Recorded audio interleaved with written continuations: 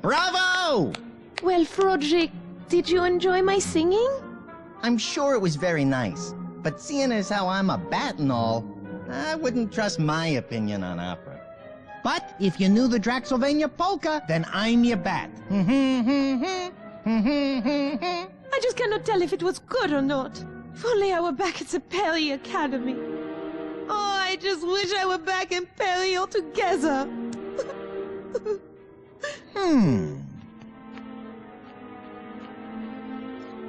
Yuck! Hey, don't worry, babe. I'll get you out of here. All we gotta do is stick to the P-L-A-N. Capiche? Thank you, Frederick. Oh, you're so good to me. You've been pretty good to me, too.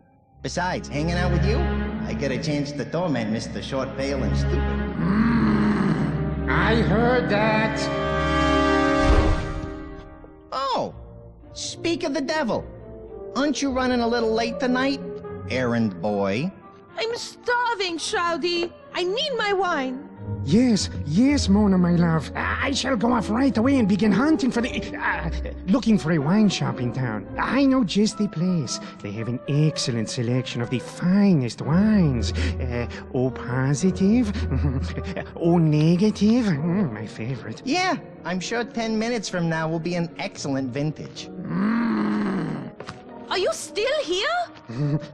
Who, me? No. All right, he's gone. Quick! Hey, you know he's getting blood, right? You drink blood. Shh! Now is not the time to start that old argument. It's not blood, it's just... well, A real thick and, salty tasting Merlot with a little, iron aftertaste? Is that what that is? something like that, yeah. You know, the Nile is not just a river in colonized British Egyptian Sudan.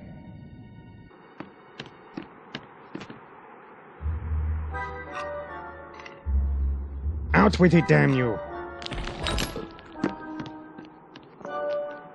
Did you see which one? Yeah, the third one on the left, I think. Or was it the first one? You know, I really didn't get a good look, but definitely on the left. The last three. Oh, man! At this rate, I am never going to get off this island. Patience, child. The stars have aligned and things are about to get interesting. What was that? What was what? Quickly, up to my balcony. Why? What's going on?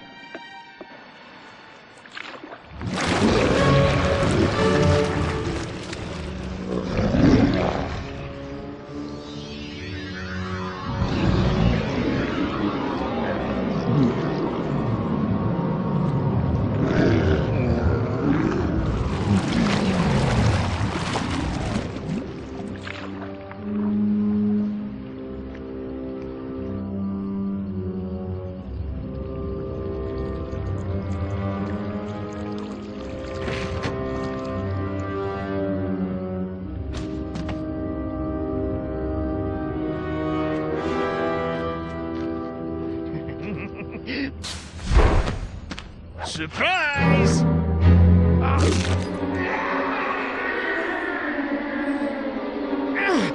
Balku, quickly! No, Mona, my love. I shall never set you free. Don't you know you are mine? Forever!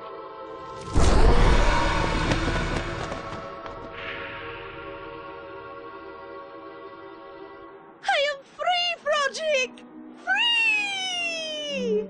I hear you, jeez. I got pretty big ears if you hadn't noticed. And you're not totally free. You still have to find the key to the boathouse. Till then, you're stuck here. Oh, right. Good point. That was Very unusual. He said Mona? Who is this Mona, I wonder? Our work here is most decidedly not done.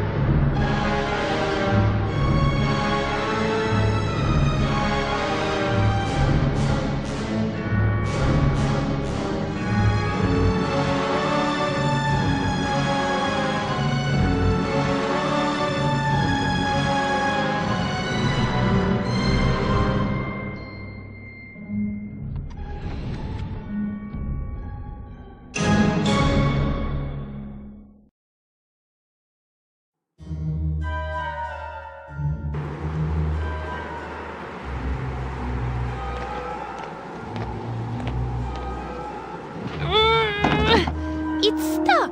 There's no way I can open this thing unless we find that key.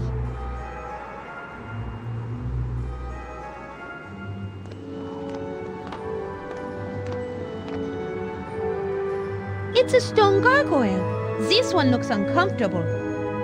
Like he's between a rock and a hard place?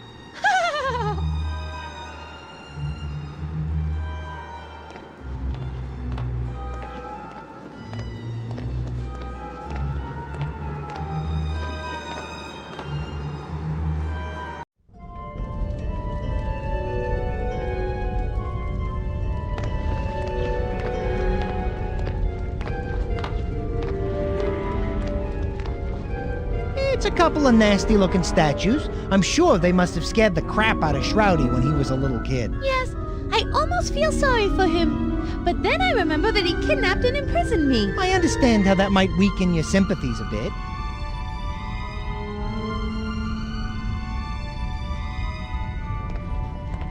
It's a bear rug.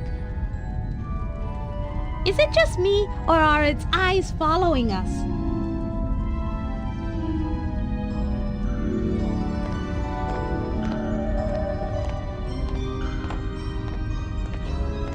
So rusty.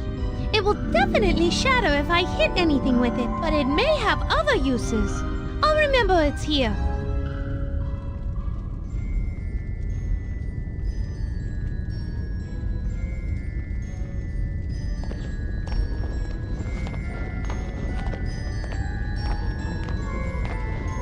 It's a rather beautiful piece of stained glass. Yeah, except for that huge freaking spider right in the middle of it. That's not part of the design. It just crawled up there a few minutes ago. Holy cripes! Just kidding.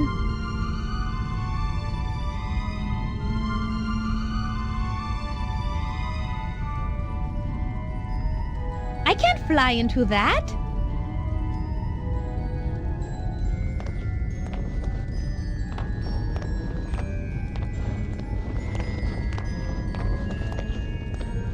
The tapestry is fairly loose.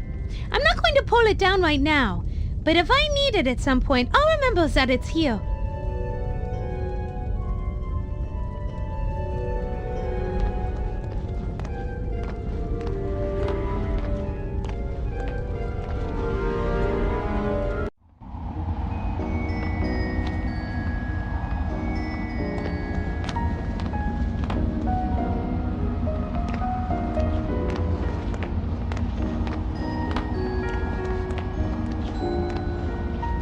bags of Fodrick's snack food, a combination of dried fruits and oily nuts. Everything a growing bat needs. Sunflower seeds, almonds and peanuts, dried apricots and bananas, and a few leftover free-range grubs from the always important insect group. After we escape, we won't have time to stop and eat, so we better bring these along.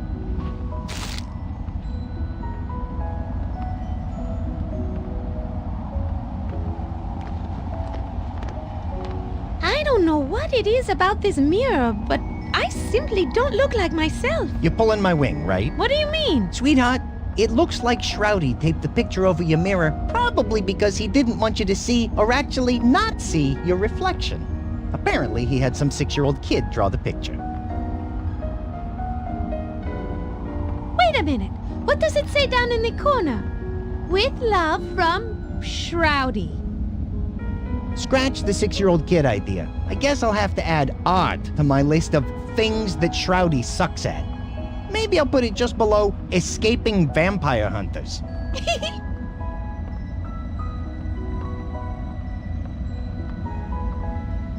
I better take this. I might need it at some point.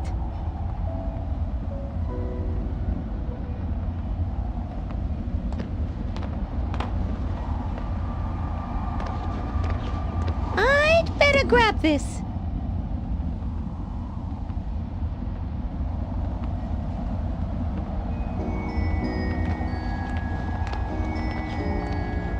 I might need that, but I can't carry it around with me.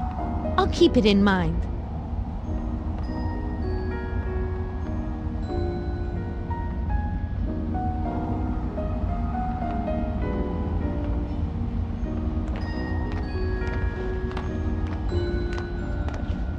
I'm going to take this.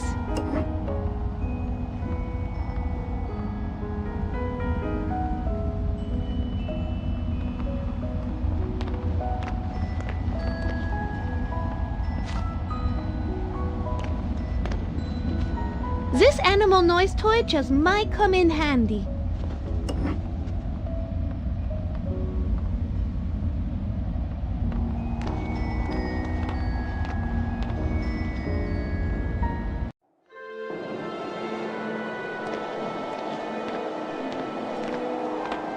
It's the dark, frigid waters of Lake Varg. Do people swim in it? Well, sometimes they float, usually face down.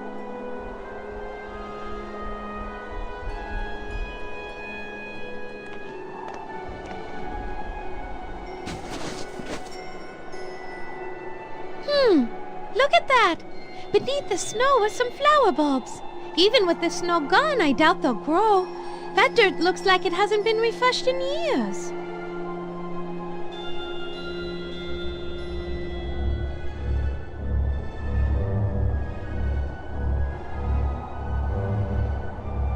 It's an urn with the Baroness's late husband's ashes in it.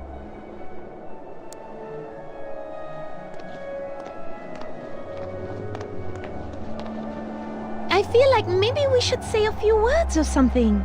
After all, these are the Baron's remains. Dearly beloved, we are gathered here today to say goodbye to the Baron von Kiefer.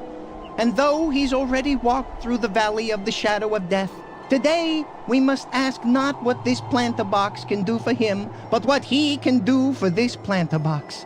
Ashes to ashes, so on and so forth, yada yada yada. Now dump that sucker. Touching, Frederick. Truly touching.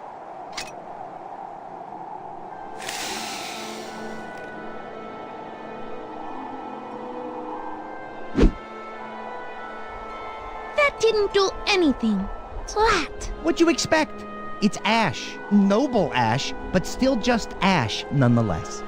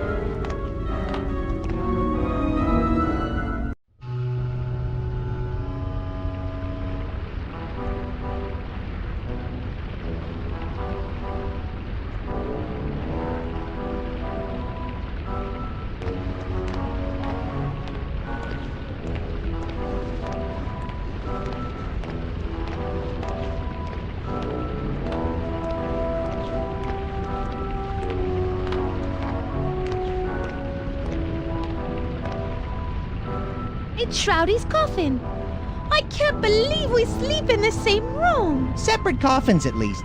Sometimes you need to look on the bright side of things.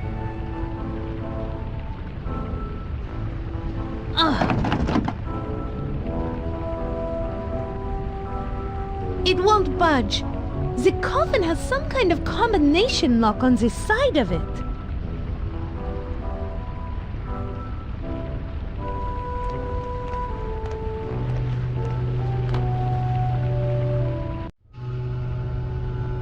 Hello there. Well, hello there, dearie. It's a pleasure to make your acquaintance. Ah!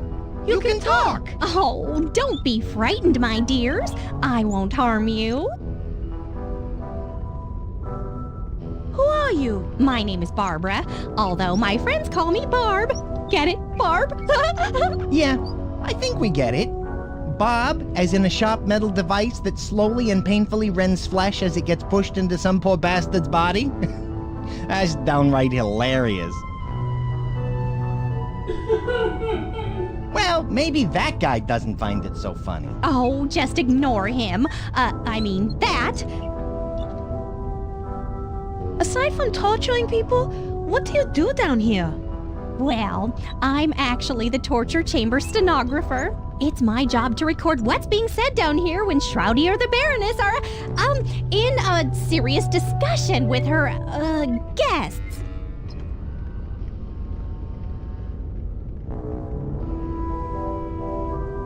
What kind of stuff have you heard? Could you tell us? Oh, sure. I don't think that would harm anything. I like to think of myself as an open book. And speaking of books, that's what the Baroness would usually be asking about. Shrowdy, on the other hand, he usually didn't ask anything at all.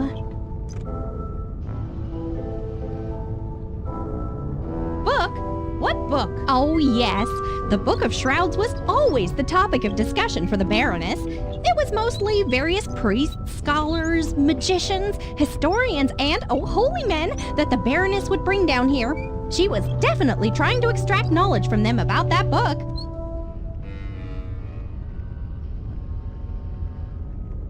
When was the last time you saw the Baroness? She was torturing that headless man over there several years ago.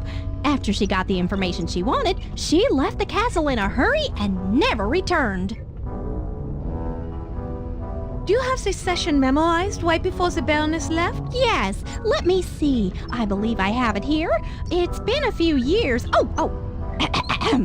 Here I go. Man from Cabal. Ouch, ouch, ouch.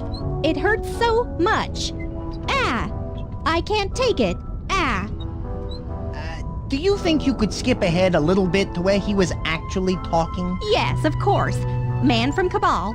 Yes, I have the tome you're looking for. It will give you all the secrets to unlocking the book. Baroness, tell me where it is or I'm going to shove this hot poker. Oh my! Could we please, skip ahead a little bit more? Oh, certainly. Man from Cabal.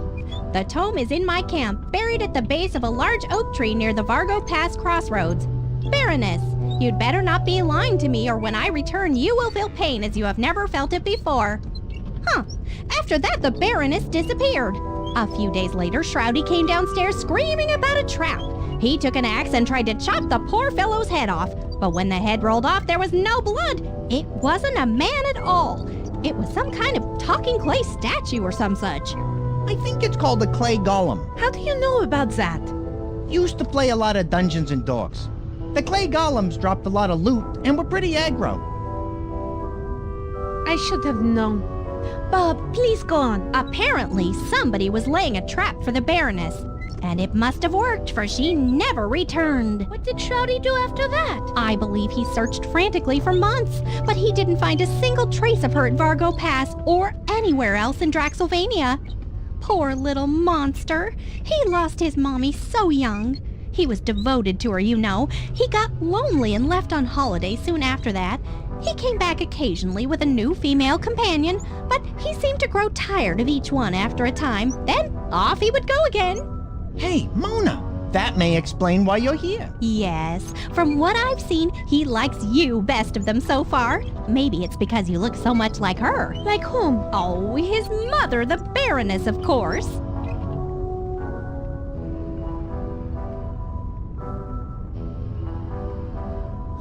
cabal you mentioned? I don't know, but I do recall they all seemed to wear a belt that had a gold circle with a star in the middle and an eye in the middle of the star. The Baroness seemed to really, give them special attention. That is all I need to know. Who was the guess you speak of? The Baroness would search all over the world for priests and scholars, or even wizards and witches, and invite them to stay at the castle, all expenses paid. Let me guess. She slipped them a Mickey, and instead of the spa, they ended up down here. Right. Then she would ask me to take down everything I heard for future reference. When she was done, some went into the pit, and a few she took somewhere else. Maybe another dungeon somewhere. I don't know. As you can imagine, I don't get around much. What does being an Iron Maiden pay? Pay? Oh no, I have to do this. I'm not sure why. Torturing people does seem horrible and just downright unfriendly and all, but we all have to follow the paths our creators have laid down for us. My path in this life is to slowly squeeze the life out of people and record their thoughts on the matter. Simple, true, but still rewarding. Settle down, or Mama isn't going to be happy. How come we have never had the pleasure of talking before? Well, the Baroness and later Shrowdy always told me never to talk to strangers or any guests. But now that they're both gone, I just feel free to talk to you for some reason. How are you able to talk? Oh, for the longest time I was scrap metal from a wrecked ship, the SS Woebegone out of Lake Superior. Then I was sold to Acme Toys, Tools, and Torture Devices in Port Varda. There I was forged and cast and shipped here. Then one Christmas Eve, the Baroness made a wish upon a bright star that I would come to life. And what do you know? A magical fairy came down and granted her wish, and that is how I came to life. Are you sure that's the way it happened? Pretty sure.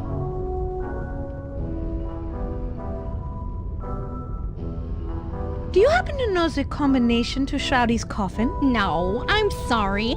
I don't know the whole combination, but I am pretty sure the first number is 0, though. Unfortunately, from my position, I can really only see the first number. Wish I could help more. Oh, good idea. My, grumbling stomach thinks you should go ask Ozzy, the fountain gargoyle. He might have had a better vantage point of the combination. Oh, I will. Thank you.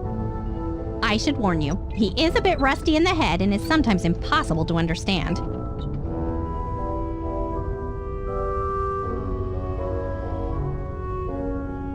Well, I better be going. It's been very nice talking with you. You too. Shh, hush. Bye-bye.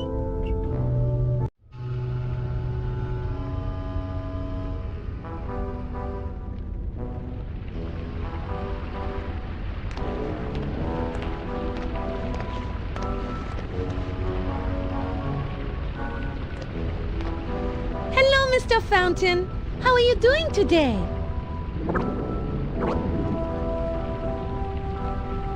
I think he said, "I'd love to chat with you, but it's hard to speak with a high-pressure jet of water emanating from my mouth." I can imagine. I wonder if there's a way to turn it off somehow. There aren't any valves to shut off the water that I can see. Maybe they're somewhere else.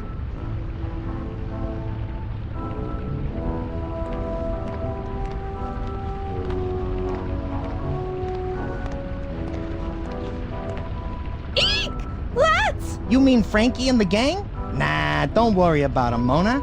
That rat pack is a bunch of good fellas. Well, if you say so, those are some rats inhabiting the crypt. Hello? Hey, hello there yourself, dollface. How you doing today? You guys use the pipes, right? We might need some plumbing help. Yeah, we know this castle's plumbing like the back of our claws. Do you guys know how to turn off the fountain over there? We might be able to do that for you. For a price? Always a price with these guys. Ever heard of altruism? Yeah, my grandmother had that. Her shaking got so bad we eventually had to hand feed her. This was just before that pie-whacker son of a... Gotta. So, what about it? Oh, never mind. What do you want this time? Well, nothing in particular. Just trade us something of value and we'll fix your pipes. No problem. I'll get Remy the Ratfink to do it for you if we can drag him away from that stupid cookbook he found. Fine. We'll think of something. Yeah, you do that. Anything else? No, that is enough. Hey, I can never get enough of talking to you, honey pie.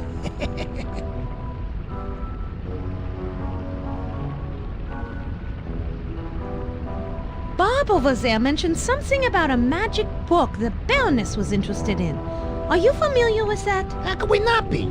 It's all the Baroness ever screamed about while she was torturing the poor bastard she brought down here. You mind telling me about it? Well, that depends. That's where my memory enters what you call a gray area. How gray? Navy blue. But it might get a little more beige if you do us a solid. What is it you want us to do so that you'll tell us about the book? We need you to hit somebody for us, and it needs to be a real message job. Hi, Wacket, the Baroness's cat lives near the kitchen. You take her out, and maybe we can do some business. You want me to kill a defenseless little kitty? Defenseless, my... She's 20 pounds of pure feline killing machine. She's too much for any of my capos to handle. We even brought in a specialist from Sicily. After Pie Wacket was finished with him, all that was left was a single foot. I guess this Piewacket likes Italian. You take care of this little problem for us and bring a collar as proof the deed was done. We'll tell you what you need to know to get to the Book of Shrouds. I will tell you this much.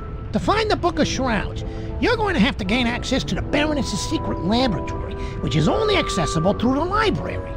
Now that's all I'm gonna tell you until you bring me the cat's collar. All right, fine. Kill a defenseless little kitten and bring back the collar as proof. Yeah, that's it. You have any more questions for me, sweet cheeks?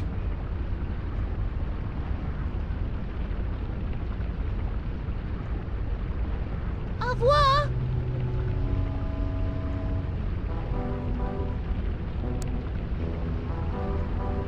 Hey, fellas, look who's back. That tall drink of water and the Froodmeister. Now, what can we do for yous? We have these mixed nuts and dried fruit snacks for you. You think you might want these in exchange for helping us out? Fruits and nuts, huh? Well, all right. Toss them here. Here you are. Soon as you are done eating, will you please stop the water from coming out over there? Hey, these are delicious. Hey, Dino.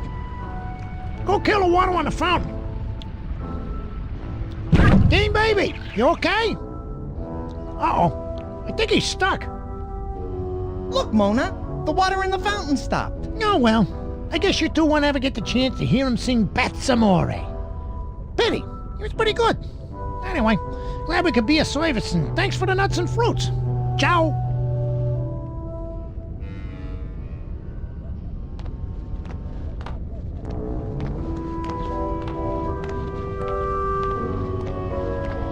Bonsoir.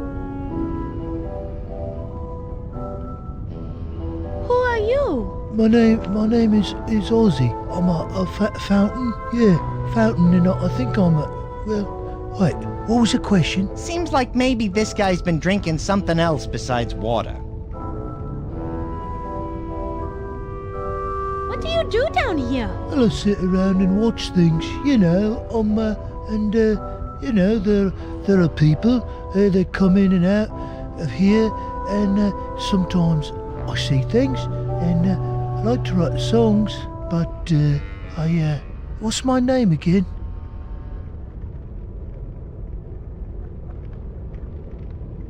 You said you see things around here? What kind of things? Usually, it's blokes getting tortured, but aside from that, there's usually a couple of people who come down here just before sunrise, and then they climb into them funny-looking beds. But one is a short, pasty-faced dude with a bad temperament. But the other one, she's a tall, good-looking broad. You know, she looks a lot like you, actually. That's because it is me. My name is Mona. That short, pasty-faced dude you mentioned is keeping me locked in this castle against my will. That's not right. Is there anything I can do to help? You said you see Shrowdy When he goes to bed, does he do anything unusual? Well, it seems like he's always fumbling about with that weird clock on the side of his bed. Weird clock? Well, yeah. I see him dialing in a couple of numbers. I assumed it might be a reminder he set for himself to take his meds on account of him being nuts and all, right? But I have some experience with medication myself. Or should I say, medicating myself. Ozzy, would you mind telling us the numbers he uses? Oh, yeah, right, sure. Yeah, well, I think there are 3 numbers, but I only know 2 of them. And the numbers are 3 and 7, and I know that 7 is the final number.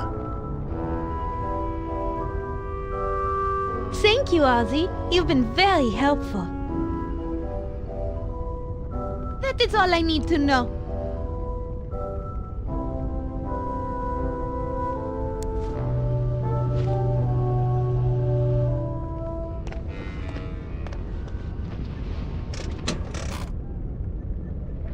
You did it, Mona! The coffin is opening.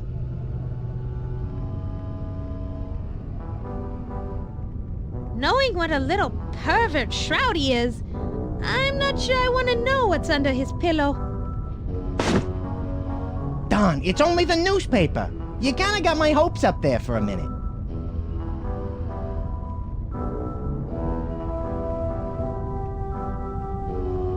I'm gonna grab this. It might come in handy.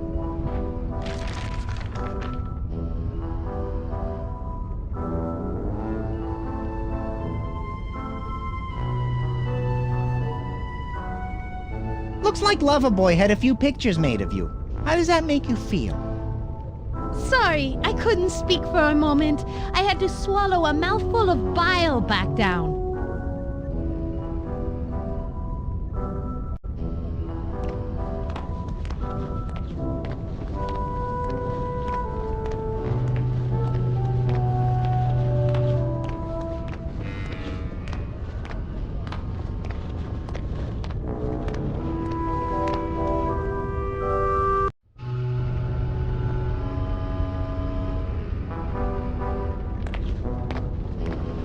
That's strange. I never realized the castle had a sub-basement.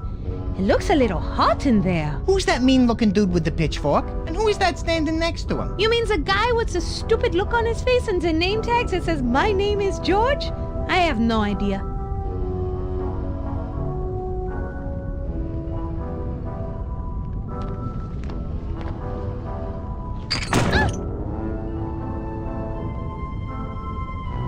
It's stuck. The hinges appear to be rusted shut. I won't be able to open this up until the hinges are working.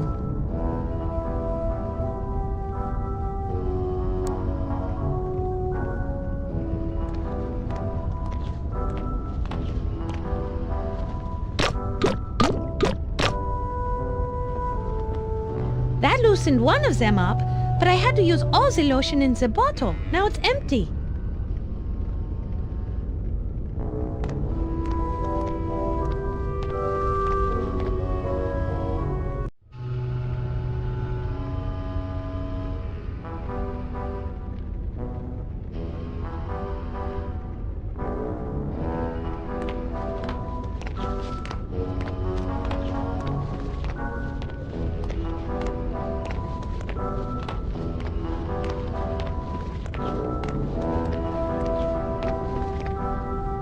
What is that thing? Let me see. It looks like there's a small plaque down on the corner of the chair. Let me read it.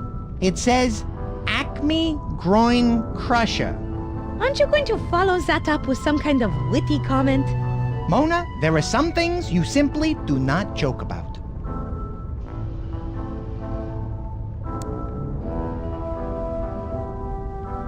Let's crush Froderick's fruits and nuts. Hold on. What are you doing? Mona, please wait. Relax, Froderick. They are just the fruits and nuts from your cage. Oof. On a somewhat related note, I'll let you know when my heart restarts.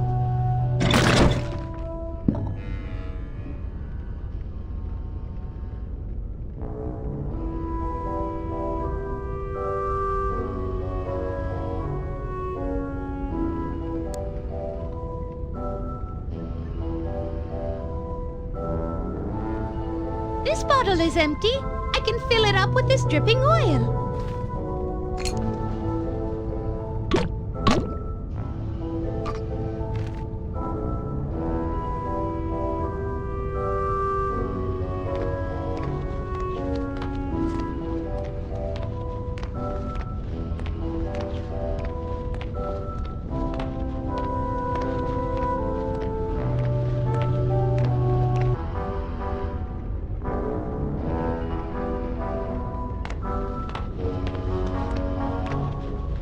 I bet a big, heavy, hitting thing might be useful somewhere, but I'm not going to carry it around. I'll keep it in mind, though.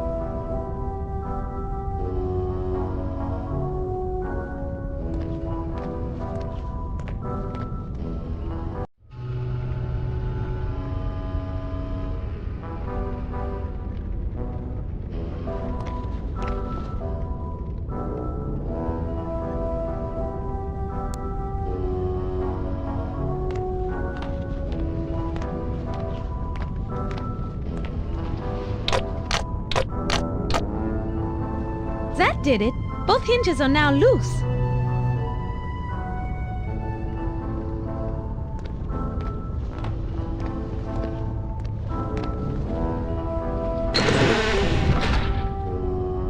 That did it. The pit is now open. Man, that smells horrible. Ugh.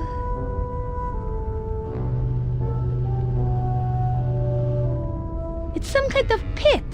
I can't see what's down there because it's so dark. You may not be able to see it, but you can certainly smell it.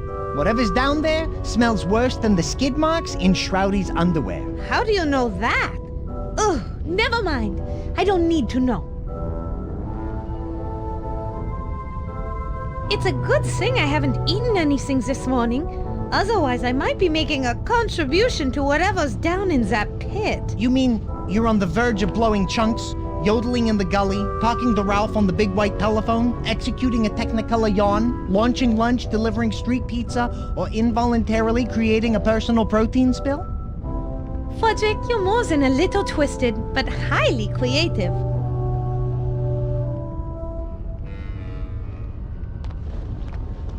This might come in handy, but I'm not carrying it around. I'll keep it in mind.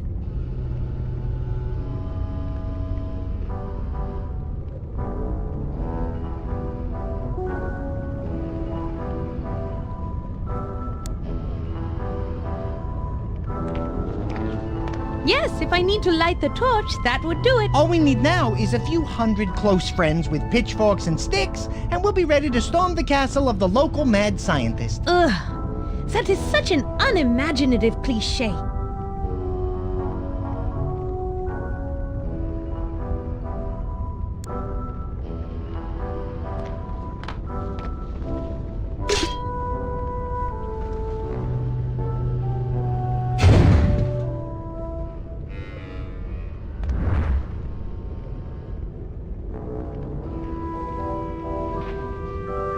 Oh my! Frederick!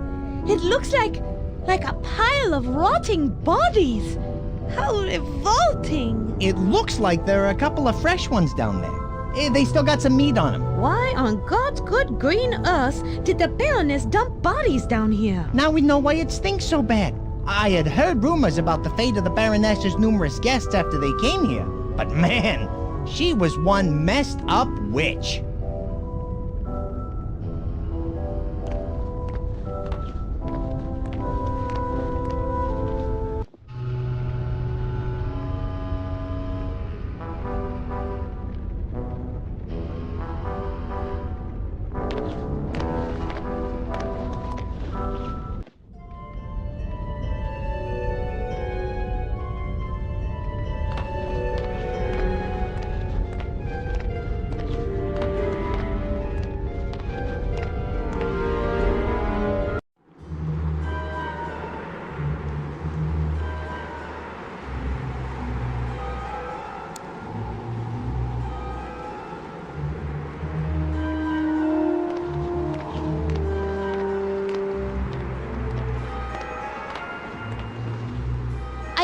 might provoke the gargoyle that has the key by smashing them all with that mace.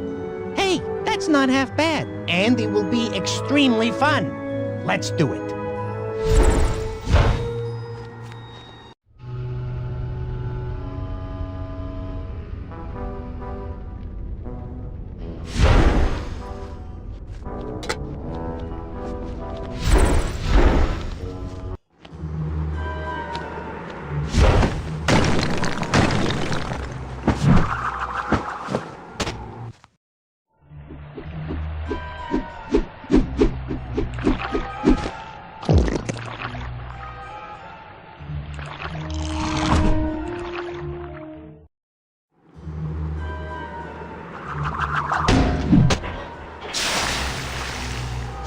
Yeesh. Looks like our favorite lake monster has a serious case of acid reflux disease.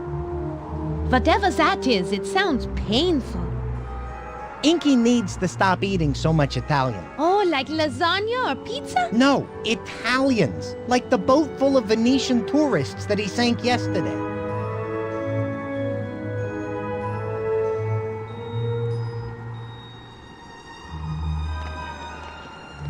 Please, I feel as though we started off on the wrong foot, or in your case, perhaps the wrong claw.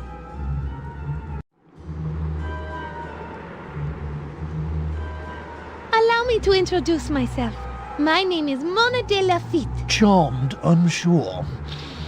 I don't usually associate with common folk such as yourself.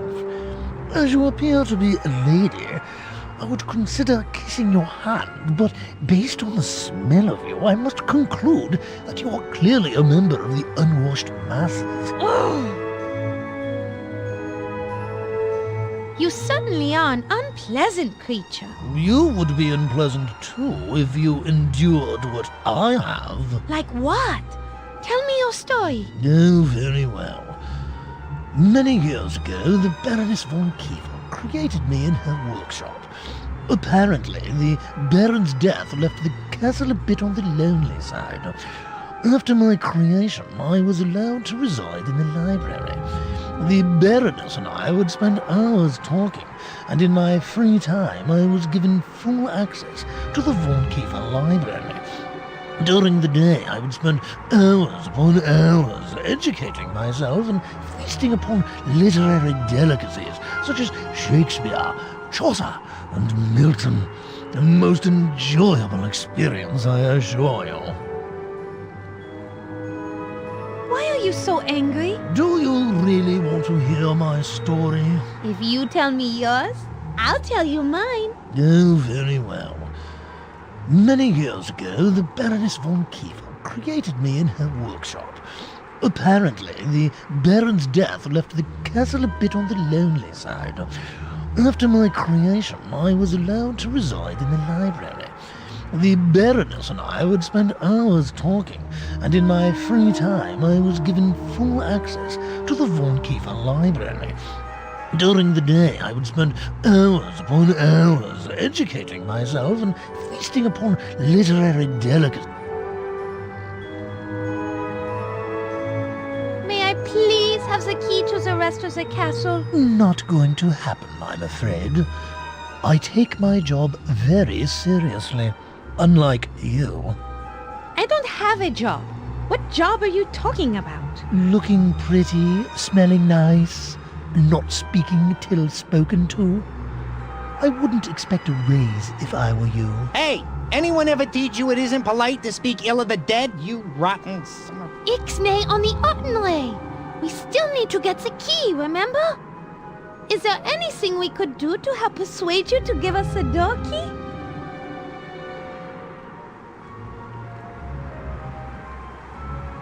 Do you actually like sitting on this bridge and being Shrowdy's servant? No, because he's always taking me for granite. Oh my, yes.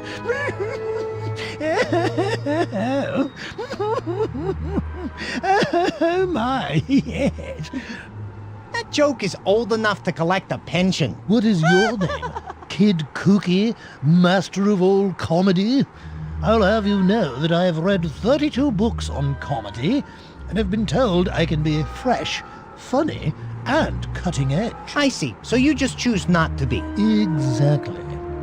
And to answer your query, seriously this time? Yes, stay serious, please. It's not a matter of liking what I do. It is a matter of duty. We enchanted gargoyles take pride in doing our duties and doing them well. Unlike your joke-telling. You are extremely lucky I am bound to this bridge, or you would be severely punished. Your jokes are punishment enough. I'm curious. How did you end up on this bridge? The Baroness decided she wanted to have a child.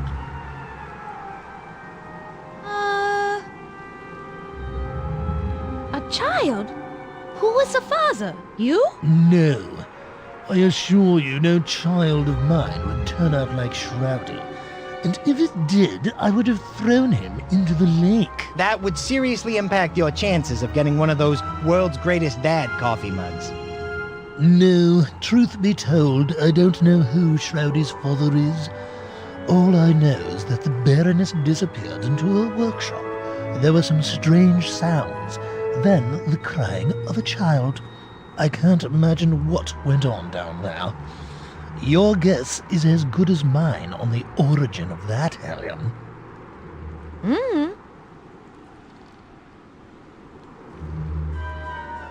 Yes, I have it.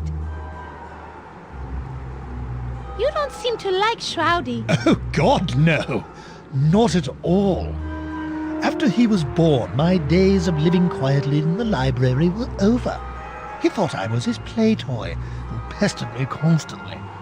Finally, one day after he attempted to dress me up in one of the Baroness's nightgowns, I yelled at him and told him to never touch me again. He ran off crying to the Baroness, and that's all it took.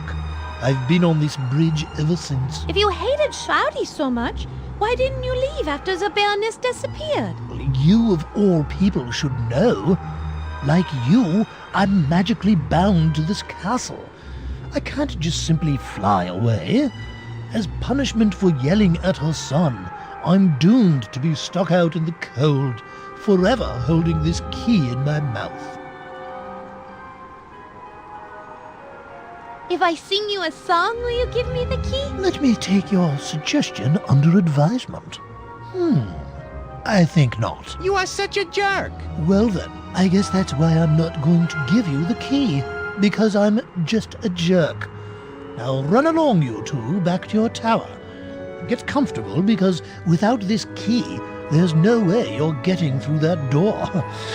Oh, did I mention the door and the key were enchanted? So, as you can see, there's no way you're getting through that door, and no way I'm giving you this key. Name your price for the key. Any price. I might have something. Get rid of the Raven Edgar for me, and then we can talk about giving you the key. No way. Edgar's cool. Why don't you like him? He is a bird. He sits above me. I am a statue. You figure it out. Let's just say he has bad aim. Or good aim, from my point of view. It's disgusting. Just like you. Get rid of him and I may think about giving you the key. Till then, leave me alone so I may think my thoughts. Oh, so that's what you snooty types call picking your nose and scratching your backside. I always wondered. Enough! Rufus, where is this Edgar Raven you speak of? Haven't you been listening? He sits above me in a raven roost at the top of the tower. Now please return to the great unwashed masses from whence you came.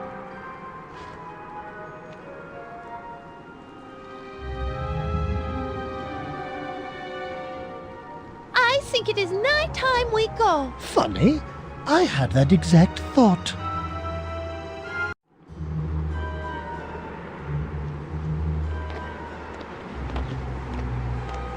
It's the lake monster of Lake Varg, a hideous creature that slinks through the water devouring whatever creatures he can find. A monstrous creature. Well, in his defense, he is technically a monster. Why are you defending him?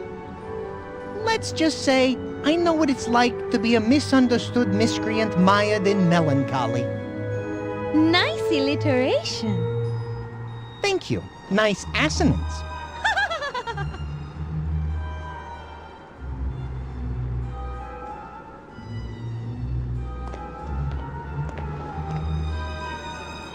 Let's go see what's up.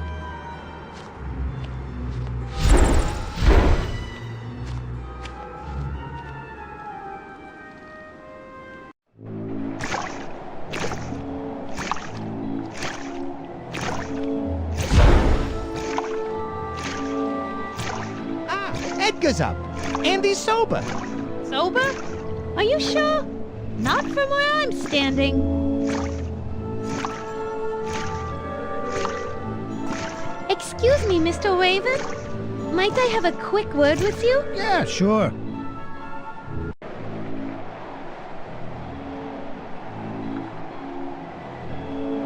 My name is Mona. What's yours? The name's Edgar. Hey, I've seen you before.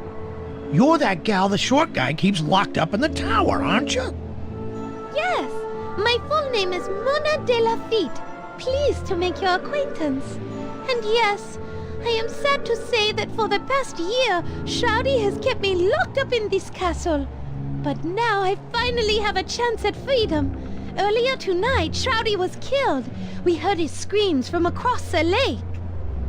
Dead, huh?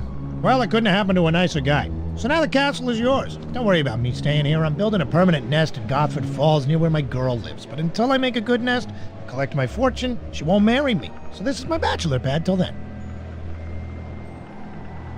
I can't get through the door that's right below you. Rufus, one of the gargoyles, has the key, but he won't give it to us. Well, I'd like to help you, but I don't know too much about those gargoyles. All I know is that every time I do my business, I hear one of them yelling up at me from below. Oh! Well, I'm a bird. I do bird stuff. But they haven't had much to complain about lately. I'm a bit backed up, if you know what I mean. Maybe. Yeah, the carrion pickings are always pretty slim in the winter. But come spring, it'll be a veritable feast of dried out carrion. That'll get the old pipes flowing. Good to know, I guess. How do you like living in Castle Varg? It's all right. I can do what I want, hang out with my buds, party, drink. No one bothers me. But I feel out of touch sometimes way out here. When I was in the city, I was in the know. Could follow my favorite sports team, hear the latest gossip. Sometimes it's just too isolated around here. You know what I mean? I do. You just need to feel more connected to the world, more informed. I do too. As soon as I'm back in Paris, things will be back to normal. Great. Well, good luck with that. Do you know of another way into this part of the castle? Nah. This place is sealed up tighter than... Well, it's sealed up tight. Just before you got here, that short fellow went around installing bars and locks and boarded up almost every window and door to this part of the castle. I guess Shrowdy didn't want someone, probably you, to get in for some reason.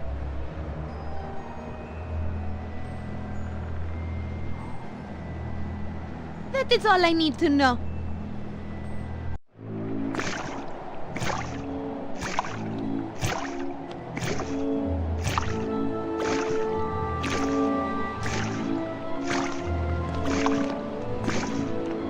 It's an old angelic-looking statue standing right on the edge of the tower.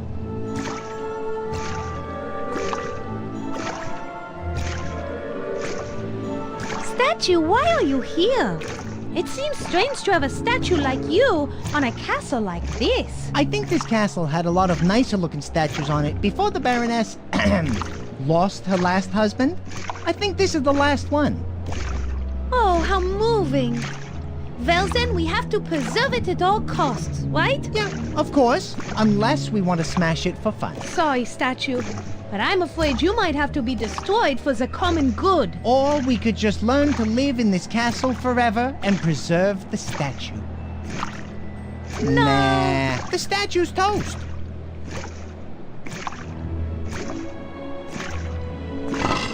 Ugh.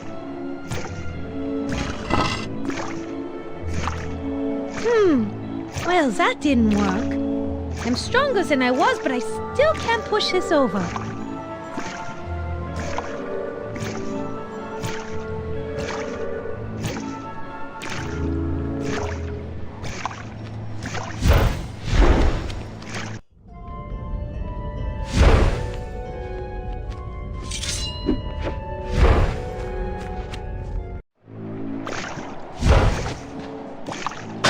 Wait, Mona!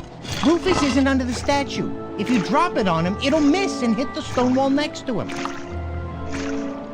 You're right, Frederick. We better find a way to get the key from him.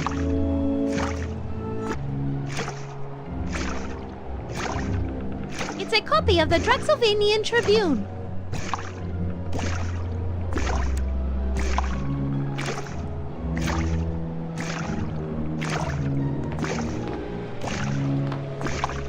Here you go. It's the latest edition of the Draxylvania Times-Picayune. Ignore the bloodstains. I think it's yesterday's edition. Hey, thanks. Now I can find out how the All Blacks are doing. I really appreciate it. As a reward, can we borrow your clothespin for a while? Yeah, no problem. I won't need it since I want to catch up with this paper for a while.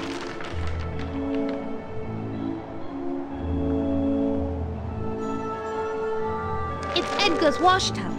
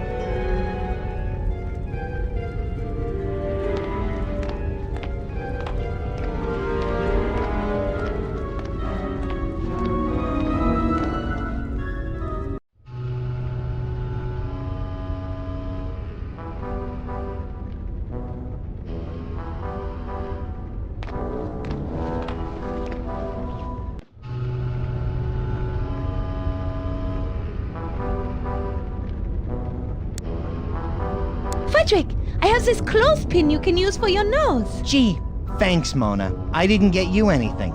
I'll put it on when you need me to.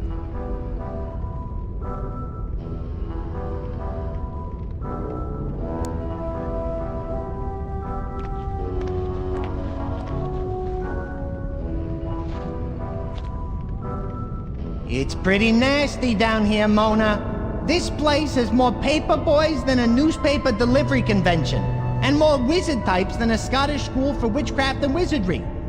This one was a kid with glasses. One of the bodies has legs that were pretty muscular. There's definitely some high-fiber flesh residue left on the thigh bones. I could pull off a chunk if we need it. Hey, Mona, will you do me a favor? But of course, Frederick. What do you want? Don't ask me for any more favors.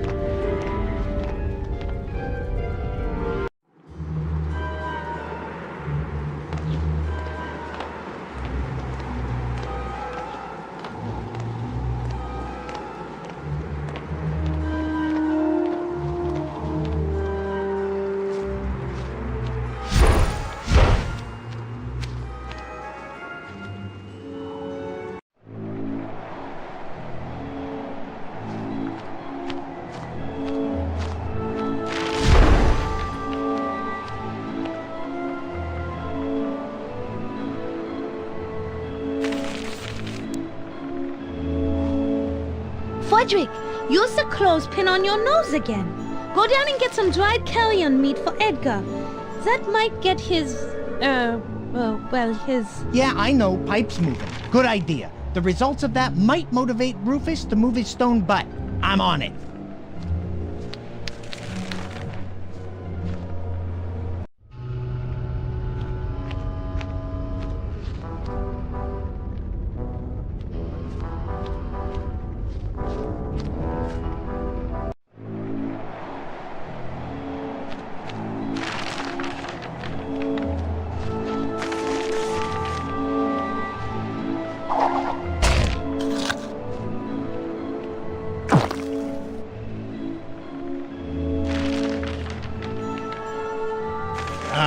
You'll have to excuse me. I've got some business to attend to. Like I said, a bird's gotta do what a bird has gotta do. What the...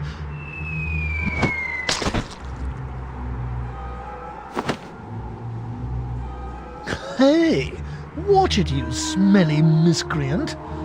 If I didn't have to guard this door, I'd come up there and give you the thrashing of a lifetime. Blow it out your pie hole, Rufus, or I'll take better aim next time.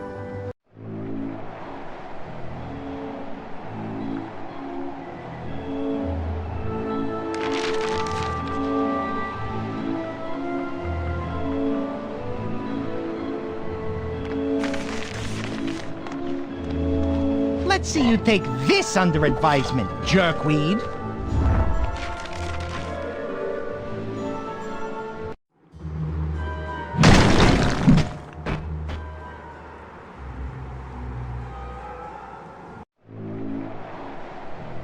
Yippee!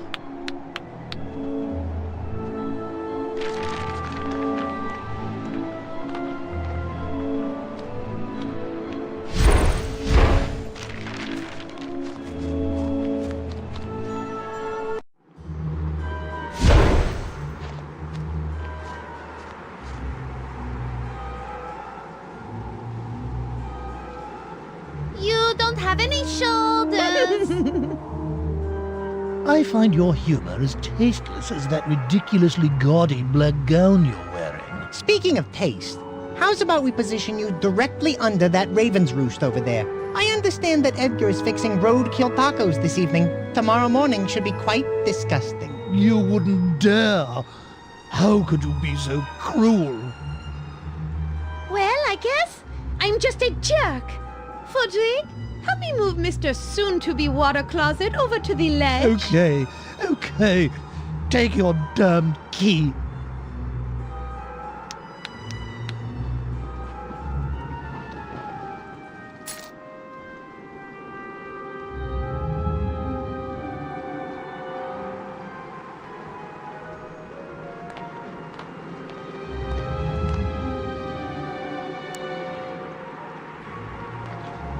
Okay, let's see if this key will finally do the trick. Hooray!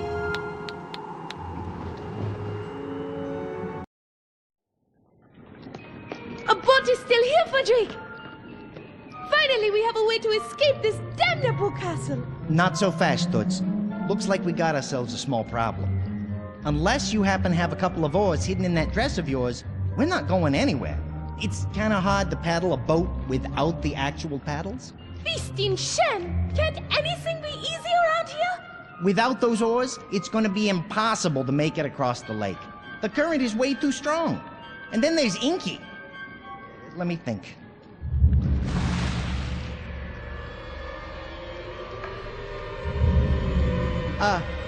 Mona? Remember when I said we had a small problem? Yes, Fodrick? Well, I think it just got bigger. What the hell is that? You mean, who the hell am I? And hell is right, for it is I, Shrowdy. I am back. I didn't think it was possible to Return from the dead as an all-powerful shadow spirit? to get even uglier than you were. That is amazing.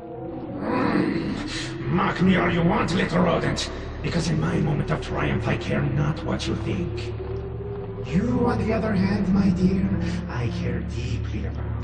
My brilliant dark jewel. Not even my death can keep us apart. How did you manage this? You aren't that clever. You can thank the magical arcane tome my mother used to create me. She told me I was the living manifestation of black magic itself. And so, although my vampire body has perished, my dark spirit shall live on forever. Aha! I knew you couldn't have done this on your own. Regardless, you and I shall never be separated again.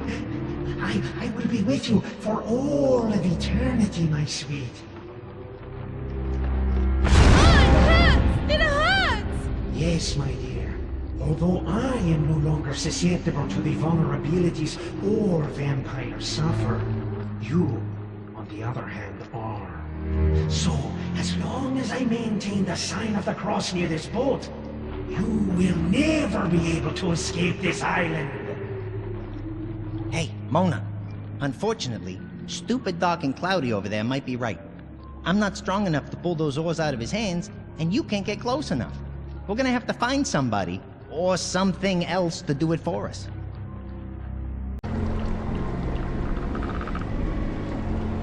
It's the malodorous residue of the corporeal form of the formerly diabolical, villainous, fiendish, malevolent, and just plain annoying Shrowdy von Kiefer.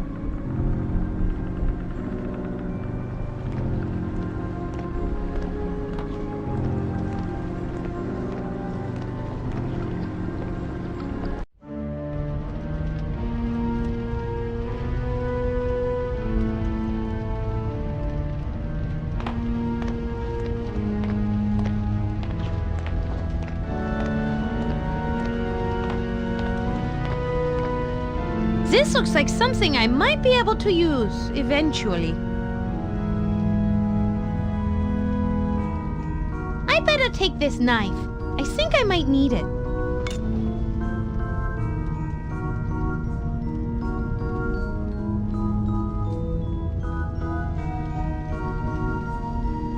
I don't think I'll need the cup, but the straw might be useful.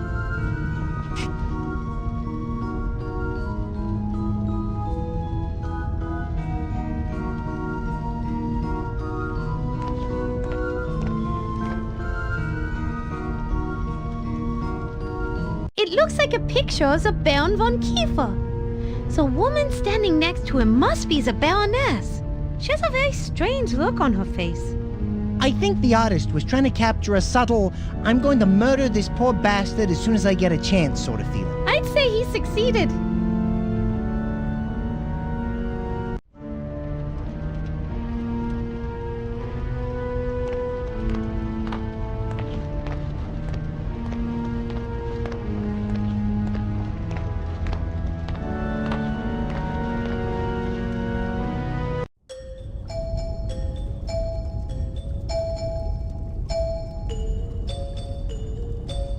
It appears to be a large mixing bowl. What's it used for? Generally, you use it for combining different types of food items. Then you cook or eat the mixed results. Sounds too complicated.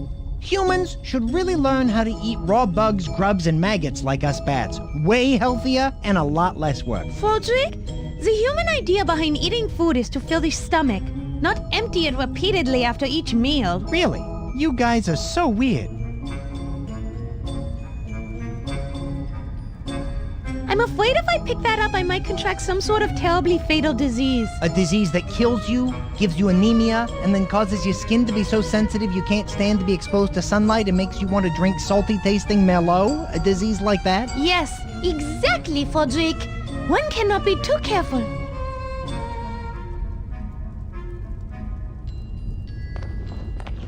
I might need this.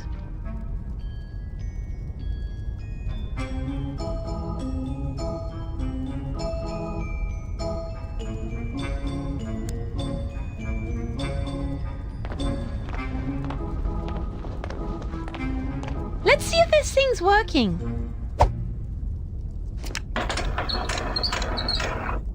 Oh my God! It smells like a toddler had an accident, then wrapped it in moldy Limburger cheese and stuffed it in the armpit of a corpse that's been rotting in the sun all day. Frederick, look, it's a cat. He went back into hiding. Apparently he agrees with your assessment of the food. Yeah, I guess it just doesn't want to spend the next 72 hours in the bathroom.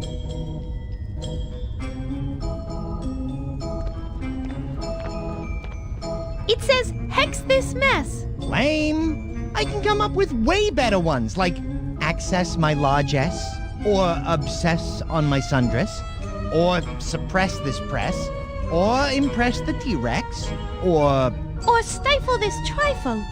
I like that one a lot. That doesn't rhyme with mess. Lame.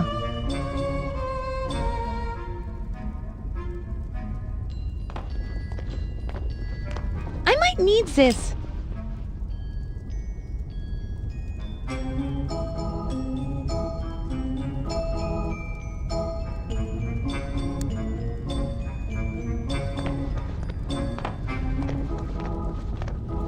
Let's try this food.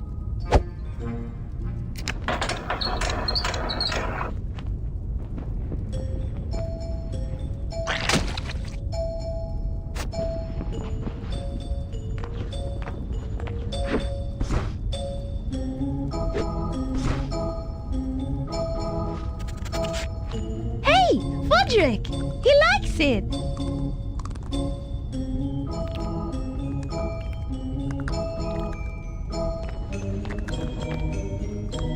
Bonsoir! Who are you? Hi, Wackett. A better question would be, who was I? I used to be the Baroness von Kiefer's familiar. What's a familiar? A familiar is kind of a special guardian that witches use. I used to serve the Baroness in various ways. Protect her special items while she was away. You know, that kind of thing. Back in the day, I even had some limited magical powers of my own. What happened? Well, I guess I wasn't as powerful as the Baroness was hoping, so my job was outsourced to a homunculus. What do you do around here? Mostly hunt rats. I used to do it just for sport, but I have to admit Shrowdy hardly ever feeds me, and the rats are downright tasty. Do you always eat the rats you catch? Eventually.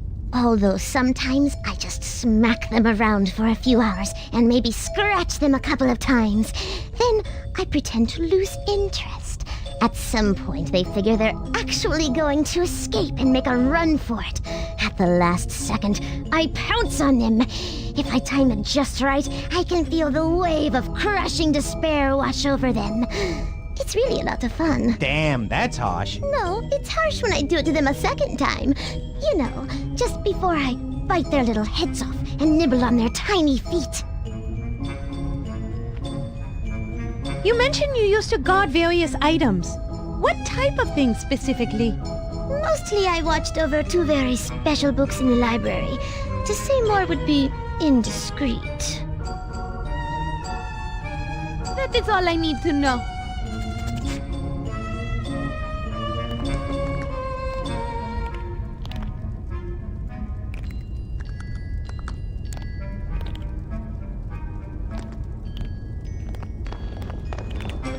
No, I can't hurt this poor creature. In fact, I think maybe I'll help her. That collar looks a little too tight.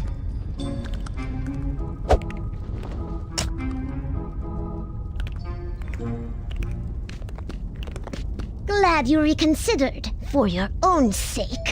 You know what they say, never bring a knife to a gunfight. Look out, Mona. Sounds like this kitty might be packing heat.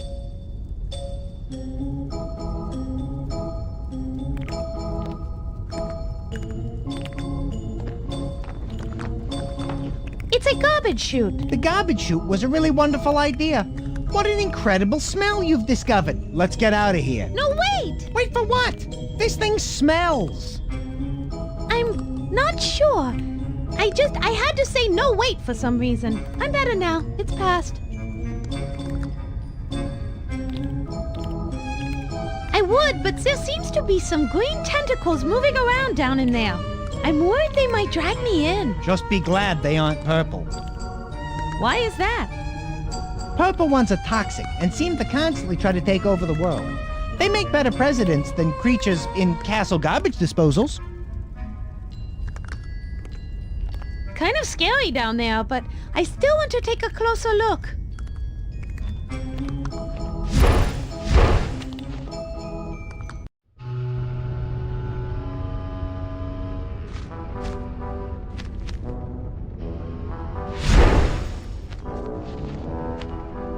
Wow!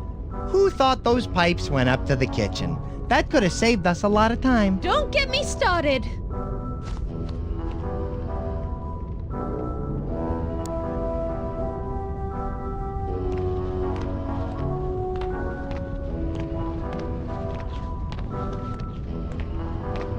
Aha! I see you're back. I have the collar for you right here. You fulfilled your end of the bargain. And for that, I'll tell you the names of the 2 books you need to pull out and put back in on the shelf in the library. They are How to Build a Better Body in Just 30 Days by Dr. Rigor Mortis, and the other is Sharpening Young Fangs, Parent's Guide to Raising the Perfect Vampire by Dr. Max Schreck. You got it? Find those books, and you'll find your way into the Baroness's laboratory. Good luck, Dollface. Thanks. I'll go try them. Oh, and by the way, before we whacked the whacket, she said she was going to haunt you and your associates for the rest of your lives, and that none of you would escape her spirit's vengeance. Just thought I'd pass that on.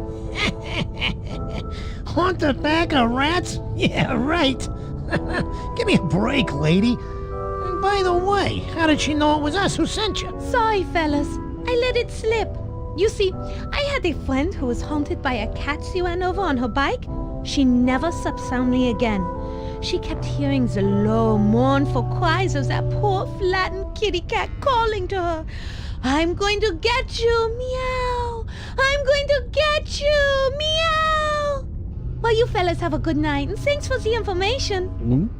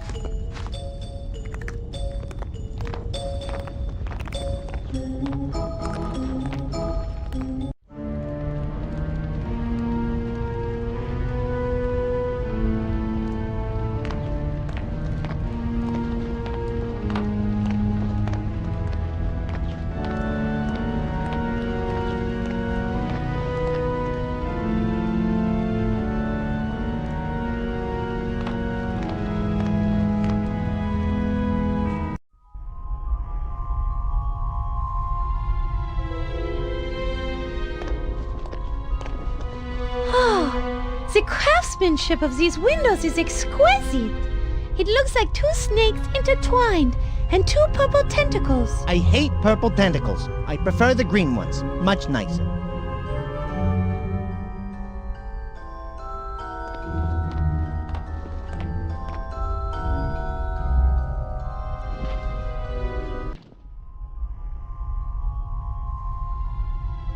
This looks like one of Shrowdy's old coloring books. It has a picture of a newt in it. Glad to see he was at least a normal child. Except he did this as an adult. This is fresh crayon, and that's a new box. Oh dear.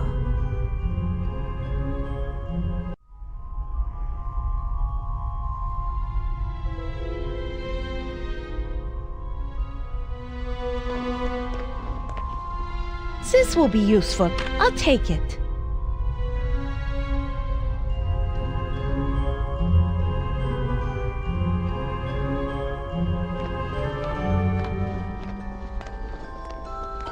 It's the Baroness's desk. Looks like there's some kind of journal sitting on it. Ooh, a journal. Let's read it. Maybe we'll find out which boys she likes and what she thinks of her parents. I don't think it's that kind of journal, Frederick. It just says, visit von Kiefer, and then there's a period and the word come. It's very interesting. That makes no sense.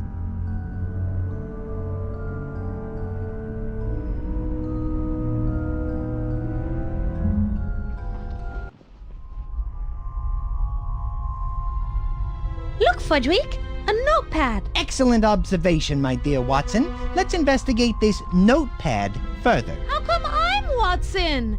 You're more like Watson than I am. Well, you certainly know Sherlock. I can see the imprint from the Baroness's pen. Read it. Why don't you, Sherlock? I can't read it. It's not my fault bats haven't evolved the ability to read impressions on paper yet. Well, I can't read it either. The writing is too faint.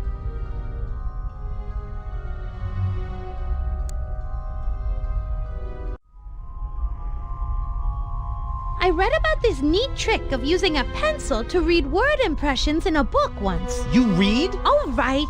My friend read the book, okay? You have friends who read? Okay. So my friend's brother read the book that had this neat trick in it and told me about it. There. Happy? Let's see if this will work.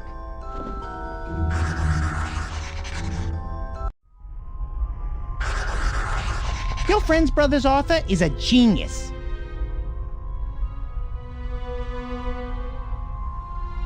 Aha! Look, Frederick, a clue. Brilliant. What's it say? It's a list of book titles. A Teen Camper's Guide to Crystal Lake. Draxylvania on 2 pints a day. The Dark Knight Returns. And Sharpening Your Fangs, a parent's guide to raising the perfect vampire. What does all this mean? Great job, Sherlock. Apparently we found the clue, but what it's a clue for is a mystery. I thought you were Sherlock.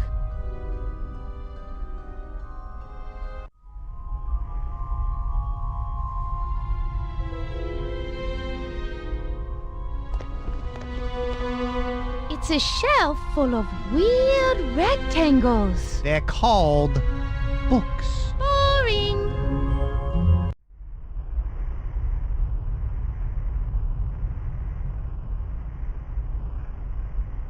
A Teen Camper's Guide to Crystal Lake Basin.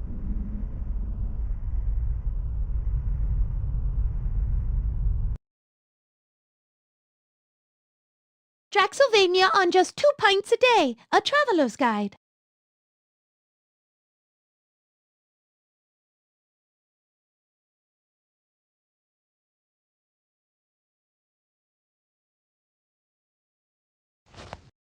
The Dark Knight returns.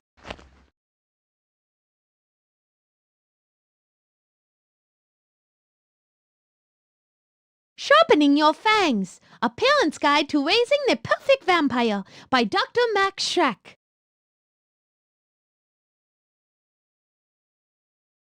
I'm done with these books for now.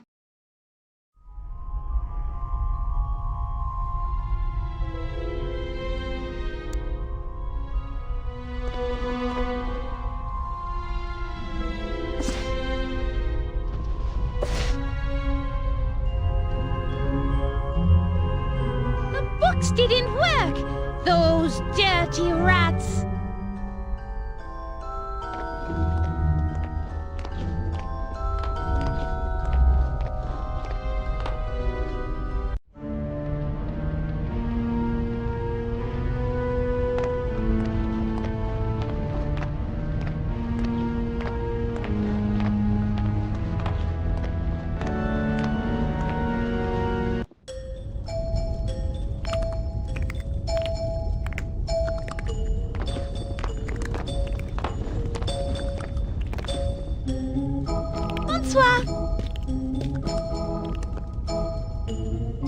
We found the titles of the secret library books.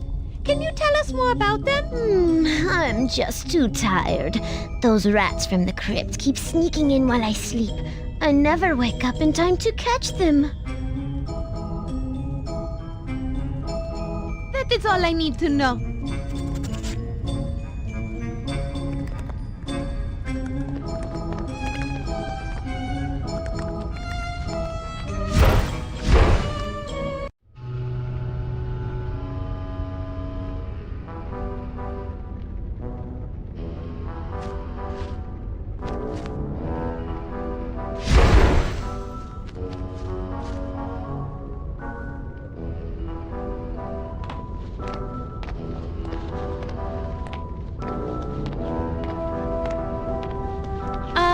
Hello? Hey, hello there yourself, Dollface. How you doing today?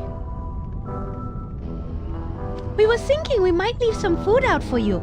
What time were you thinking you were going to go up and raid the kitchen? Why are you so curious about what time we're going to be in the kitchen? No reason. We just thought we could leave some food out for you, but I didn't want to do it too early. Otherwise, the cockroaches would get it. Right.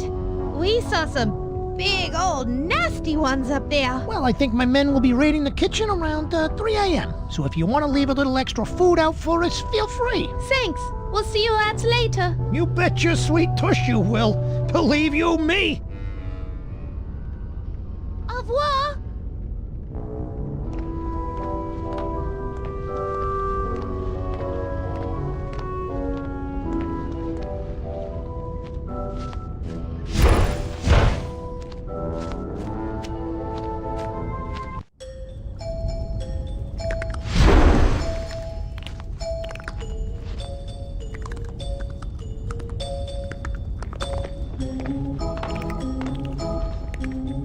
Again. Hey, we found out what times the rats are going to raid the kitchen. It's 3 a.m. Wonderful. I can sleep till then. In return, I'll tell you that you simply need to switch the placement of the 2 library books. Happy hunting! That is all I need to know.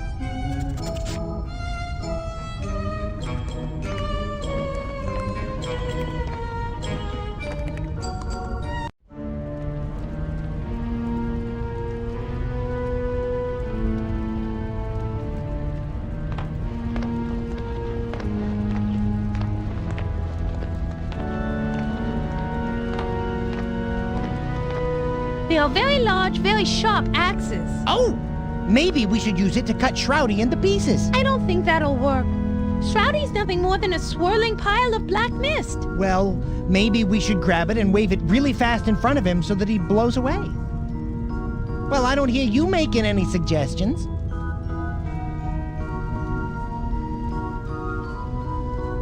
It's a suit of armor that seems to be made of... Is that cardboard? Yeah, that's right. Edgar told me that the old witch was running low on money, so she started selling stuff from the castle and replacing it with cardboard duplicates. What did she spend the money on? The torture chamber. Hello? Is anybody in there?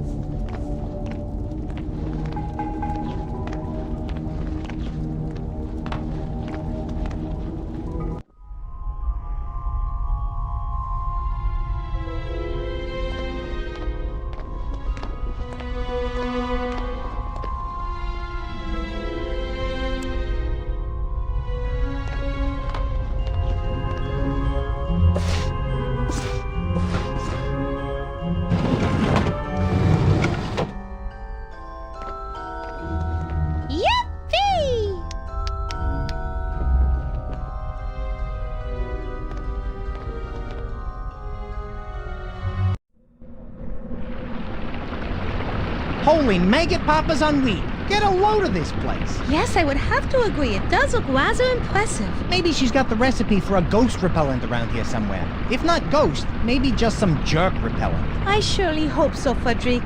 One thing's for sure. We're not going to find much of anything just sitting around here gabbing. You're right, Mona. Let's trash the place. Search the place, Frederick. Let's search the place. Oh, man. I never get to cause wanton destruction. Ah, the night is still young, Frederick. The night is still young.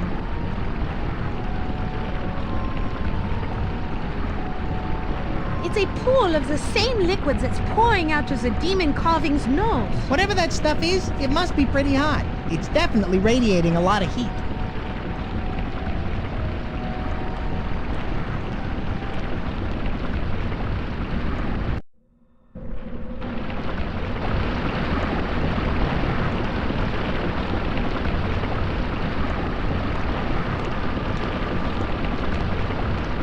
It looks like some kind of locking mechanism. Let's take a closer look.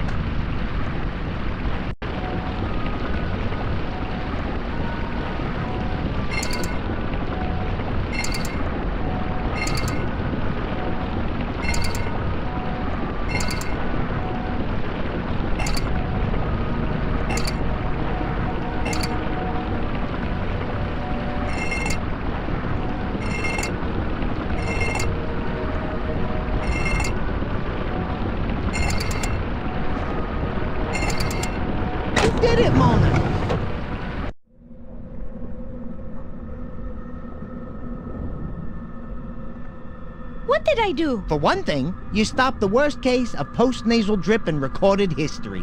It looks like there was something hidden in the river of snot. Why do I suddenly have the feeling that our adventure just became a bit more adventurous? It must be the special book that Iron Maiden Bob told us about. What did she call it? The Book of Shrouds. I bet there's something in that book that can help us. With a name like that, it's gotta be cool. I can't wait to look inside.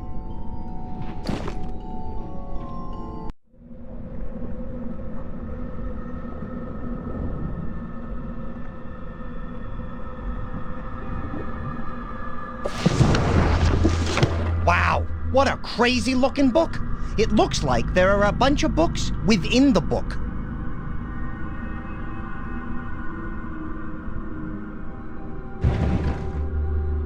Interesting. They are all locked. I'll try this one.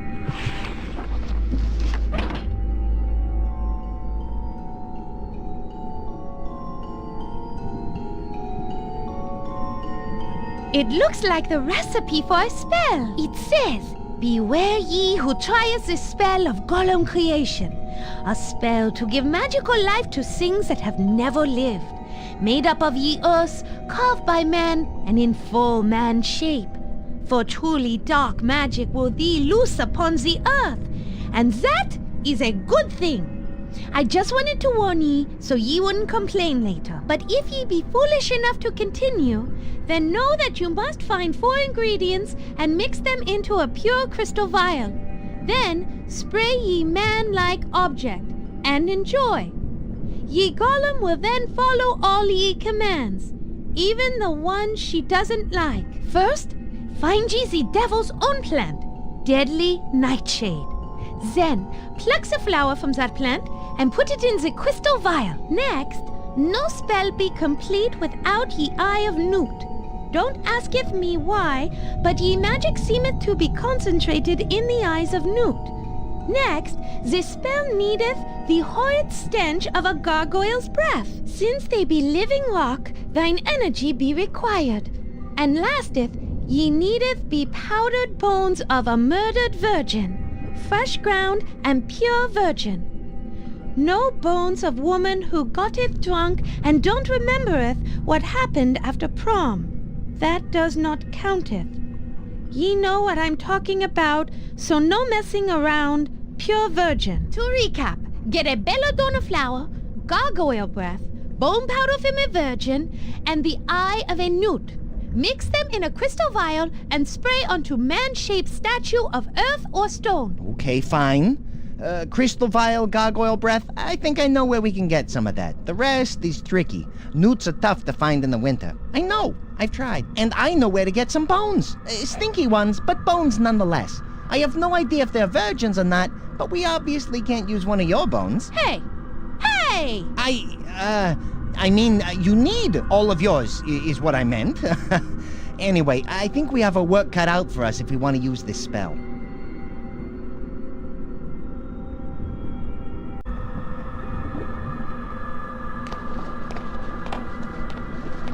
It looks like the door to an icebox, and it's all frosted over. Let's find out what's inside. Wow, the refrigerator is pretty cold.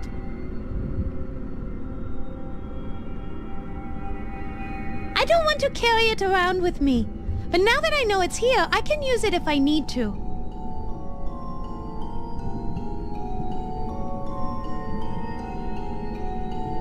Kind of big to carry around, but I'll remember it's here.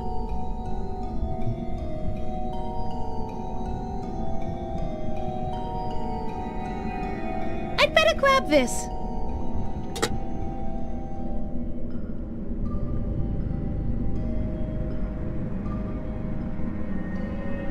I'd better grab this.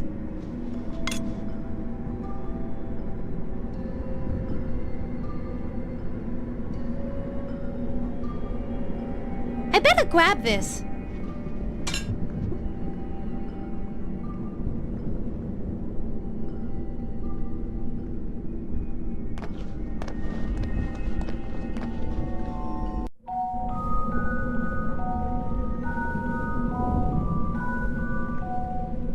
It's some kind of demonic-looking spout.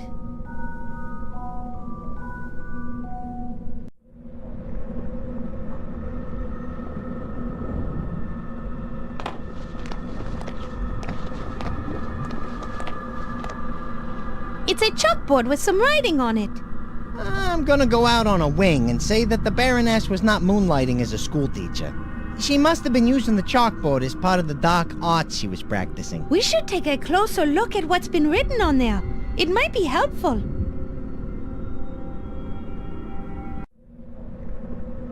It's a chalkboard. Must be where the Baroness wrote notes for her magic spells. There's some sort of recipe on it. It says, formula for creating carbon-based organic acid.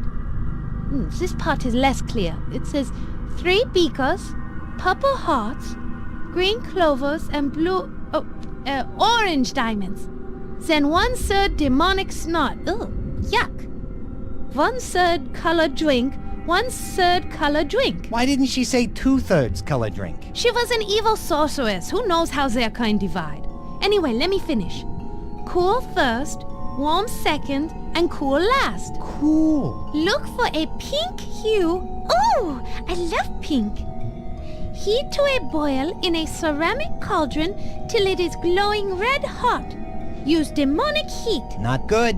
Demonic and heat are 2 words that should not be uttered in the same sentence. Pour on carbon-based life form and enjoy. What is a carbon-based life form? We are. Anything living or made from something living is carbon-based, though some scientists and science fiction writers, notably Jules Verne, theorize that... Thanks. That will do.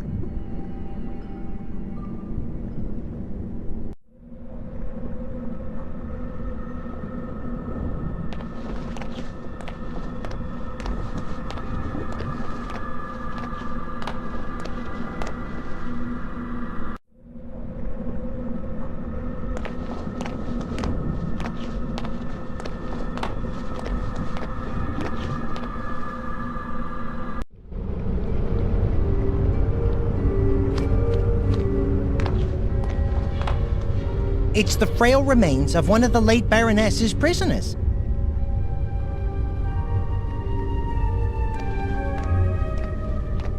It appears to be a list containing information about the prisoner. It's nice to know Shrowdy's mother was so thorough. I'm sure it's hard to take good notes while you're busy torturing somebody. She must have been an excellent multitasker. It says, prisoner identified as Irish tourist Shannon O'Doherty. Initially observed as member of local nunnery tourist exchange. The nuns only arrange tours for the most pious of individuals. Virginity has been confirmed. Her blood is exactly what I need to help unlock the mystery of the Book of Shrouds. That's terrible. Why would anyone need blood?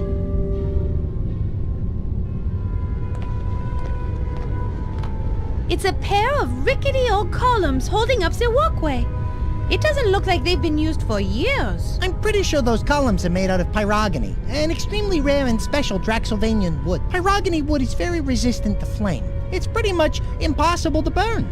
That's probably why the Baroness used it down here, so that the demonic snot wouldn't catch it on fire.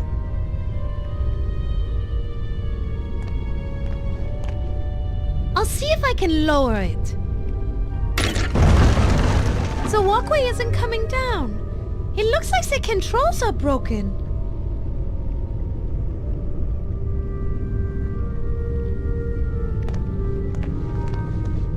Frederick, help me ferry those bones to safety. Sure, no problem.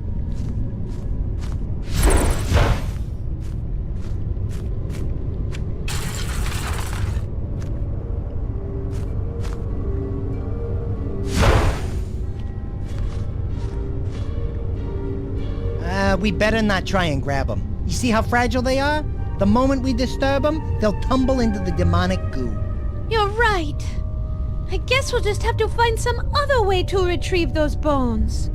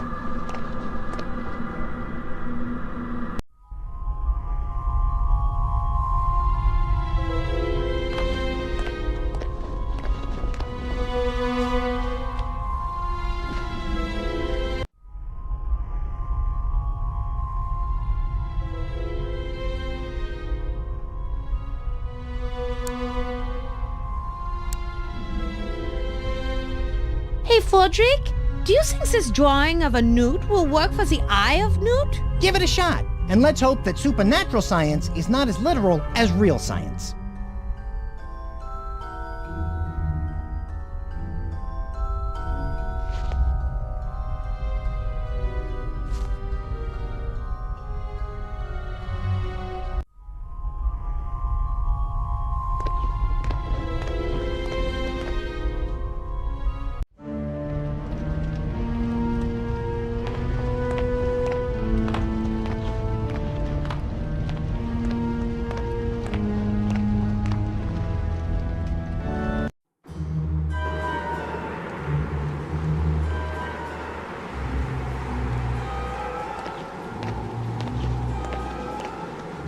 So much for calm, cool, and collected.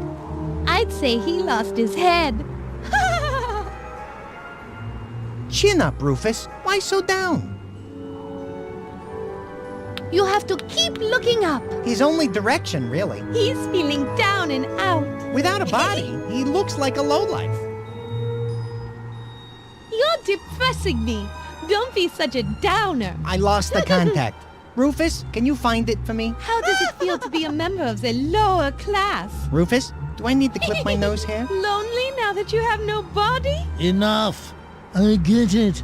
I get it. I have no body and I'm just a head. Happy now? Yes, pretty much.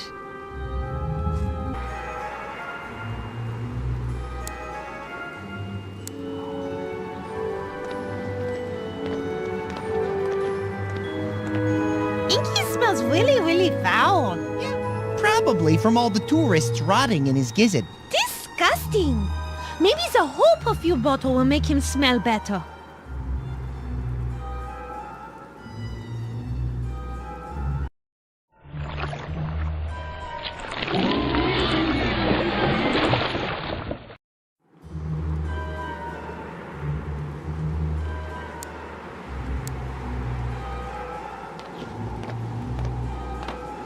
Breathe into this bottle. Why should I?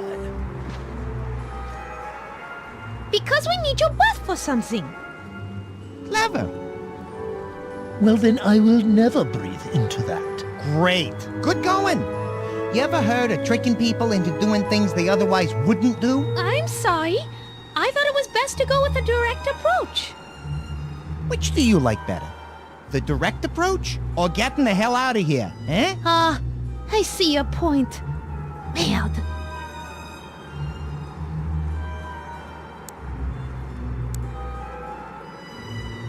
This will get him to open his mouth eventually. Hold your breath all you want, blockhead.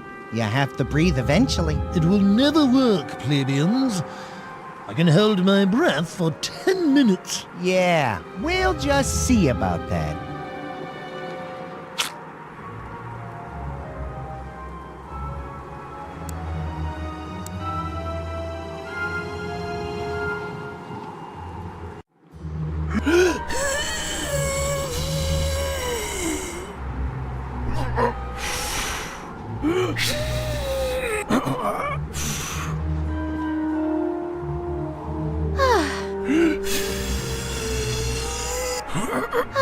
Dang! I just missed.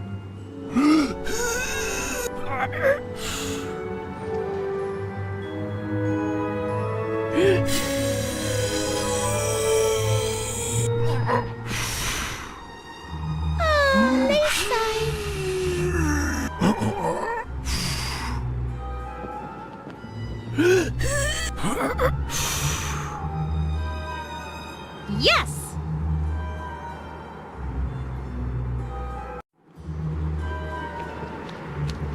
There!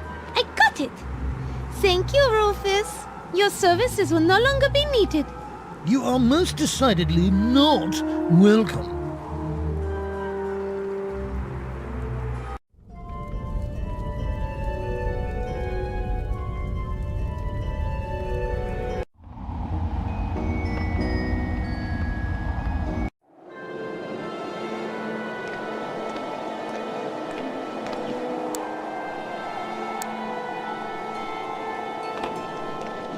I hope this will help the flowers grow.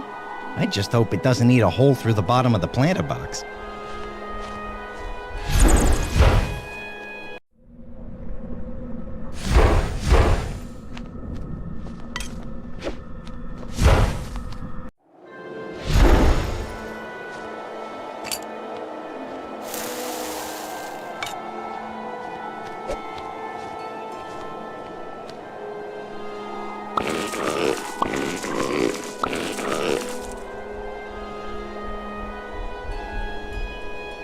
This is one of the ingredients we need to complete the spell.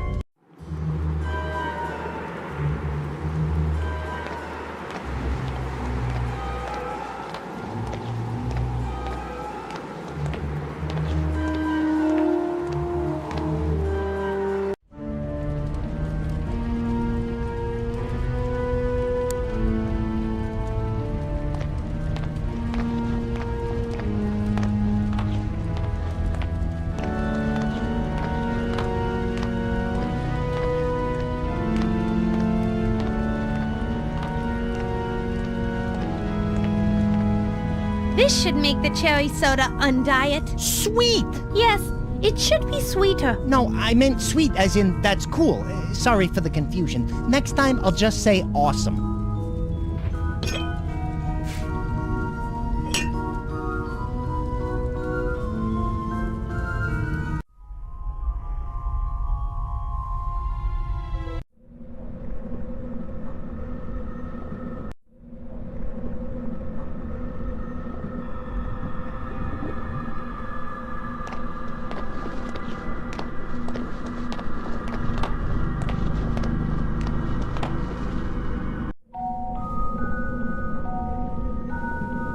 It's an empty ceramic beaker with a heart symbol.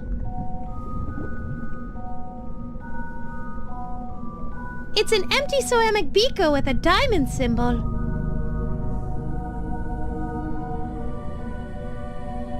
It's an empty ceramic beaker with a clover symbol.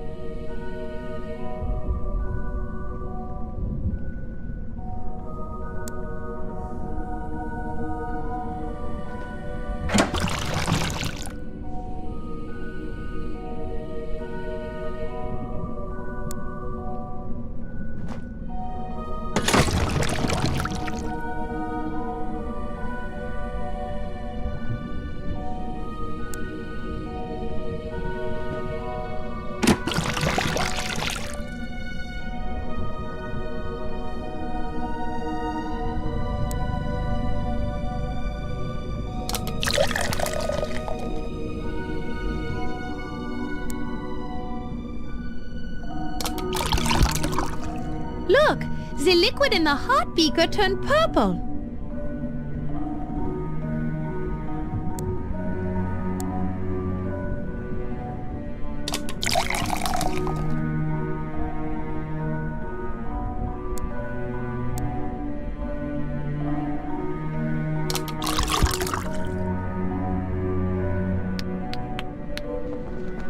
The liquid in the diamond beaker turned bright orange.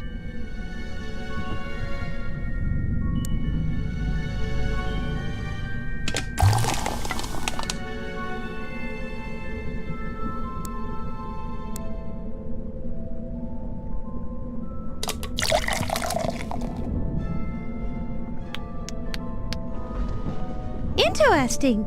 The liquid in the clover beaker turned bright green.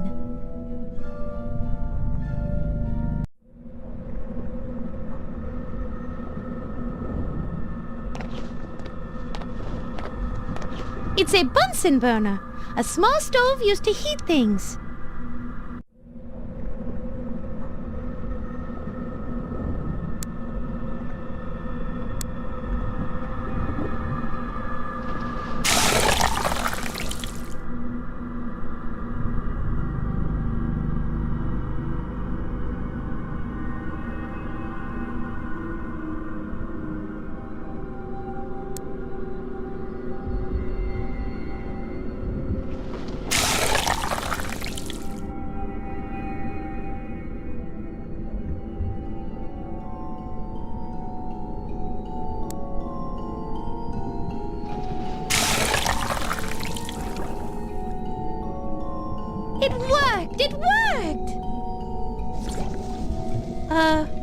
Now what?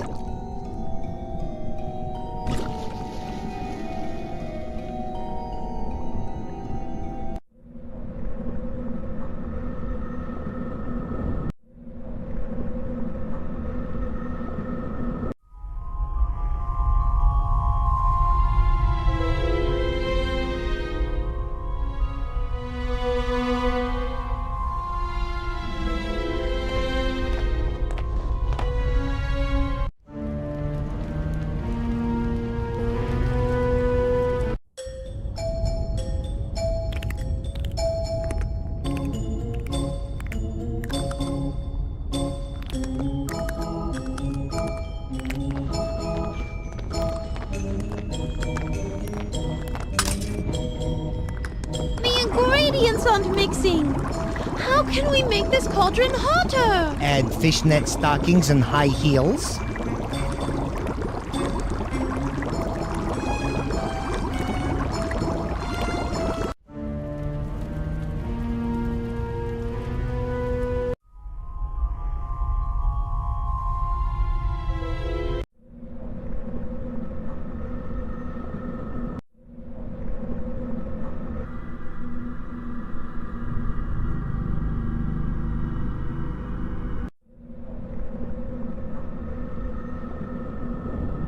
Mona, wait. Here's the plan.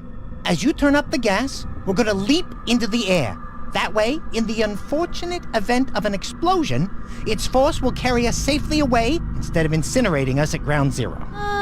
Explosions are so exciting. All right, ready? 1, 2, 3...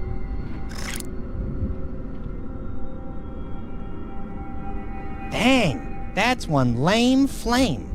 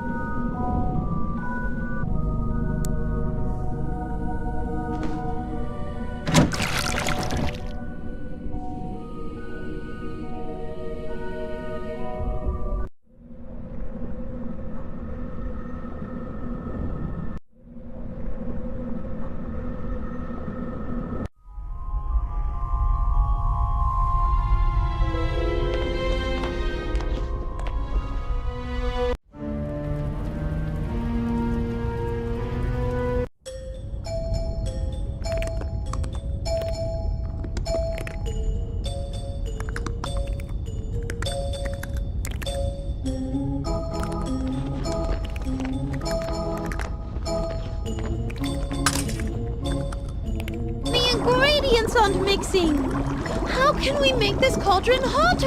Add fishnet stockings and high heels.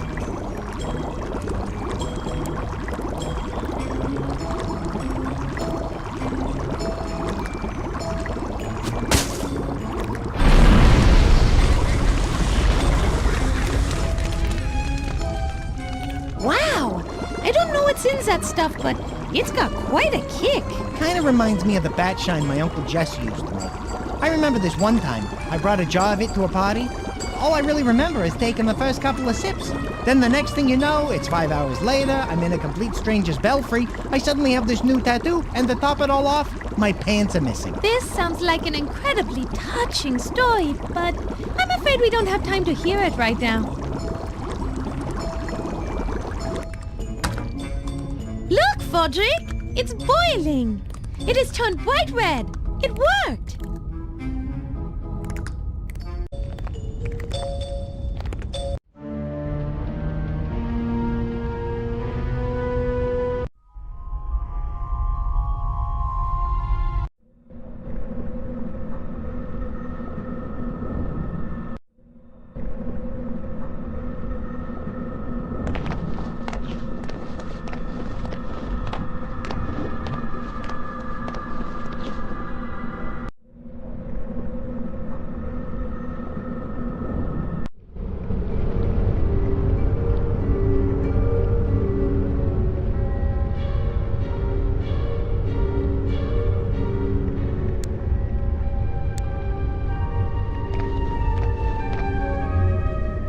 Let's try the magic acid we made on those columns.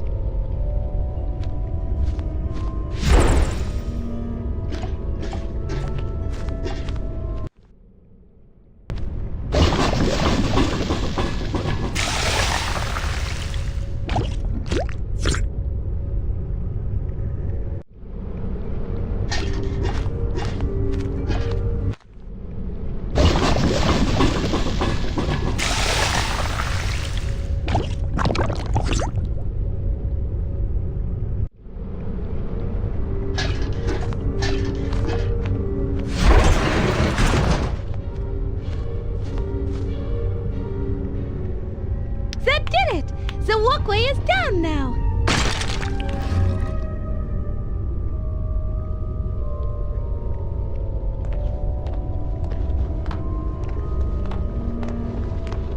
Let's just get what we need and get out of here!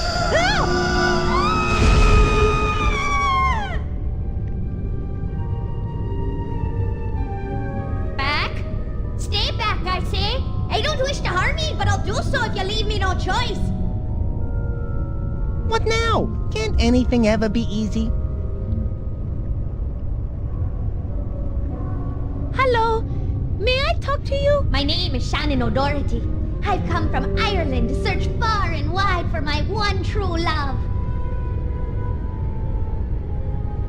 How did you end up in Draxylvania of all places? I did some research into local demographics. There appeared to be a discrepancy in regards to the number of men versus the number of women in the greater Draxylvanian area. Apparently, many of the women have died over recent years due to an unusual outbreak of anemia.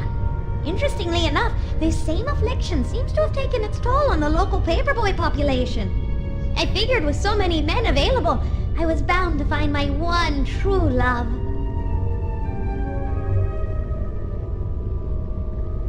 Were you able to find a man? Indeed I was. Not long after I arrived here with my tour group, I received a letter at my hotel. It was addressed to me from Burgermeister Willem Vinton, Mayor of Gosford Falls. He said he was interested in meeting me after catching a glimpse of my fiery red hair.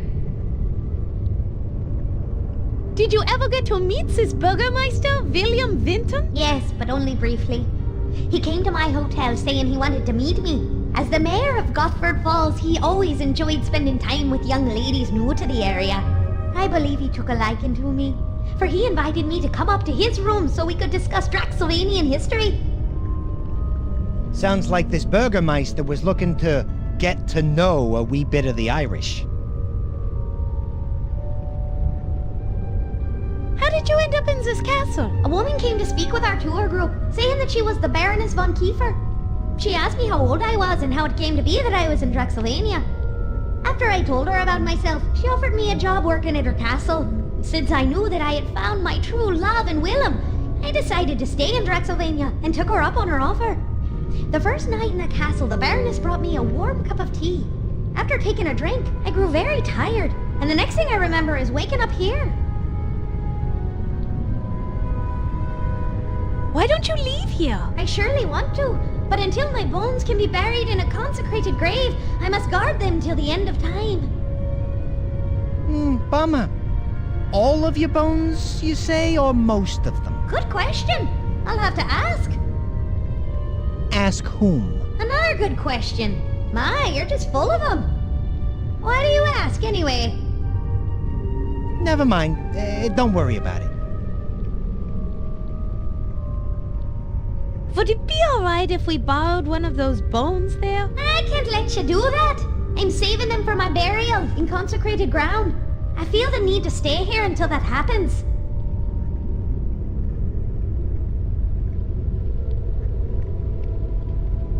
Do you guard your bones all the time? I must stand vigil through this endless night.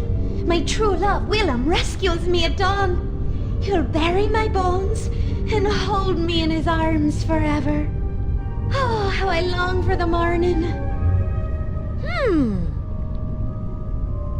Well, thank you for our little chat. 'Twas me pleasure. Mona, it's clear that there's no way we're gonna get those bones while she's still guarding them. And she's apparently gonna be guarding them until the sun comes up. But that will be too late. I can't wait until the sun rises. Then I guess we're in deep guano. No virgin ghost is going to stop me. Mona, I like your confidence.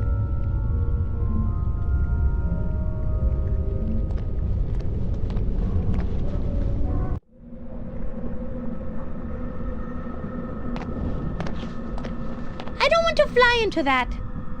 Wait, you know what? I do. Great!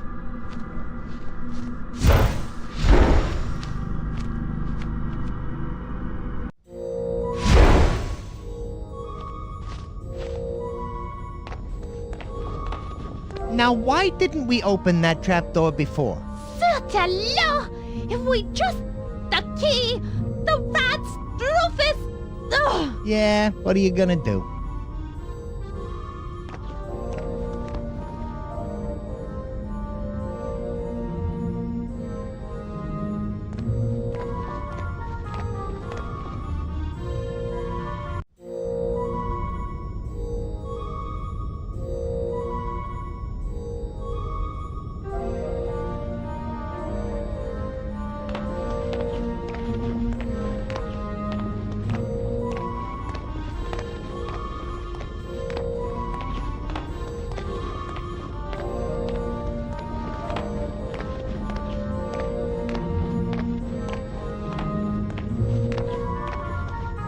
It's a note pinned to the control panel.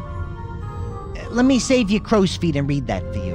It says, Baron Shrowdy, I fixed the control panel for the theater flats. I had to, find something about cross-wired to some power source. We'll fix it next time, I think. Signed RM. Man, this guy must be a doctor. I can barely read this note. Look at that mess! Frederick, is this your doing? Well, yeah. I saw some strange guy in a lab coat installing this thing for Shrowdy a while back. That's why I was messing around with it.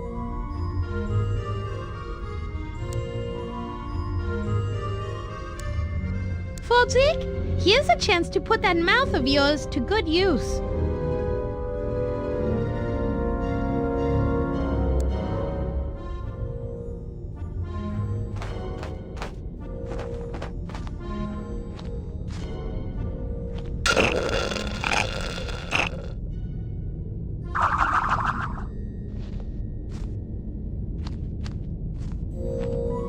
You did it, Frederick! It looks like the levels are going to work now.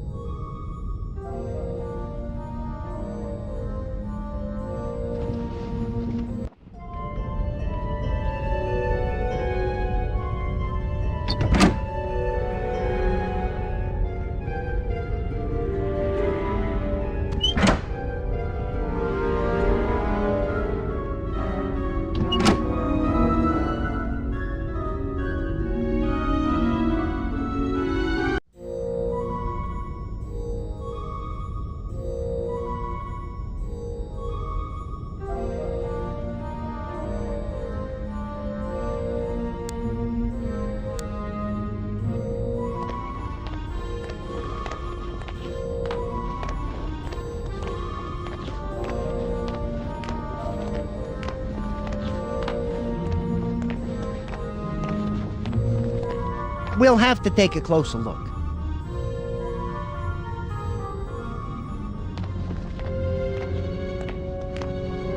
It's the backdrop to the theater.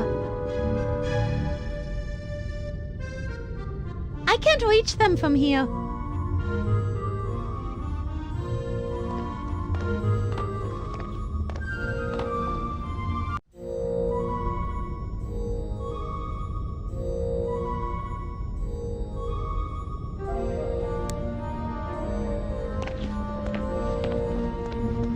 Maybe we can use this image someplace. I'll just cut them out in case.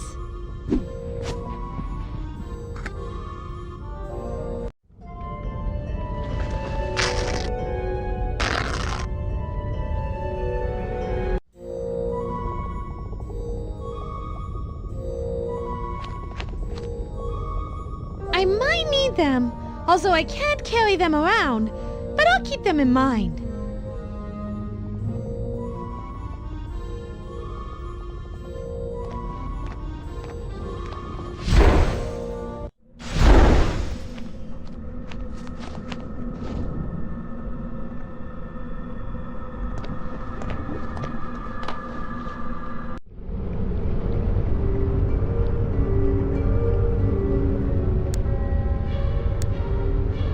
Fodrick, would you go get those theater flats we cut out? Sure, if you tell me where they go.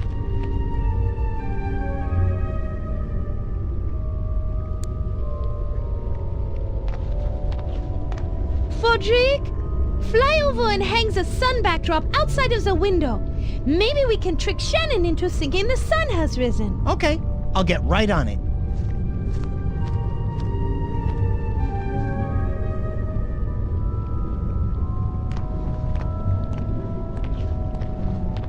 So, how is it being a ghost? Boring as heck. Boring as heck, huh? Sorry to hear that. What about the heat from this demonic goo? Tolerable. As you can imagine, I don't feel much as a ghost. No, I would think not.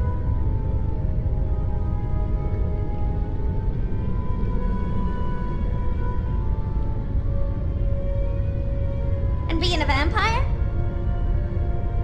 Well, there is some doubt about me being a vampire. Really? You look like a vampire. And the teeth! Yes, odd about those, but I'm still not convinced. Interesting.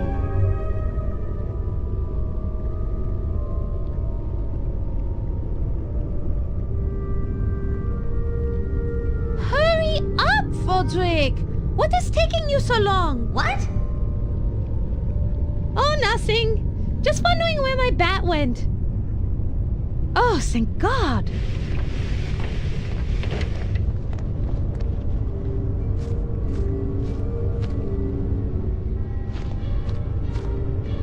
Phew! Done. What took you so long? I had to get some nails and jam them into the crack outside. And lady, those things aren't exactly light. Shh! What is this? Has the sun risen already?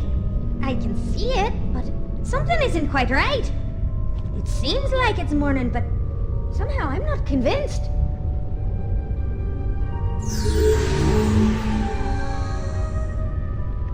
I think she almost believes that it's dawn.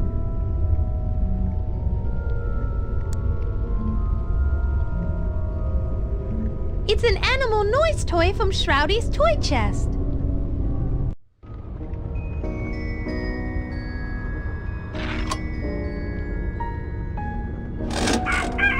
Ugh, I hate the sound of morning.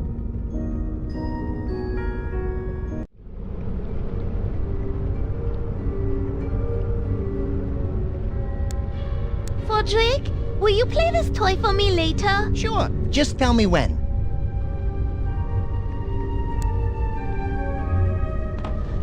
Fodrick, take that animal wheel that I set to rooster and fly outside by the window and play that sound. That might convince her it really is morning. Good idea. I'll give it a shot.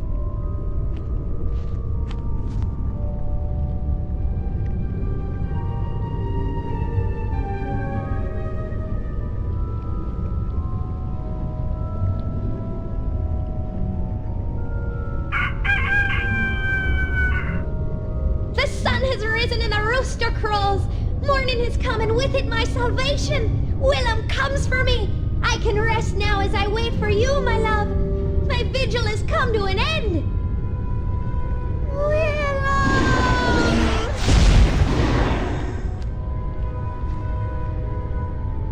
That did it, Mona. She's gone.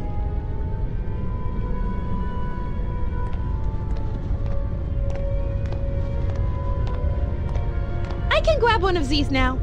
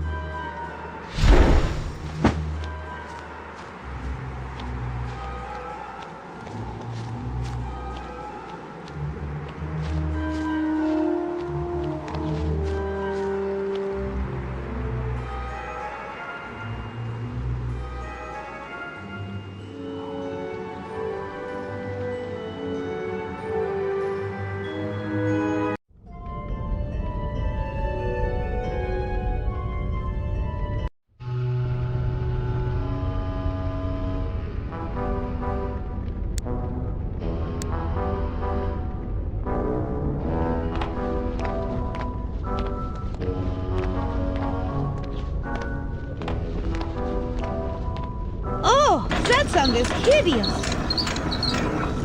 Look on the bright side, Mona. At least she's already dead. This will be useful. I'll take it.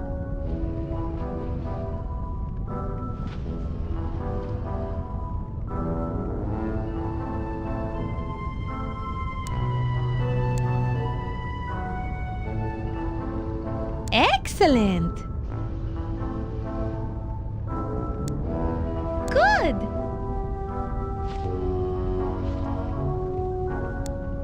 Well done. We've got our potion of golem creation ready for spraying. Now all we need is a stone body.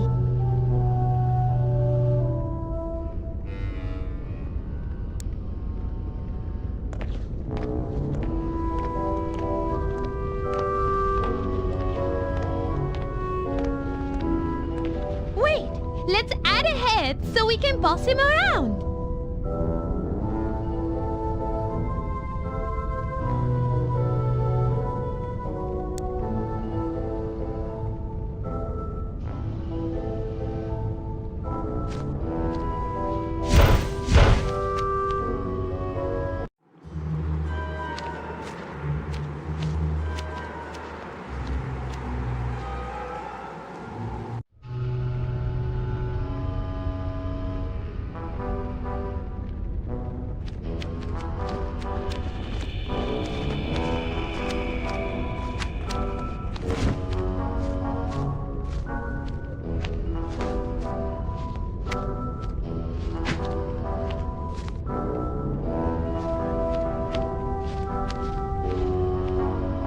It might not be a perfect fit, but it's the only head we've got. How perfectly dreadful. This body has no sense of fashion. Stop whining! One more word out of you and you'll be spending the next 20 years of your miserable existence in the bottom of that privy at the closest Spanish restaurant I can find.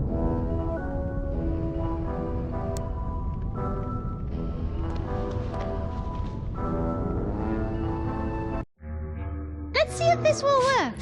It better after all the crap we went through. Ooh, pretty. Yeah, but I hate purple. I'm more partial to pink. Oh, this is just great. Now I'm fat. Yippee, it worked. Go forth to the boathouse. There you will see the ghost of Shrowdy holding the oars for the last boat. I want you to get those oars from Shrowdy using any means necessary.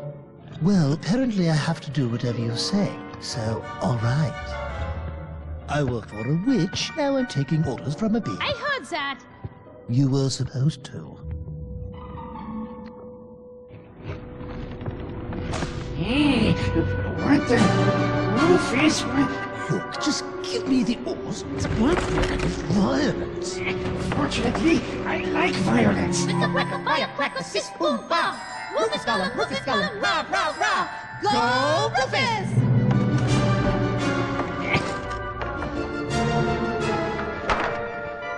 Another boat. He got the boat. You can keep the oars now for all the good they will do you.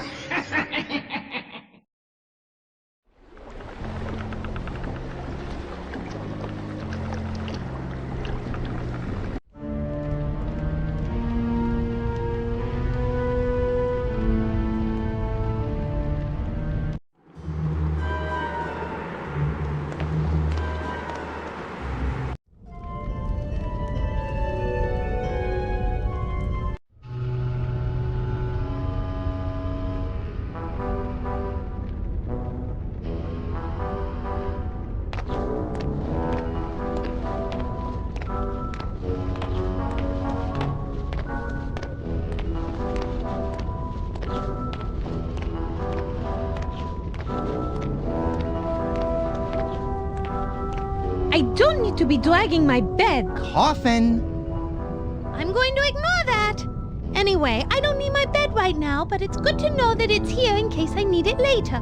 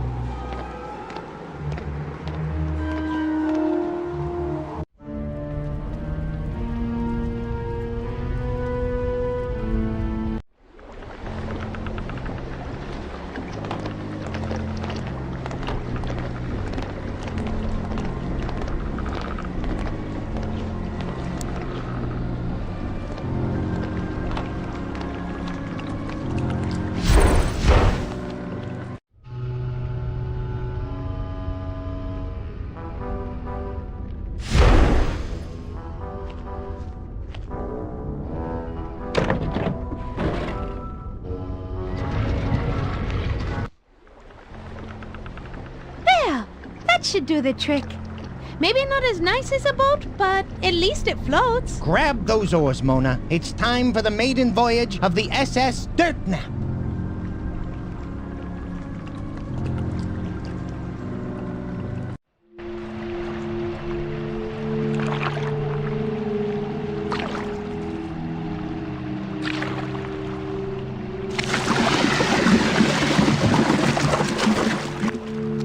Inky, get out of the way!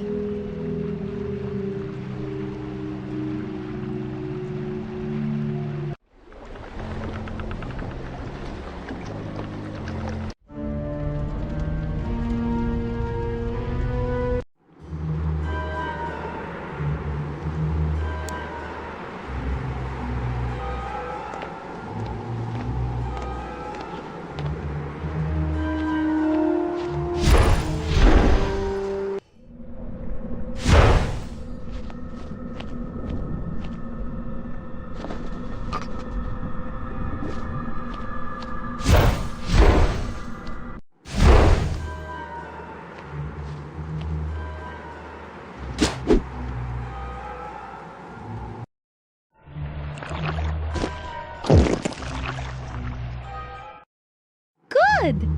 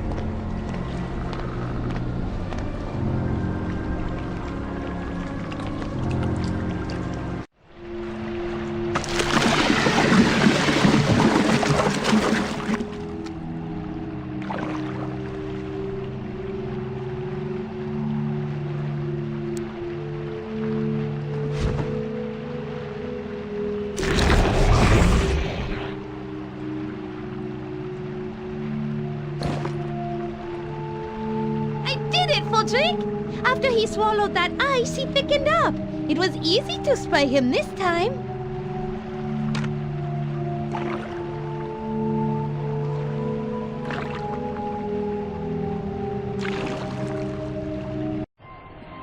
Are you sure we need to bring all this stuff? Of course, you idiot! We must be fully prepared! I am an expert on the Nosferatu, and one thing I know for sure is that the undead don't just sail up to you and present themselves. Hello over there.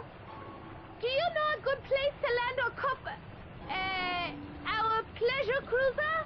I don't know! Try over there around that point! Oh, okay. Thank you. Toodaloo! Right, whatever. What was I saying? The undead don't just sail up to you? Right. They cherish their lairs immensely and never willingly give them up. One thing I know for sure, this brood of the Barons, this Mona, will be there waiting for us, getting ready to fiercely defend her crypt with every ounce of undead energy she possesses. She will never willingly leave that castle. We made it, Frodrik! Who would have thought that crossing a simple lake would be such a pain in the ass?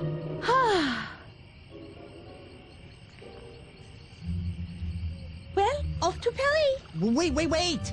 What are you gonna do? Walk there? I was thinking a train. A train. Even if we could catch a train, there's the small problem of you only being able to travel at night.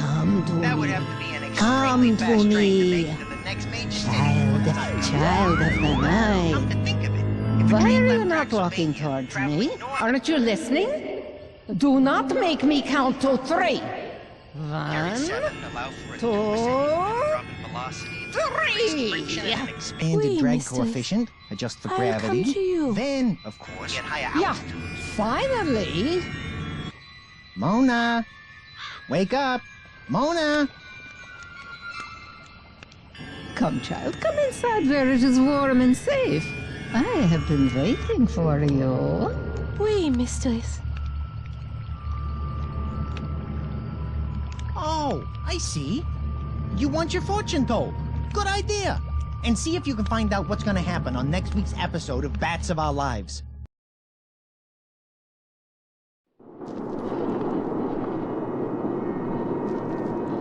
Well, hello, my dearest Mona De Lafitte. Come in and sit down. We meet at last. Sorry to bother you, madame. I don't know, but I had the weirdest feeling that came over me. It compelled me to seek you out for some mysterious reason. Yes, you learned that I have that effect on people. But goodness gracious, I am being rude. I know all about you, but you don't know me at all. Forgive me. I am called the Great Madame Strigoi, knower of all things better left unknown. Why have you summoned me here? I know your plight, and I know how best to prepare you for your journey home. Really?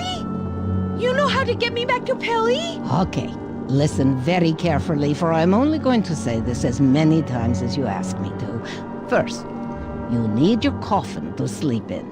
Do you have it here? No. And what do you mean I need a coffin to sleep in? I thought Shrowdy was being, just being weird. Making me sleep in there when I had a perfectly good bed up in my boudoir. Besides, no self-respecting opera star would sleep in a coffin. It's absurd. Well, this opera star is going to have to. Now wake up, girl. You need a coffin to sleep in every night or you will die. You will die. Capiche? Well, I suppose I do, but I'm not happy about it. Being a vampire isn't about being happy. Listen, child, in life stuff just happens that we don't always like. We just have to get over it and move on as best we can. Besides, living the unlife of a vampire can be very rewarding and just as fulfilling as real life. Trust me, child, I know.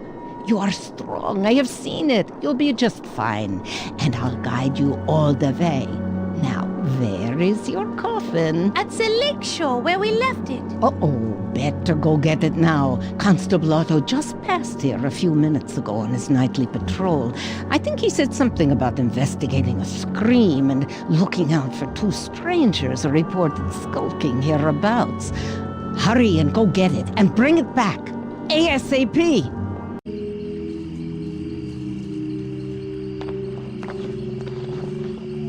Hello, sir? May I talk to you for a moment? Yes, but only for a few minutes. I am Constable Otto Van Pelt, and I'm in middle of serious investigation. Some very strange things have been happening around here lately. Can you tell me about those weird events happening lately? Yes. I got report from cottages nearby of two men who have been skulking around shoreline and along the road. Then we heard reports from all over of horrible screams that echo throughout the valley. So I was assigned to investigate, and about 100 yards down the shore I found, what appeared to be Baron Shrowdy von Kiefer's clothing. And it smelled awful. Noxious vapors were emanating from the clothes. It was quite a sight. And last night I discovered the coffin sitting on the shore with two oars in it. It is mighty strange. You'll have to pardon me, ma'am. I best be getting back to my investigation. I haven't much time before Luke Crane gets wind of it and muscles the case out from under me. He's always trying to be in the spotlight. What are you doing with that boat? Looking for clues. By the dirt residue I found in the coffin, it looks as though someone kept putting dirt in it, and then someone else kept dumping it out. Also, by impressions left behind, it looks like someone, a woman, judging by the shape of the imprint, slept here every night and had a bat for a companion. How do you know that? By the smell. Bats have a distinctive odor that is hard to wash out. Tell me about it. Yes.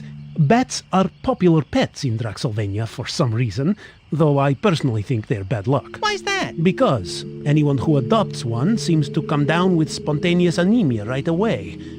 Plus, bats are not loyal pets. As soon as their owners die of this anemia, they fly away and find another family.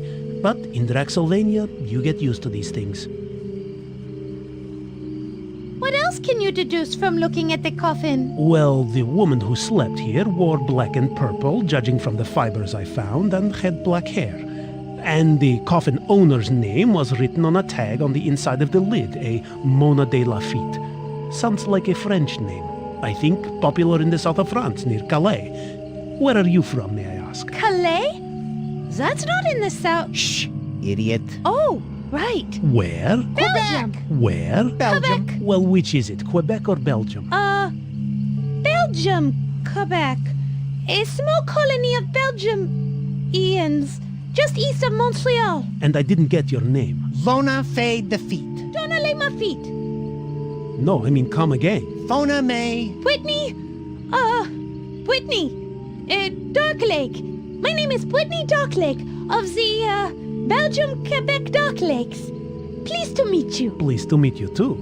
Well, if you see any tall French women about with a bat as pet, let me know so I can ask her a few questions, okay? He's gotta be putting us on. Shh.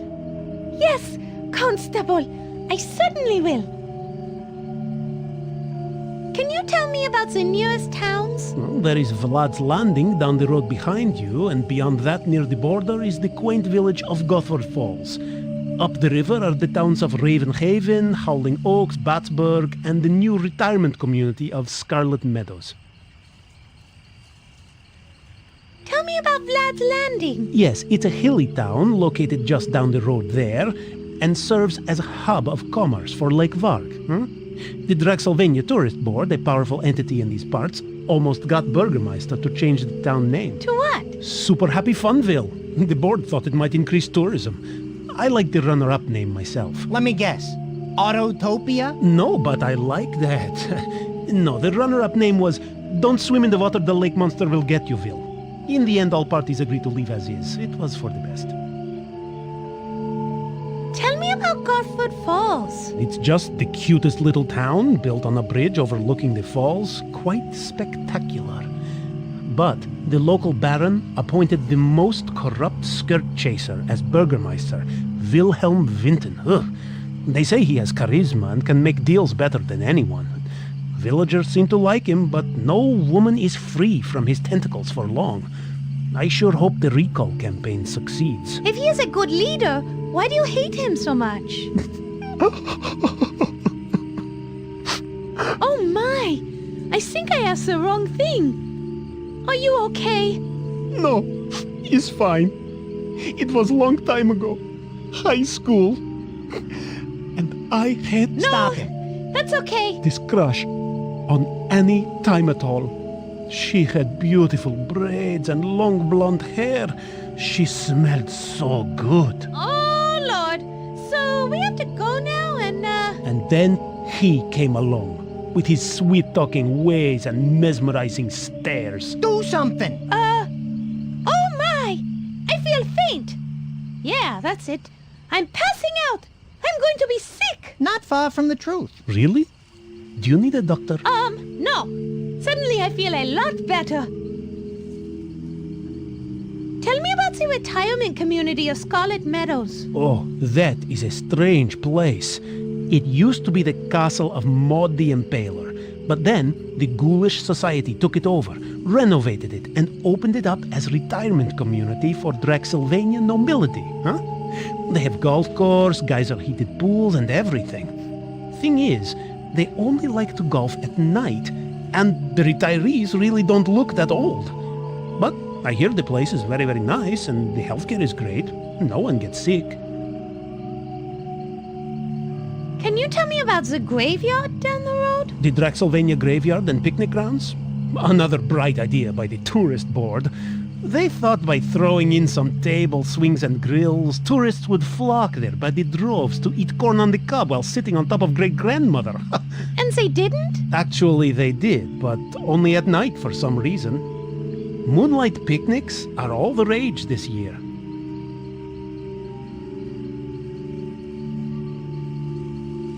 Have you seen two men rowing out on the lake? I think I saw some men in a boat not too long ago fighting with the lake monster. I thought I saw them throw vials of water at it that caused the monster to sink. Then they rowed up to the Baron's castle. Must be guests. When the Baroness was alive, they had guests all the time. Never saw any of them leave, though. Oh well. Who do you suppose those two men were? Well, a woodsman who reported seeing them said they were acting funny, like they were up to something. And they had lots of strange sorts of equipment, each with a symbol of an eye in the middle of a pentagram. I think they might have been meteorologists or lawyers. I'm out of questions for now. Okay, back to my investigation.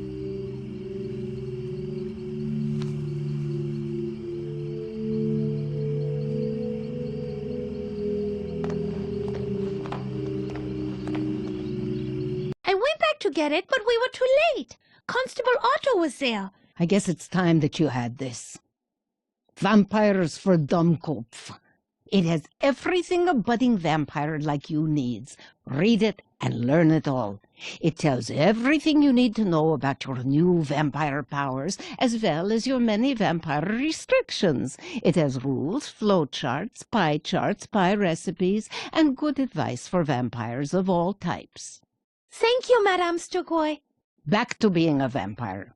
With some time in practice, you'll slowly gain new vampire powers, especially now that Shrowdy is no longer your master. You don't have to read it cover to cover, but you may want to use it from time to time if you two encounter difficulties during your journey. As a member of the undead, you are required to return to your grave every night My grave. But seriously, I know, off on a side, I'm really not dead. No, Mona. It says right here, when bitten and drained by a vampire, then fed some of the vampire's own blood, the victim becomes technically and legally dead in most countries, except Nevada, where death can be annulled within 24 hours. Grave dirt. Fine, I'll get right on it. It is not your grave per se, but you have to sleep in the coffin filled with dirt from your grave every day. That is how it works. You did bring that grave dirt with you when you escaped the castle, right? Not exactly. I, sort of dumped it out.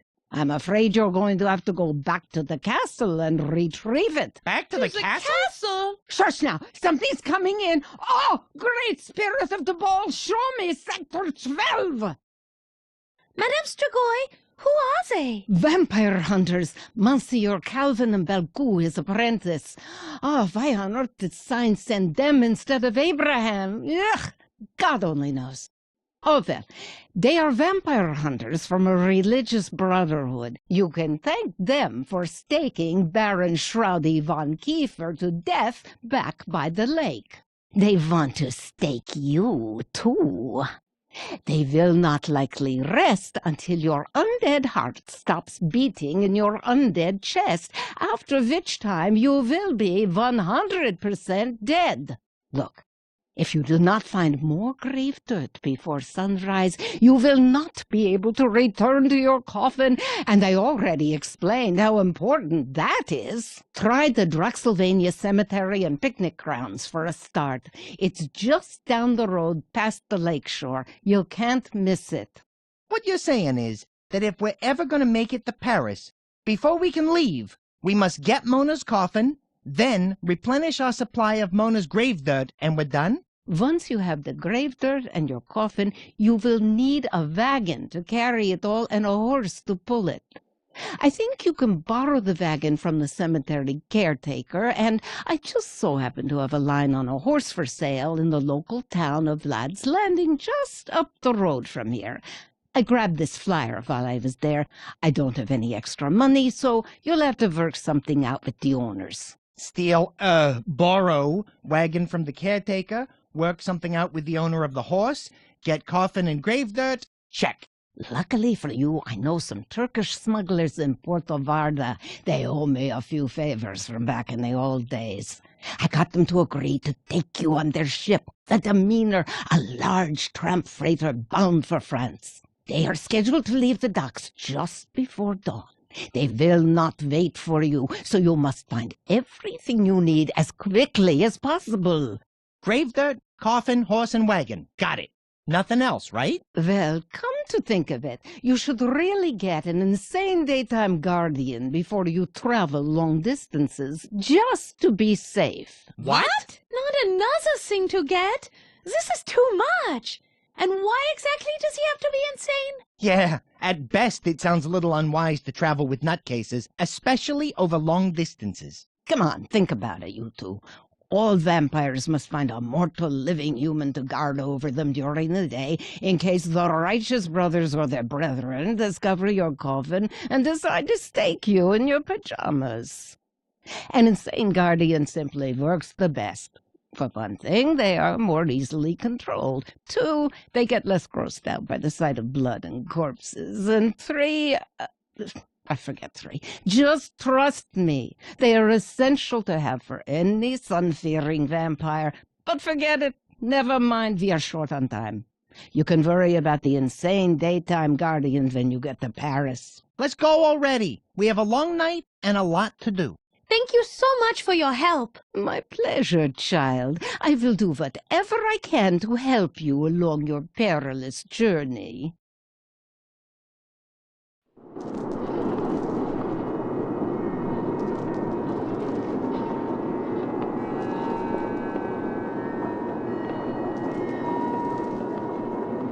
It appears to be a rubber chicken with a pulley. It's actually real. It's a real rubber chicken? No, it's a real chicken. A real chicken? Made of rubber? No, it's a real chicken. No rubber. What is it for? To eat. You eat rubber chickens? No, it's... Child, speak no more to me for at least 10 seconds. Can you do that for me? Mm-hmm.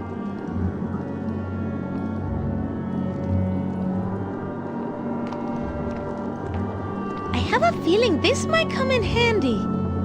Madame Sturgoy, may I have this bottle of ink over here? Yes, child. Knock yourself out.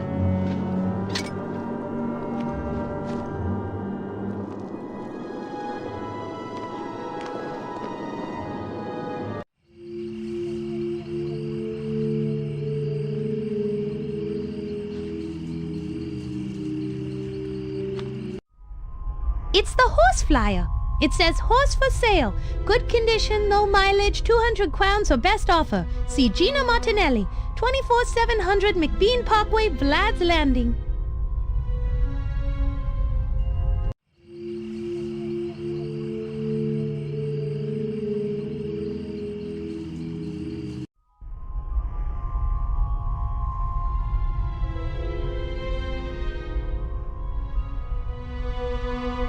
Section 1, Chapter 1, Domicile Defenses.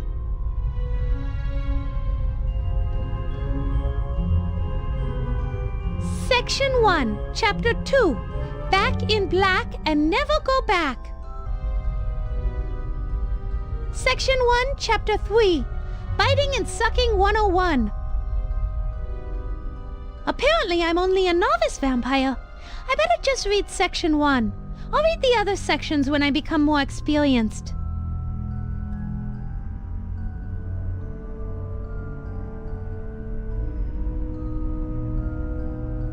Froderick, would you mind reading this for me? My crow's feet are sore. Sore my ear. All right, fine. In a nutshell, it says you can't enter homes without being invited in first. You also can't enter if they have holy symbols, garlic, red or white roses, or hawthorn branches on the entrance. Froderick, would you do the honors? It says, in a nutshell, that vampires wear black cloth because it protects them from holy magic, such as holy water, crosses, and the sun.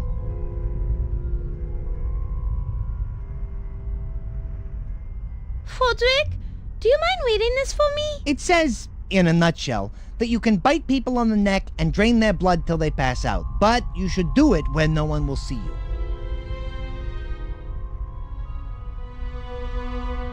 Have you been in Draxylvania for more than one day? Regrettably, yes. Stop. Am I really a vampire? Be sure before you bite. Have you craved blood even once? I like my steak rare. I'm French. Are you a child of the night? An opera starlet is never seen by day. Do you wear a ribbon around your neck to hide 2 fang-shaped wounds? It's the latest fashion in Paris. You passed the test! Mona, you are definitely a vampire. I passed! I did it! Oh, wait! I am not a vampire! They're so stupid, just like you!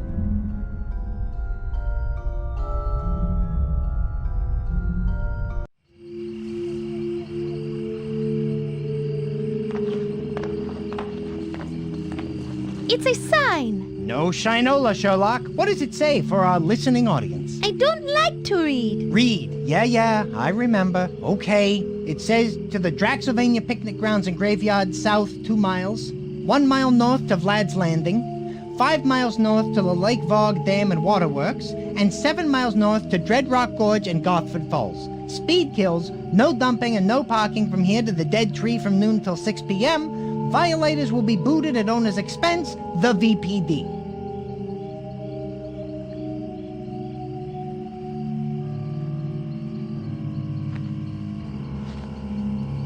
That is not going to happen.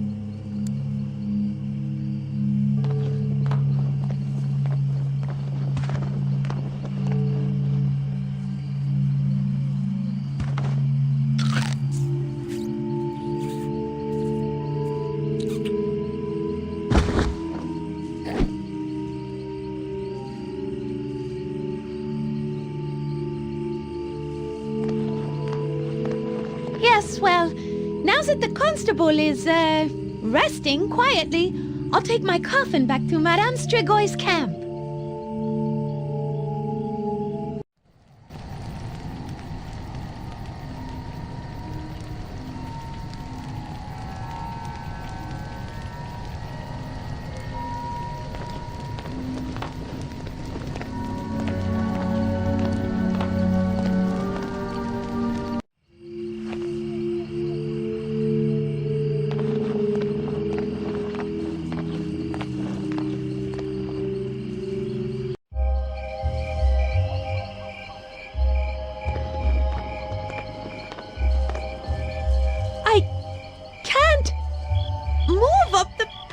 Some reason. What do you mean? The crosses on the gravestone.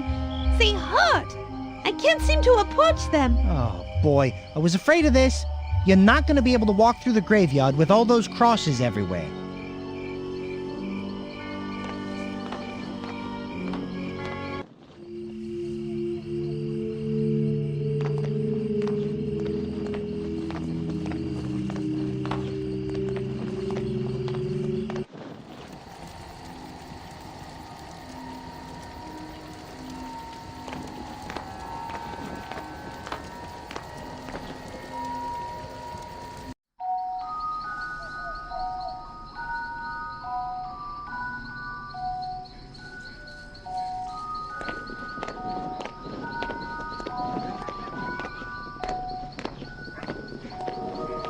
$24,700 McBean Parkway.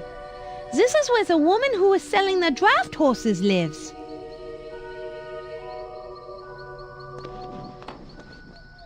Oof! Oh, it's garlic. Oh, it smells so bad I can't get close to it.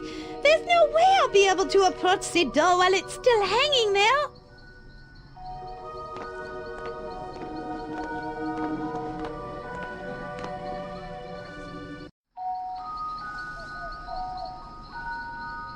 Let's see what's in here, shall we?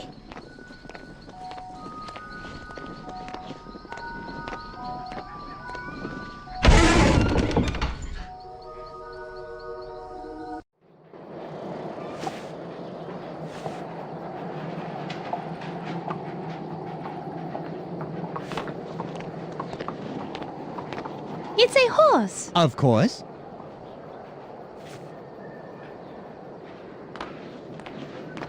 Hello? Is anybody in there? Nope. No one in there. It must be safe to open. Apparently, you have never heard of the Stable Shed Slasher Massacre of 1865. No. But I'm sure I'm going to hear about it in a second. Well, not if you're going to have that attitude. Forget it. Go ahead and open it up yourself. I dare you. I want to take a peek in here. Just as I thought. A storage shed. That saddle blanket could be useful, but I don't want to carry it around. so I'll keep it in mind.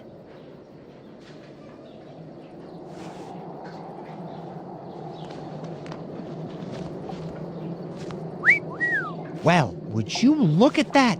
It's the 1890 Girls of Draxylvania Slap-on Tools calendar. Look, this one is showing both of her calves. You man and your obsession with tools.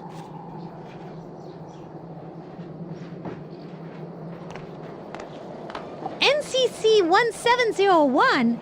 That doesn't make any sense. It would if you were socially awkward, lived in your mother's basement, and wore fake pointy ears.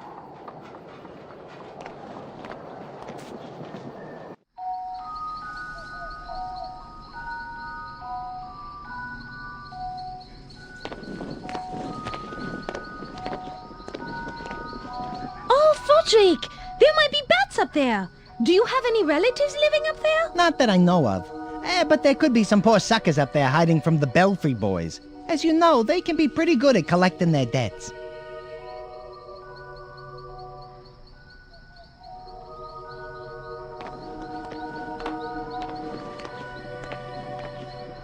It's the steeple on the barn. I understand the Martinellis are trying to rent that place out. I saw a flyer on a lamppost the other day. What did it say?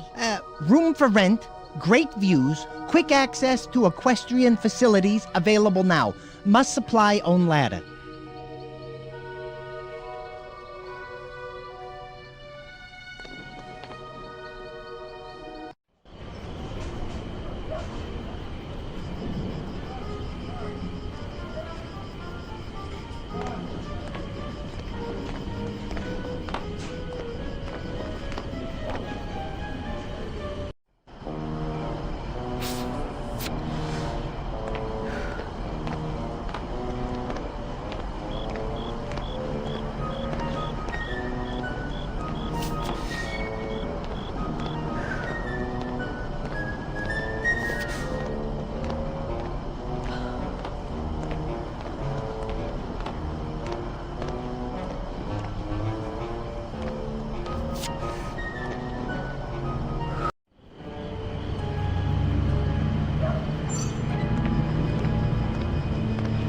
This will be useful. I'll take it.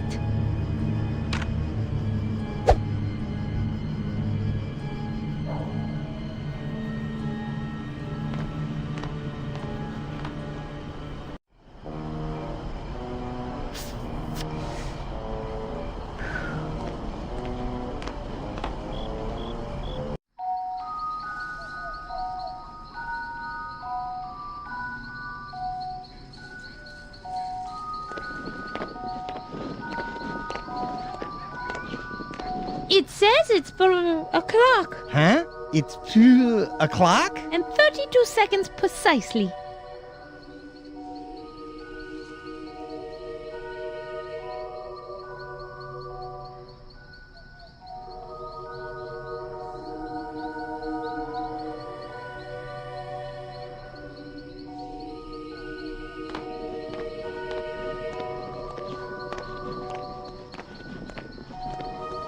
It's the sign for the shop. Draxylvania's House of Spatulas. All your spatula needs under one roof. It's a barrel. I wonder what it's full of. Rainwater. Why? What do you think it's full of? If I had to guess, I'd say rainwater. But it's what's under the rainwater that interests me most. Maybe inside that barrel is the decaying body of Mr. Martinelli's business partner. After a heated argument one night, Mr. Martinelli killed his business partner, chopped his body into tiny little pieces, and sealed it inside the barrel. Afraid that dragging the barrel away might arouse suspicion, Mr. Martinelli decided to hide it in plain sight. But now, every time he walks past it, he thinks he hears the muffled screams of his business partner saying, "Why? Why? Why?" Oh, Froderick, what did I tell you before? Reading too many books is going to rot your brain.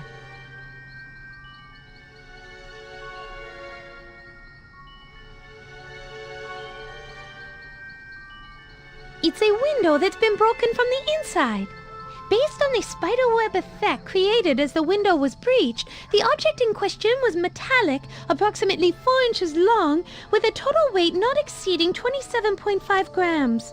I would estimate the object in question flew no more than 23 meters. That's Adjusting for a moderate wind, of course.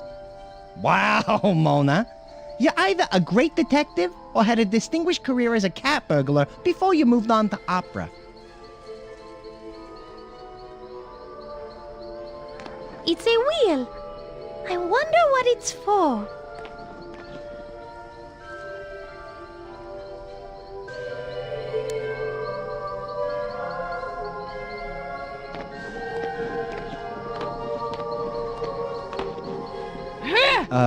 Mona?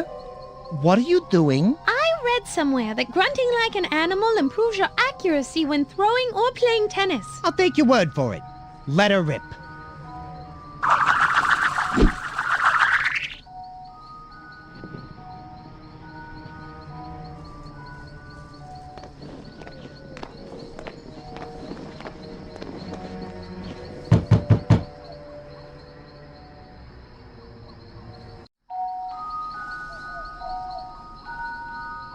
Who is it? My name is Mona De Lafitte, and I'm inquiring about the horse that you are selling. I'd love to help you out, but I can't right now. Is there anything I can help you with? Actually, maybe you can. You see, the door's locked, and my son threw the frickin' key out the window. Now no one can get in or out. If you help me get the door open, I'll give you the horse. That's enough information for now. Fine by me.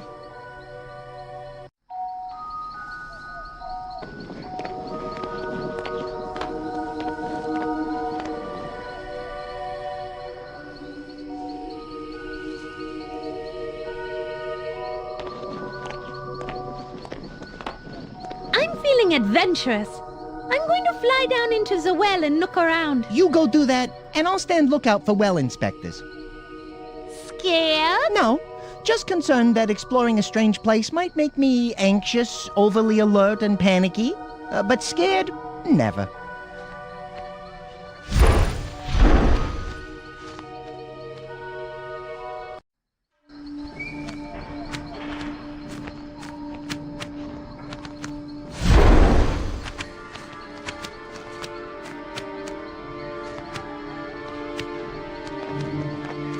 It's a frozen key. There's a slight problem. It's frozen under the ice. There's no way for us to get it out of there. Unless, of course, you have heat vision. Oh, do I? Is that one of my special vampire powers? That depends. You aren't from Krypton by any chance, are you? No, I'm from Paris. Heat vision is out, but you do have the power to be incredibly rude to tourists.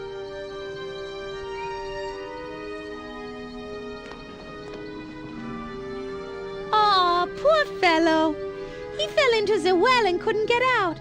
It's sad, Roderick, because he died cold and all alone. And buck naked.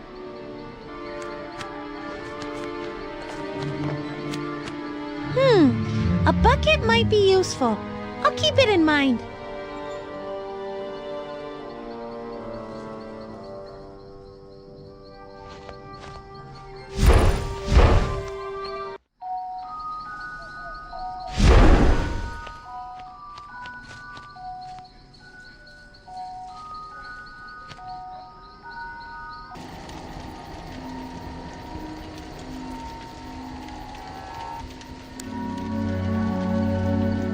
Well, all right then.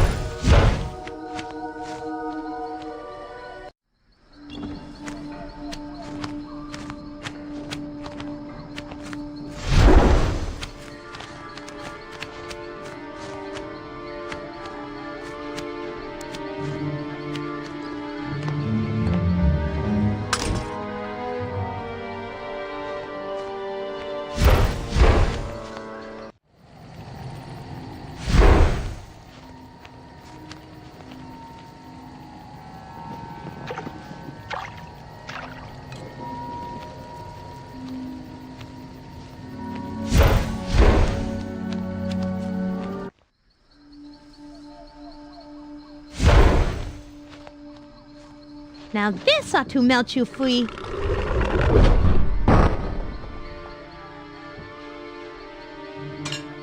I think it must have... Frozen? You think? It was a good plan. Oh, man!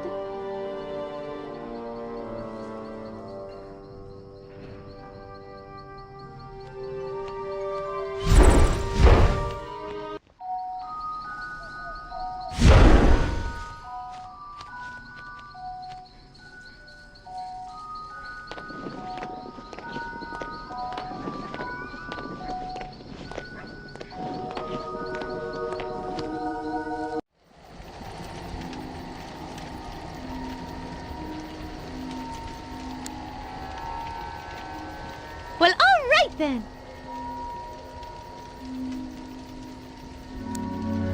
Well, maybe the saddle blanket can keep the stew warm this time.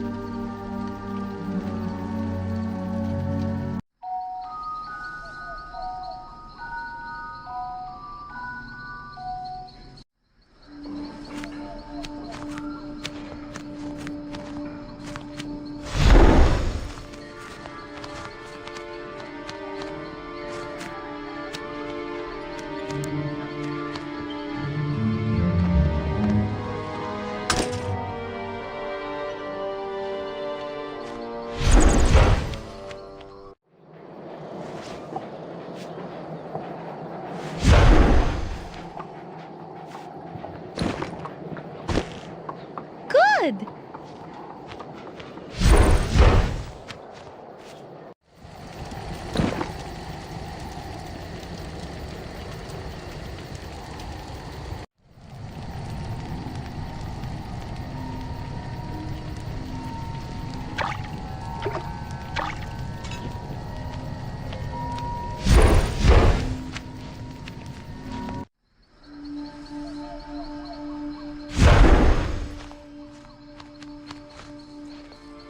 Now this ought to melt you free.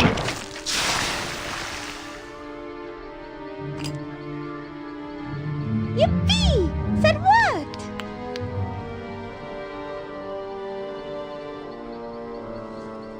No way!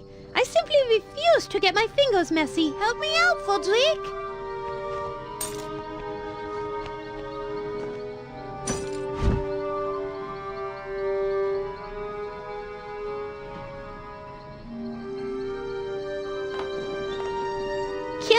Was here. What does that mean? Don't know, but whoever wrote it really didn't like Roy.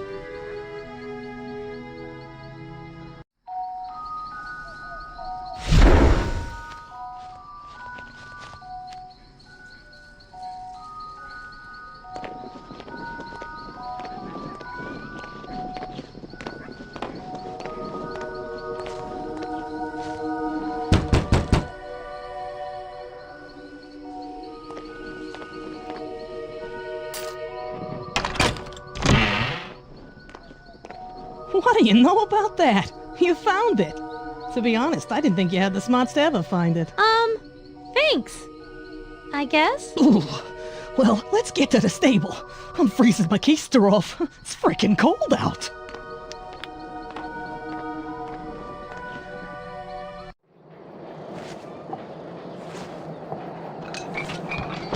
There you go, Buttercup. Meet, what was your name again? Mona De Lafitte, of the Parisian De Laffittes, opera singer and par arts graduate. Yeah, that's great. Anyway, meet Mona. You belong to her now. Quit your kvetching and get out of here before I sell you to the glue factory. Merci.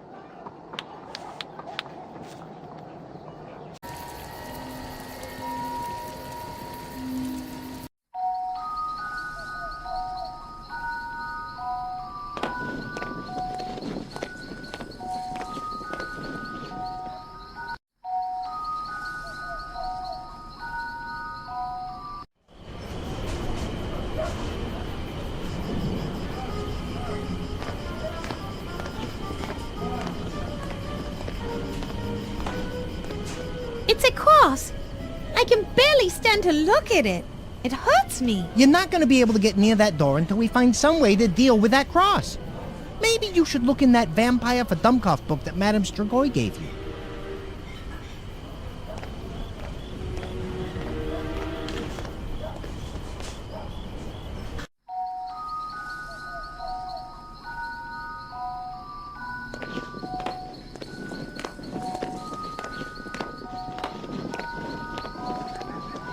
I don't want to carry it around. It's so cold and wet. Like my nose. Feel it. Ugh, no. But I will keep this snowball in mind just in case.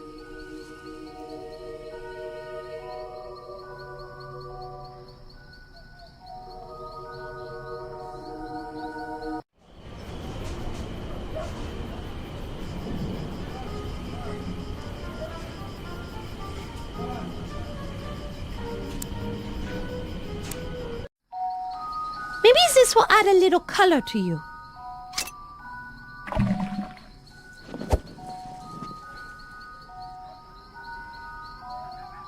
He looks like a charcoal-flavored snow cone.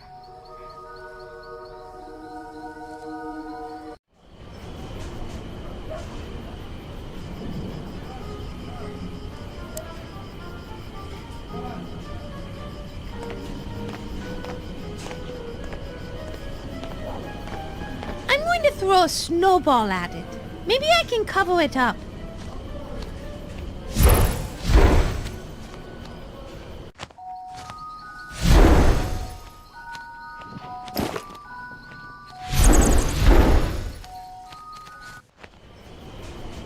A snowball fight where the target can't fight back? Those are my kind of odds. I've seen better arms on a chair, but it looks like you got the job done. The black inky snowball covered it up pretty good.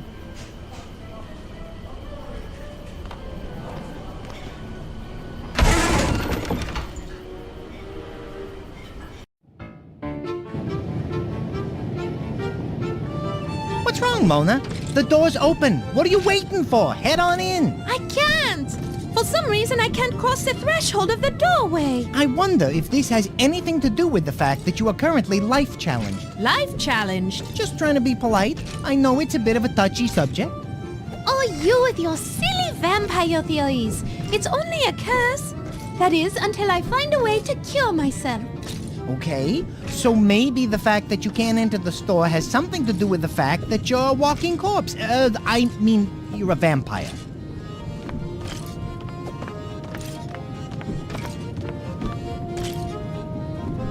I can't! For some reason, I can't cross the threshold of the door.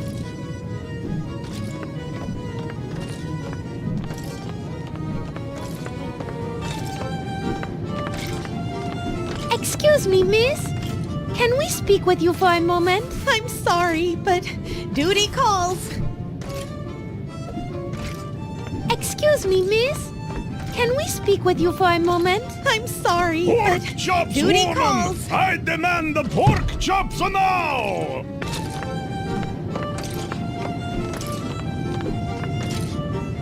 It's the open and close sign for the store. It says they are closed right now. Let's see what this says on the other side.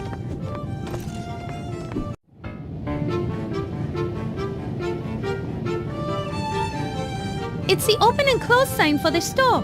It says they are closed right now.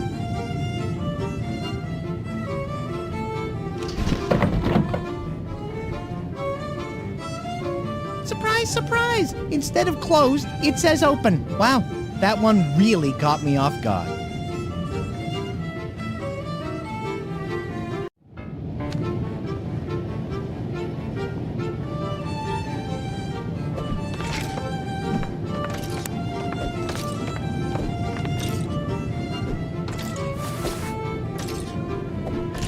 Can you tell me what this sign says?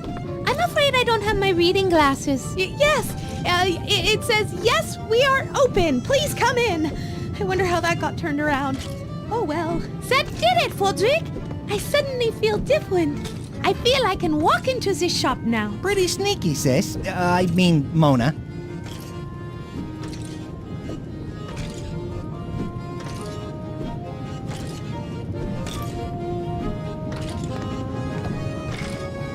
I'll probably regret this, but ask you a couple of questions? Yeah, why the hell not? Why are you so rude to your wife? Sometimes you need to put a woman in her place, which should be in the kitchen grabbing me another beer. Why aren't you working? I'm out on a disability. I have a mental anguish over having to work more than 6 straight hours. It nearly drove me mad.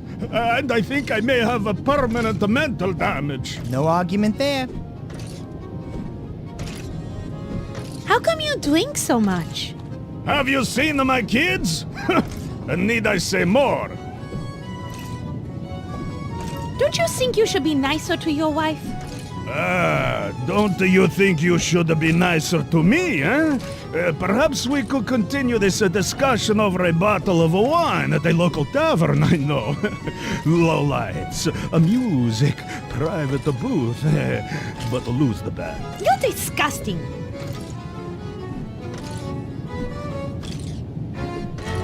I think I better go before I do something that I'll regret. Don't worry, baby. You can do whatever you want. I promise. I won't regret it after. Too bad Inky ate our mace. I have a desire to bury it in the top of his head.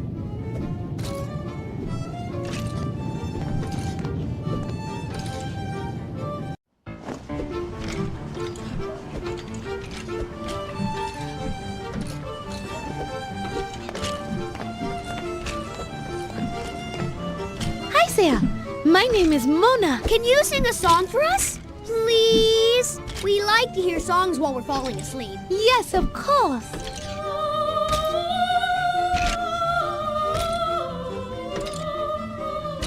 No! We want Who Let the Wolves Out. Can you sing Who Let the Wolves Out? I'm afraid I don't know the lyrics to Who Let the Wolves Out.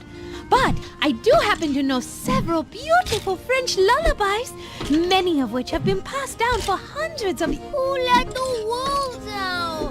Who let the wolves out? I don't think they want to hear anything else. Where did you boys hear that song? They play it at the stadium all the time. It's our favorite song. Can you teach it to me?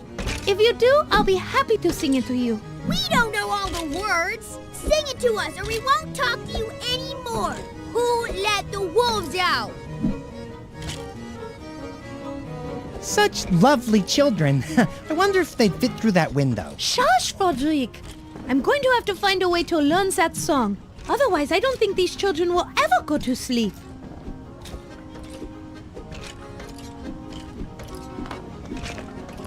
It appears to be a Queen Victoria action figure. I wonder if they also have the Prince Albert Summer Playhouse set.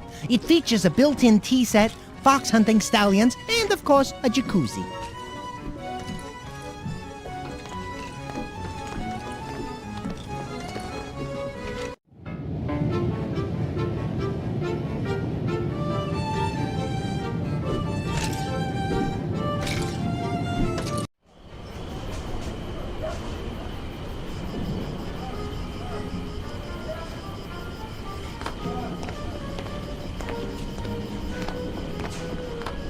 It's an oily vat filled with cooking grease.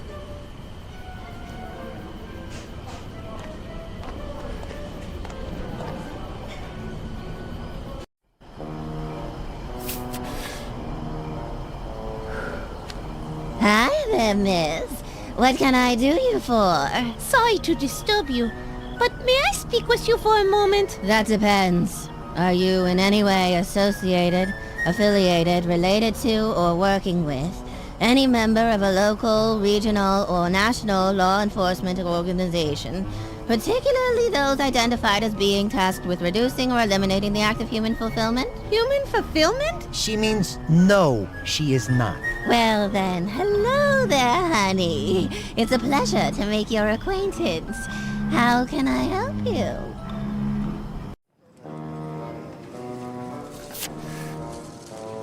Do you work for the salon? Work has such a negative connotation. I like to think that I live my life in the pursuit of pleasure. Mine and others. My relationship with the salon allows me to pursue these personal interests while simultaneously providing me with an ongoing source of income. Right now, I'm standing lookout for a private nail salon event going on inside. What sort of work do you do? I like to think of myself as a small event planner, or possibly a personal entertainer. In terms of the specific services I offer, that generally depends on how much my client is willing to spend. Was there something particular you had in mind? Uh-oh, Mona. That constable over there's eyeing you pretty closely. You'd better be careful, or you might get picked up for solicitation. Solicitation? Solicitation of what? Mona, you seem to be having some difficulty grasping the situation. This lovely lady here... Why, thank you! And I might say you are by far the most attractive bat I have ever encountered. You're too kind. Anyway, Mona, to put it bluntly, this woman is, well, she does stuff to make people happy, especially penicillin manufacturers. Oh, I guess I understand. I think. Forgive me, I don't have much experience in these, areas. There's nothing to forgive, darling. You know, you are quite attractive. I'm not sure what you're doing right now, but would you ever consider a career change? We offer flexible hours and an excellent benefits package. We would have to put a little more foundation on those cheeks, though I'm afraid you're looking rather pale. I am an opera singer, and while I appreciate the opportunity, I'm afraid my plan is to travel back to my beloved Paris so I can resume my opera career. What are you talking about? I'm not judging you. I'm just saying we should be discreet. What is so illegal about talking to someone? There's nothing wrong with pleasant social intercourse. Why are you standing out here in the cold? You can thank Constable Bud Crane, the cop standing over there. He's not a big fan of the nail salon services. So I have to stand watch to warn the private party we are having inside, in case Constable Crane decides to have a raid. Believe me, I'd rather be inside nice and warm. What private party? We'll keep this on the down low, but Burgermeister Willem Vinton and a bunch of his cronies from the next village over are having some political discussions in there. Very delicate ones, and they don't want to be disturbed. Disturbed by whom? The Vice Squad. Vlad's Landing Vice, which Constable Blood Crane over there is the head of, doesn't like my business practices and is constantly trying to shut me down. But we are so good at nails that the politicians keep allowing us to reopen. Why would Constable Crane not like a nail salon? Oh, I have a bunch of theories on that, and none of them good. My leading theory is that he has a serious inferiority complex because his older brother Lou is such a big-town hero and overshadows Bud at every turn. So to compensate for his shortcomings, he's way too wound up. He really needs to get relieved of his duties for harassing a perfectly harmless nail salon? Yes, exactly. If he'd go away or someone got rid of him, that would be a relief, believe you me. Can we go inside your nail salon? Sorry, honey, no can do. Why not? The salon has been reserved by a private party. I'm doing double duty as doorman and lookout. So unless you are part of the Gotford Falls City Council, I can't let you in.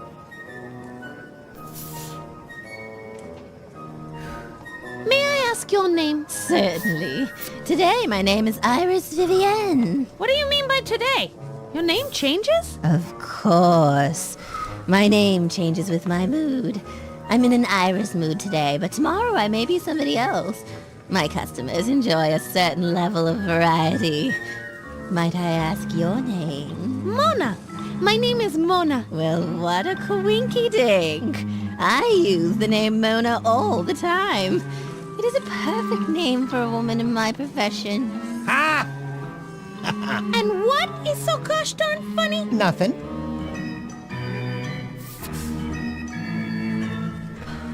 That's a lovely dress. May I ask where you purchased it? But of course, I bought this dress at Madame Stoker's dress shop. She does excellent work. Although sometimes it's difficult to get an appointment with her due to Madame Stoker leading a fairly hectic life. Why is Madame Stoker's life so hectic? She has 2 young children who keep her very busy, and a very demanding husband who is a bit of a gluttonous louse, although he is an excellent customer. That's all the questions I have for now. Very well.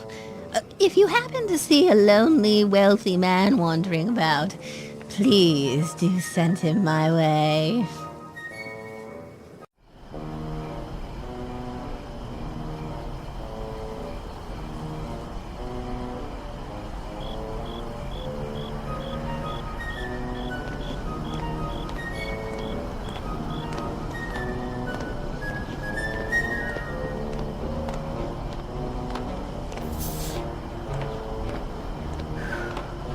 It's a boat.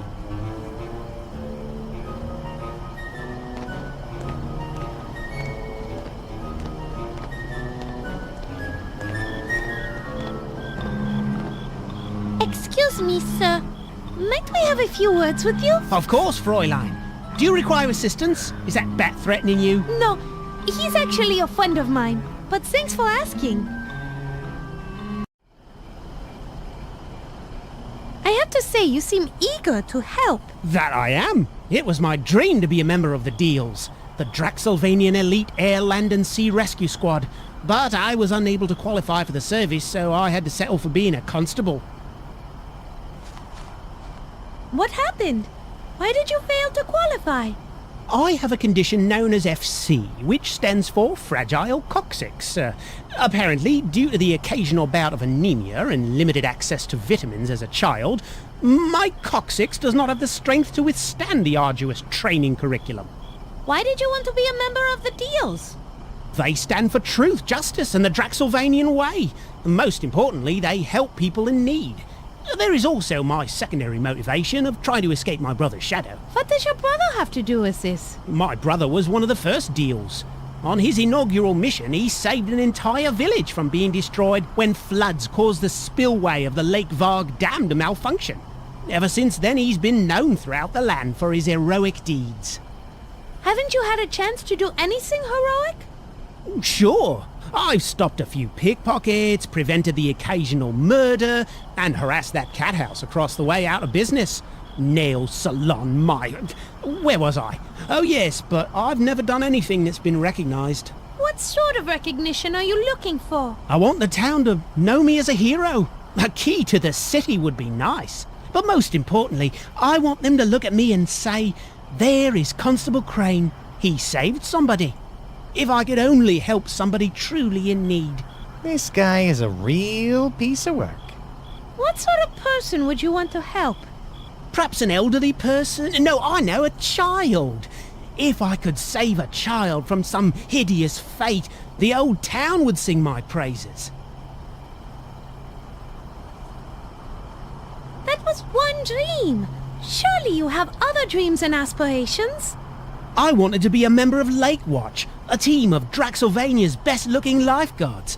I wanted to be able to save lives and show my brother E isn't the only hero in the Crane family. Why didn't you join? I tried out. I broke every speed and strength record they had, but in the end, they said I wasn't photogenic enough. Settle? Constable sounds like an exciting and rewarding job.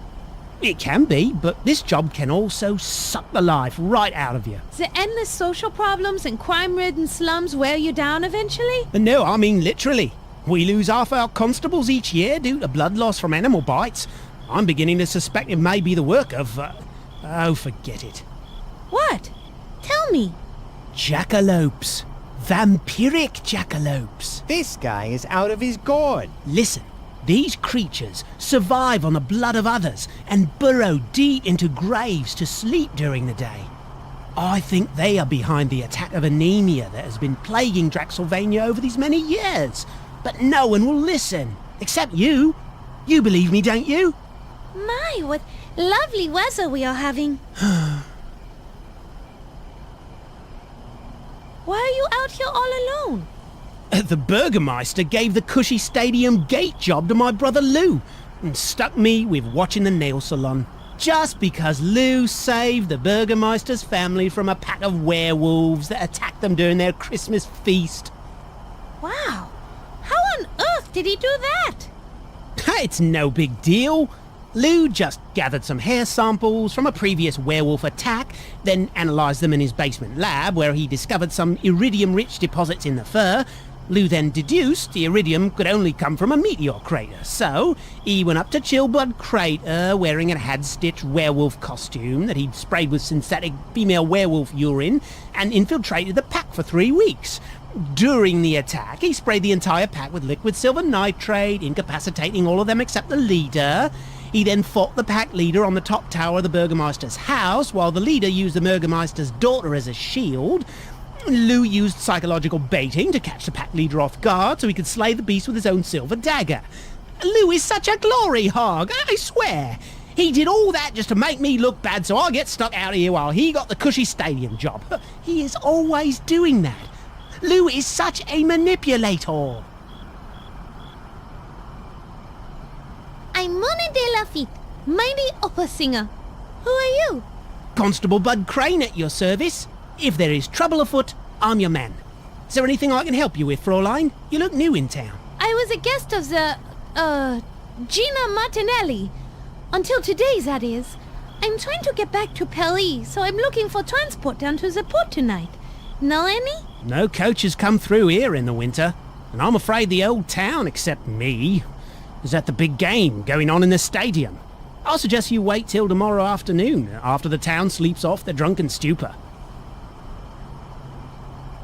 Do you know the Baron Shrowdy von Kiefer? The Baron? I've never met him, but he's known around these parts for his rather unusual personality, especially around tall women. Now, they say his mother was even weirder. Some of the things I've heard about her would keep you up at night. It's strange Baron Shrowdy's not here tonight, since he is the owner of the Vlad's Landing all-black sports franchise. Makes me suspicious. Why is that? I heard a report from my cousin Otto, a glory hog himself, that the Baron's boat, clothes and a coffin were found by the lake shore, but no Baron. I bet it was that gypsy witch Strigoi. Never trusted her kind. Otto was supposed to report in over an hour ago to spell me, but hasn't shown up. I bet he's passed out drunk somewhere. Just my luck. Can this night get any worse? Tell me about Vlad's Landing. Vlad's Landing? Not much to tell. Used to be a small hill town called Vlad's Lot, until a rich, creepy writer named Stefan Rex moved in and founded a sports stadium. Apparently, he's a big sports fanatic. It used to be named after him until Scarlet Bovine bought the naming rights last year. Anywho, when they dammed the Varg River, it became a centre of trade for all the local villages on the lake and its tributaries, and was renamed Vlad's Landing. That is all I need to know.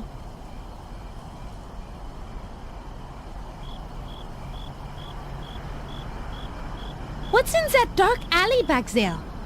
It leads to the back of the stadium and the side door. Athletes and event staff only. Other than that, just a few boxes of junk and old sports equipment and the like. Of course, it is a dark alley. We have had a few incidents take place in there. I have been pleading with the city council to light the darn thing up, but they say their budget is taken up with the new public anti-anemia campaign. Just say no to night visitors. I like to stay near the alley entrance, just in case something happens again. Well, that is enough for now. I need to go.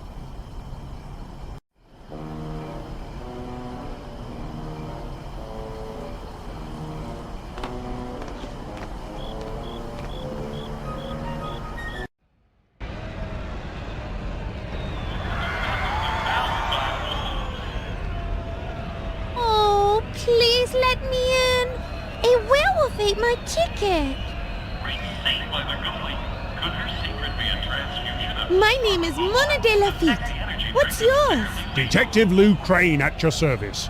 I'm pleased to make your acquaintance, Miss De Lafitte. How long have you been assigned to this stadium? I've been doing stadium duty for 2 years now, and I love it. In that time, I might add, illegal attendance has been cut by over 92%. Only 92%? You seem to be quite a responsible security guard. How is the other 8% getting past you? I've asked myself that question many times. The only thing I can conclude is that somehow they're sneaking through a side door. And where would this side door be located? And how come you haven't locked it? Well, it is locked, but somehow those pesky 8% keep getting in. I'm afraid I cannot disclose its exact location, as that would be a rather serious breach of security. It's the athletes' entrance, and the Gotford United team has made me swear never to reveal its location, especially to anyone from Gotford Falls. How do you like working your stadium assignment? Very much so. I get to see all kinds of games, famous athletes, and the occasional stadium concert. Why, Van Halen themselves played here last month. That Edward Van Halen plays himself a mean oboe. How did you earn such a cushy assignment? The position actually opened up after the 1893 championships. After the Gosford United lost the game again, the fans rioted and the old constable who had the assignment was trampled to death. So, the position became available. Quite a lucky break, actually. I'm not sure the poor old guy who was trampled to death would agree with you. How can I get a ticket for the game? Sorry, madame. I'm afraid this event is only for constables, their families, and the people the constables sold their tickets to, and the scalpers they sold those tickets to, and the people who bought those scalp tickets. This match between Vlad's Landing All Blacks and Gosford Falls United, a huge long-standing rivalry, has been sold out for weeks.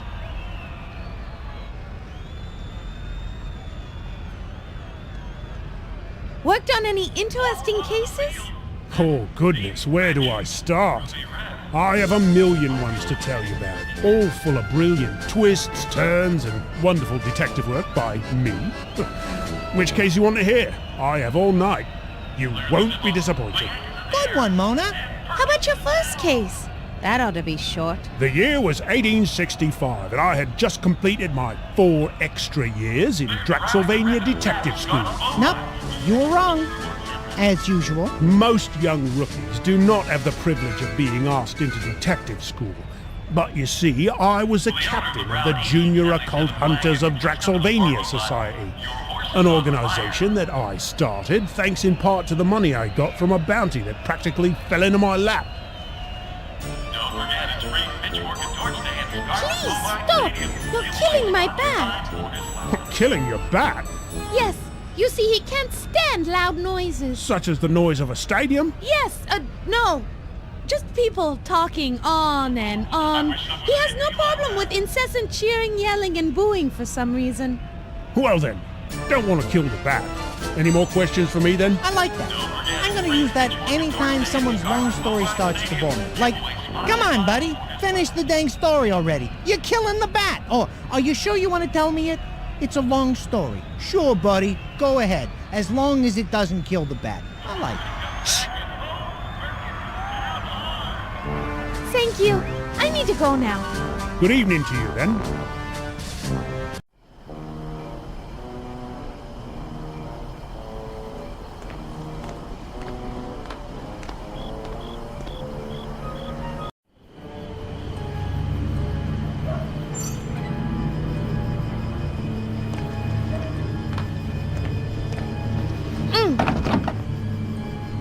The door is locked and there's no keyhole. The locking mechanism must be on the inside of the door.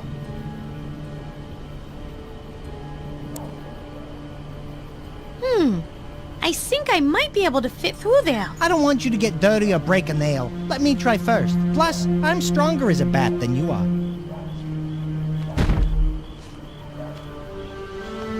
Dang. Sorry, Mona. I couldn't quite squeeze through. Almost, though. Almost.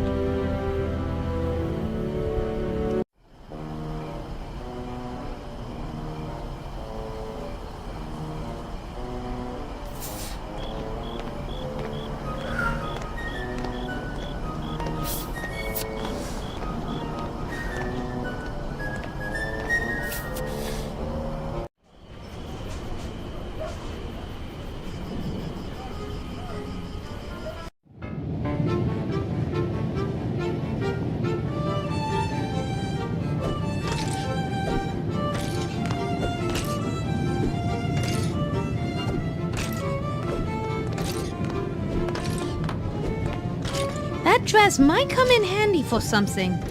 I better not take it now, but I'll keep it in mind just in case.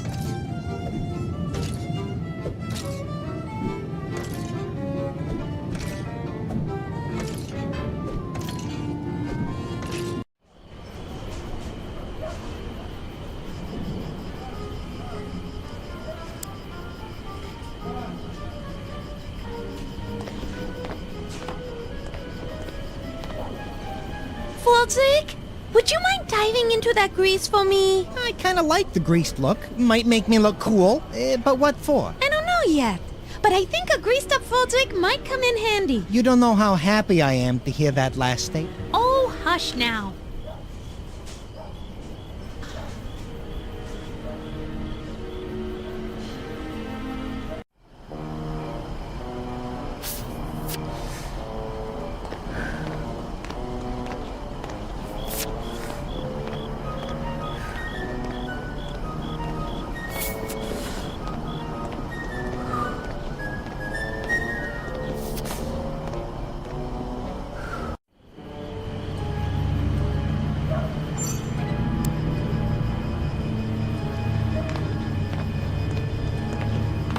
Mona, you're gonna owe me for this. I'll smell like a French fry. Well, we are trying to get back to France. All right, I'll go get greased up and try to squeeze through.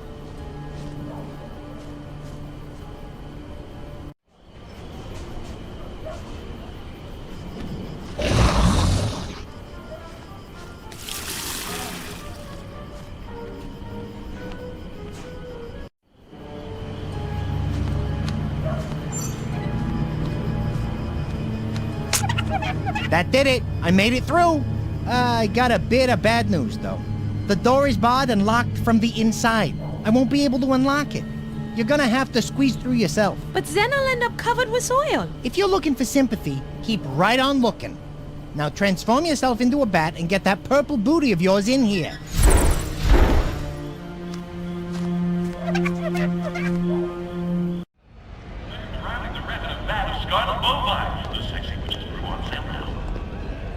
Well, we're in, but I'm not sure you should have drained that guy in the locker room till he passed out. But I had to. He made me transform into a human from a bat. Yeah, but he was Gotford Falls' star player. They were favored to win, but now... Oh, who cares about this silly game? Besides, the outcome of this game won't affect us anyway. Okay.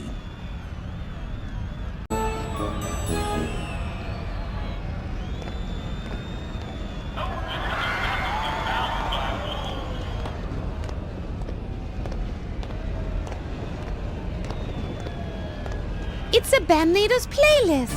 It looks like he's written down a list of songs he's going to play. Check and see if Who Let the Wolves Out is on there. If he's gonna play it, we can wait around and listen for it so we can learn the song. Good idea. No, wait. I see it near the top of the list. Oh, but it's been scratched out. Typical Team Lafitte luck. He played it already. This might be useful if Madam, only... I'm going to have to ask you to remove your hands from my playlist immediately. Nobody touches the playlist of Team Milton Meininger. Mona, looks like there's no way we're gonna be able to do anything with his playlist until we find some way to distract him.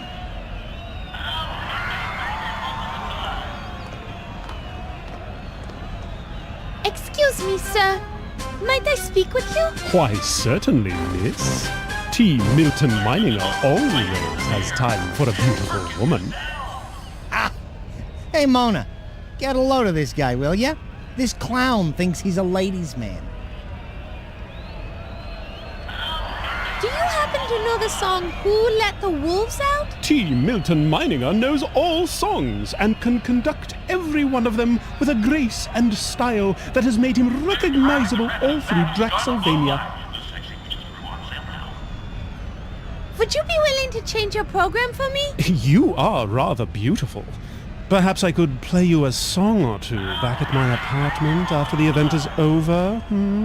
Of course, I would need to change into something, shall we say, more comfortable for me and more enticing for you. Do you take requests? Regretfully, I do not, dear lady. I play only the songs I have chosen in a specially prepared program. After deciding what sort of magic I will work upon the crowd, I create a play order for all of my songs on my playlist.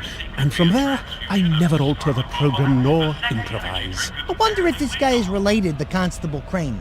They both have great posture, thanks to a large stick that appears to be...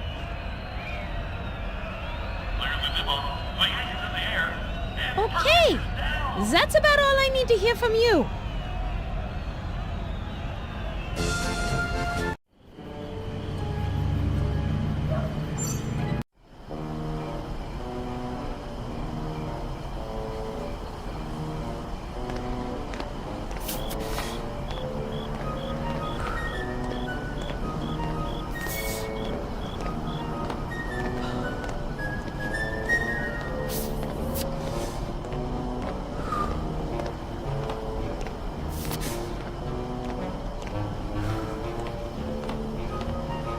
Hi there, miss.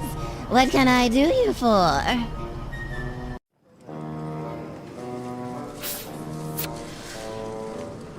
was wondering if you might do us a favor. I guess that depends on what the favor is. My favors usually cost money. There is a man conducting the constable's orchestra, and we're very interested in reviewing his song list.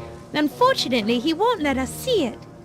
If you could distract him for us, perhaps we would be able to modify his list. I'm afraid I can't afford to leave the area. I have to stand lookout for a private nail salon party going on inside.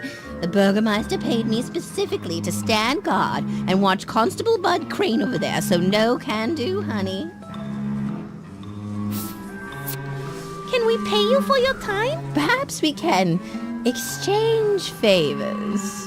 As I mentioned before, Constable Crane over there is very much cramping our outfit style. If you could find some way to convince him to leave his post, I could leave for a while without worry and distract this band leader of yours. How can we get the constable off the street? I have no idea. We've tried bribing him without much success. Bud has some sort of high and mighty code of ethics. He's always trying to look like a hero.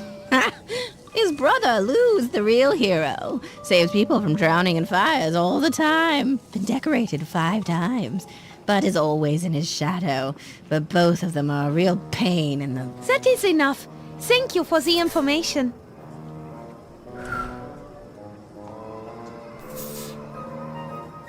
That's all the questions I have for now. Very well. If you have...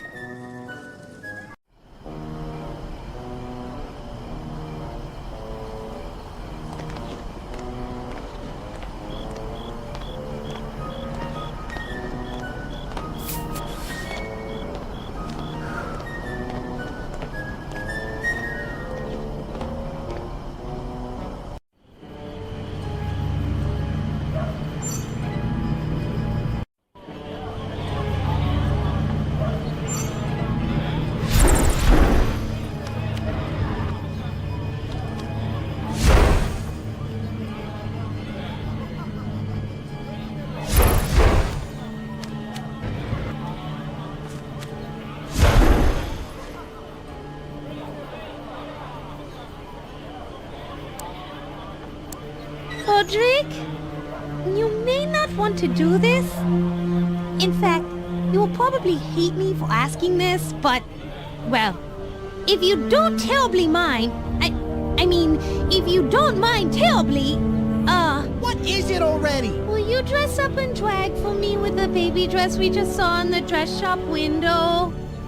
Please? What for? I don't know yet, but you dressed up like a little girl might be useful at some point. Oh, jeez. Let me think about it. Okay, fine. But it better be a really, really good idea, important, and not some joke. No joke. And I promise no joking. Well, maybe a little joking. Forget it. No. I promise. No joking. Pinky swear? Pinky swear. All right, fine. But I just know I will never live this down, and I will only do it once. After that, never again. Ever.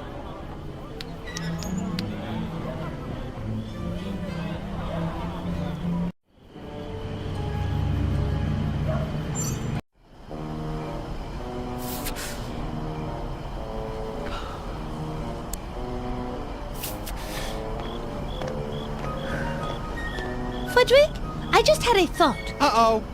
Duck for cover. No, seriously. Remember the little baby dress we saw in the dress shop window? Yes. The one you said might fit me? Yes. I was thinking we should lure this constable away from his post, and then I could... I could... Drain him a bit till he passes out? I see where you're going. You hide in the alley back there, put me in the dress, and I lure him in there with some phony catch like I'm being attacked? Yes, exactly. Will you wear a dress for me, Frederick?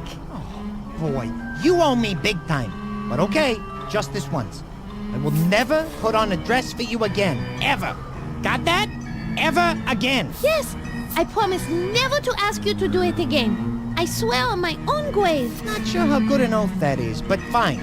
You go hide, and I'll go get the dress. I'll lure him with cries for help, then you, well, you just bite him. Not too hard. Whatever, not too hard. Then Miss Floozy over there will be happy. Great! Let's do it. Why do I have a feeling it isn't gonna be that easy?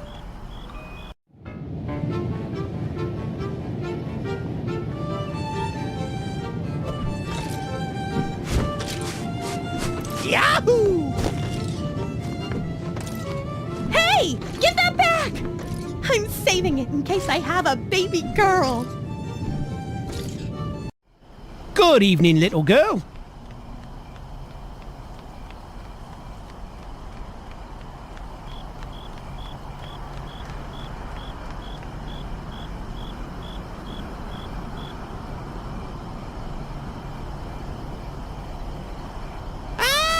Help me!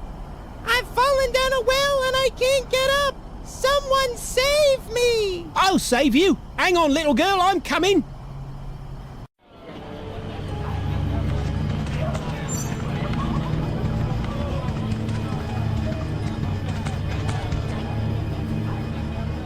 It's the Constable Bud Quain, looking for the lost little girl. And I don't think he can be seen by those people in the windows. I hate to do it, but if I must, I must.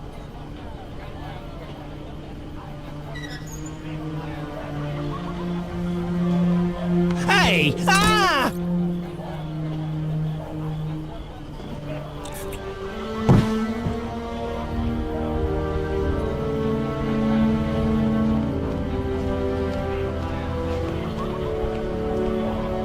Wow, Mona! He's out like a light. I hated to do it, but then again, it seemed kind of fulfilling. And I'm in a much better mood. I'm starting to get used to this biting and draining thing. You didn't, drain him all the way. I don't think so. Check. Is he still breathing? Yep, still breathing. Your record is murder-free. 2-0. Good job. We'll make a full-fledged and moral vampire out of you yet.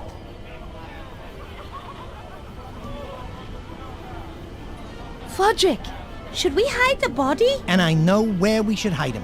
We drag his body into the back of a dark alley where nobody goes, one that has boarded up windows, and then lay him down in the darkest corner near the end of the alley. That would be perfect. Great idea. Grab his legs. No, nincompoop. This is the perfect place. Just leave him there. Oh, right.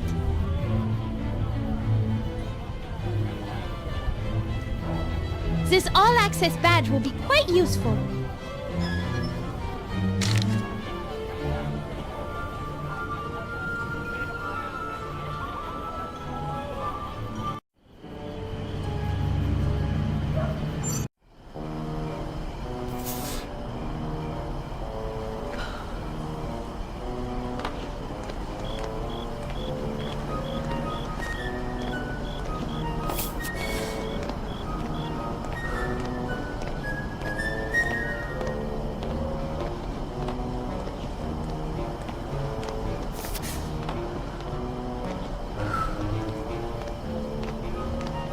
We did it! The constable will be out of action for a while. Oh, thank you, thank you. I have no idea how you did it. This is going to improve my business significantly. Now I believe there is something I need to do for you. Wait, I don't have a ticket for the game. How am I going to get in? You better find me one first, then I'll gladly help you out. Here, will this all-access pass help? I think all the constables working security for the game have one. My, you are resourceful.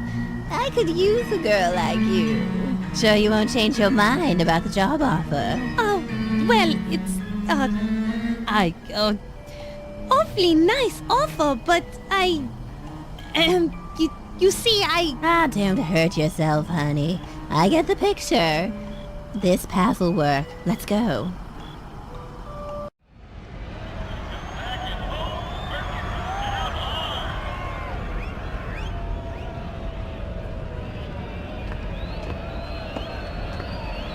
Hello, Mr. Van Leader. Hello yourself, madam.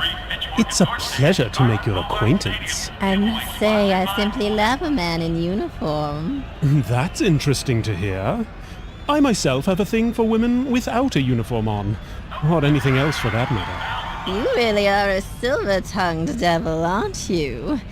Do you still have a lot of songs to perform? There are still plenty of songs to be played. However, as busy as I am, I have to say that you just moved to the top of my to-do list. Oh, how romantic. Yes, you're quite the looker. I'm a little new to the area. Perhaps you could give me directions to your apartment? Aren't you being a little bit forward? Is that not okay, my delicious little Did crumpet? you call me a strumpet? No, I said crumpet, but if you want to identify yourself as a strumpet, that works for me. I'd also be willing to accept floozy or hussy as well. You're clearly a big tease. And you are clearly a big jerk. Speaking of big, do you moonlight as a cantaloupe thief? I don't need to hear this from some kind of band dork. Stick that stick in your ear. Madam, it is called a baton, and I will play only when I am good and ready. Perhaps you should get back to your obvious profession and leave good, upstanding men like me alone. And disease-free. Maybe you should go take a long walk off a short pier, you pathetic excuse of a wannabe musician. That was the worst music I have ever heard. Shut up, you harlot. You shut up, you ignoramus. Oh, big word.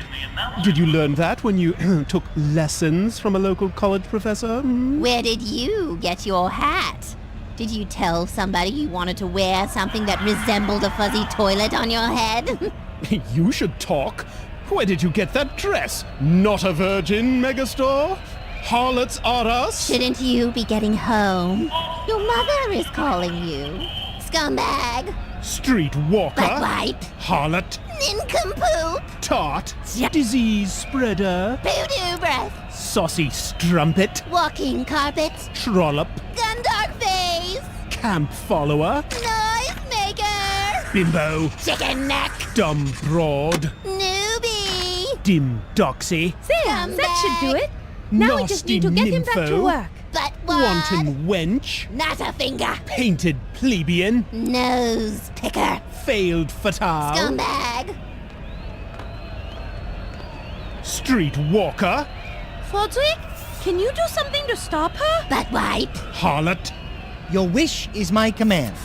Okay, lady. Time for some serious space time. You and me. Rawr! Yeah! Yeah, you! Yeah! Vámonos! Yeehaw! Rawr!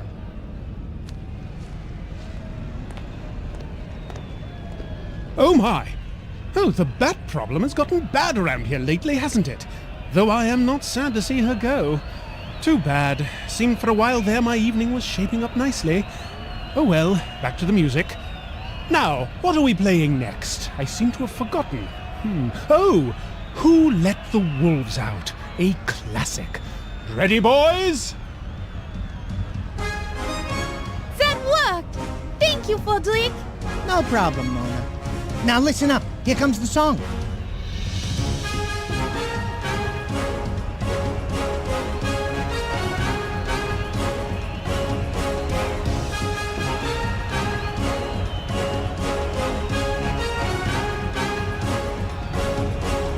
Yes, I think I've got it now.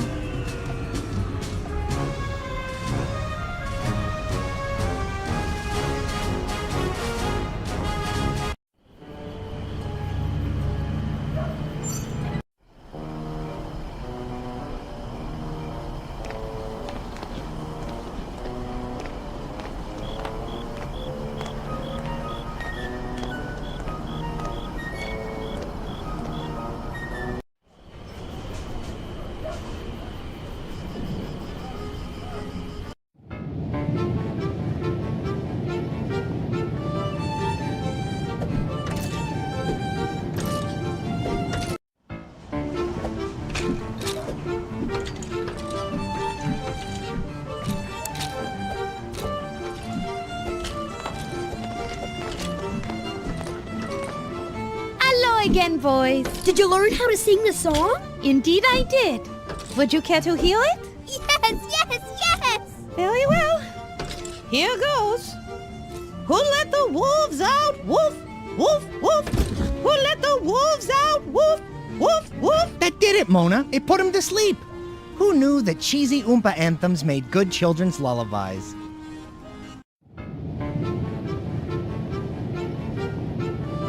Madame Stoker, I am pleased to report that your children are now sleeping. Oh, thank you very much. You'll have to tell me what song you sang them. The boys can't eat if they're asleep. I can finally put out one of the stoves.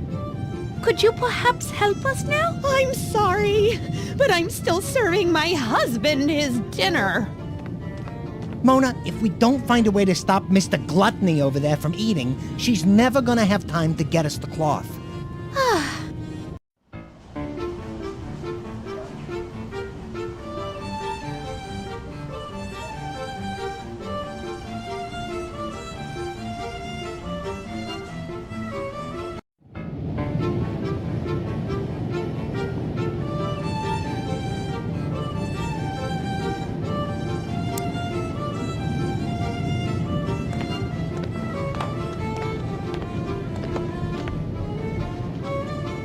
I'd love to, but before we could consider doing it, we'd have to find a way to keep Mina from coming back into the room.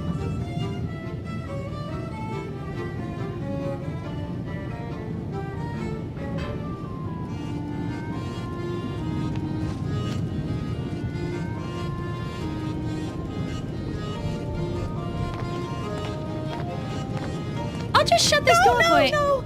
Please, leave that door open. I need it to stay open in order to better serve my husband and children. So never, ever shut this door. I think she means it.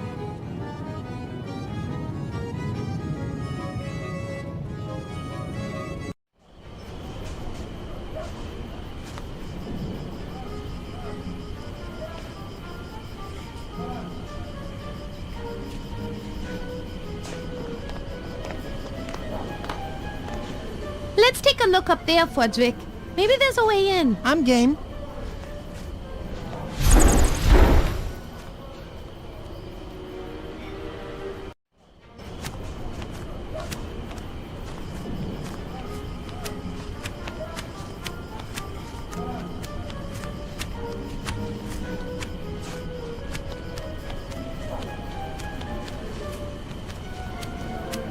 That won't accomplish anything, I'm afraid. Sorry. Now that the fire is out, let's see where this goes, Frederick. Sure. I always wanted to visit the exotic and secretive world of the chimney sweep.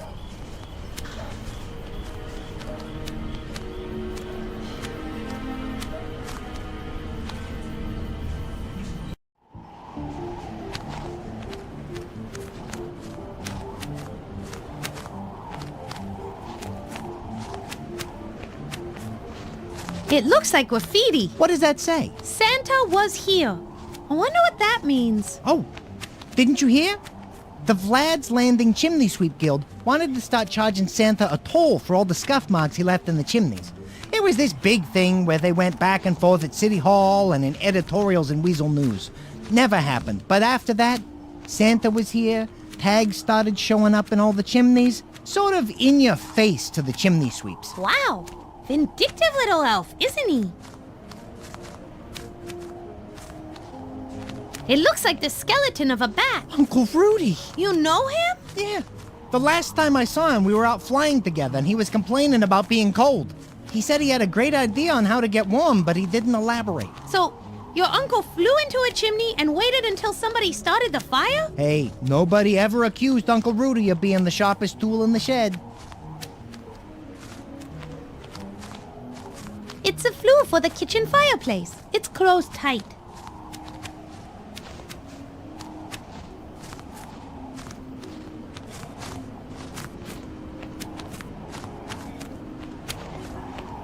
Let's see what this does.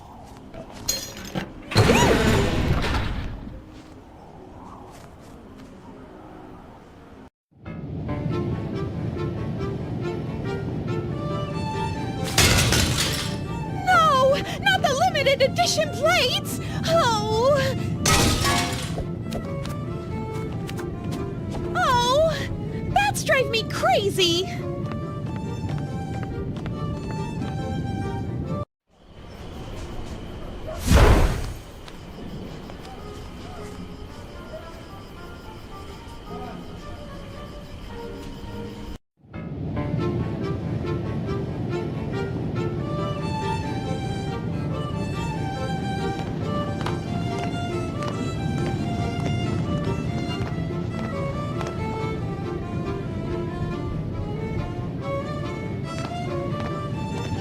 I don't need to move it right now, but it's good to know it's there just in case.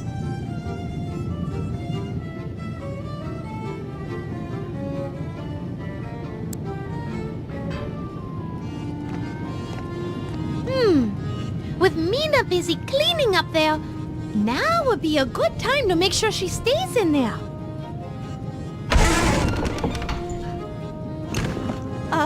Hello out there? Something has fallen in front of the door. Ah, what are you? I am your worst nightmare come true. A woman with power. Not political or social power, but black magic, which is power nonetheless. No, please don't. I'll do anything you ask. Just don't start voting. Then do this. Be a good husband to your wife and treat her fairly. If I find out that you have said so much as a single insult, I'm going to come back here and finish you off. And go get a job, for goodness sake. Help your wife and kids out. But my mental anguish. What kind of a job could I do? Get a job in a field you know well and love, and I'm sure your mental anguish will be gone in no time. But I'd worry about the current anguish you're about to go through. Clam bake. Oh my! Excuse me. It must have been all that beer he drank. I feel a little... tipsy. Next time, see if you can say the whole alphabet. Hello out there? I think Minna has suffered enough. I agree. Has Let her fallen out in so front she of can the bask door. in the glory of her handiwork. All her distractions are asleep. Or passed out due to lack of blood.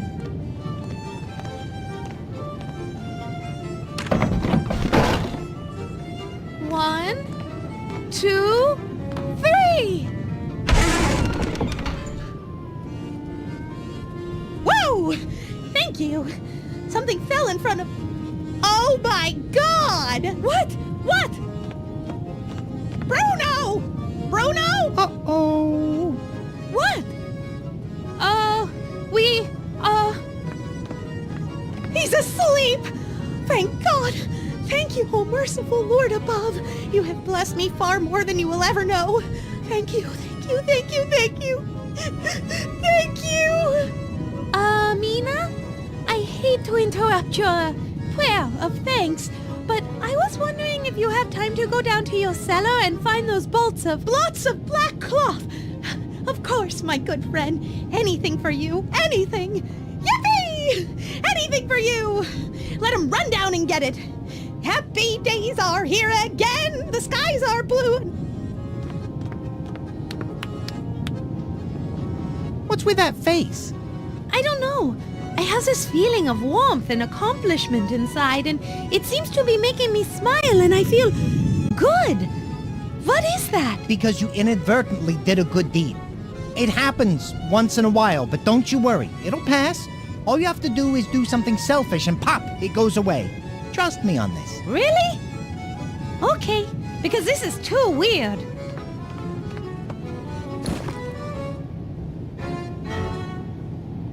It took me a while. I had to pull down the enormous fort the kids made with my cloth bolts, but I found it. 20 yards of my finest velvety black, and it's all yours, for free, for all your help you've given me. Wow! Thank you so much. This will be perfect. Well, good luck. We're off. Toodaloo.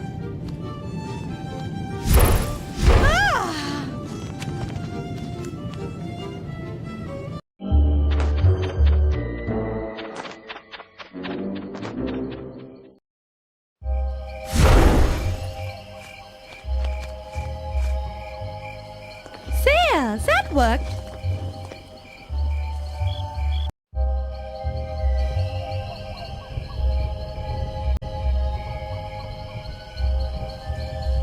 It's a water basin. It collects water that drains from the roof. It's currently empty. It's a drain pipe for the roof. It's a smokestack with a lot of smoke coming out. Looks like there's a good fire going.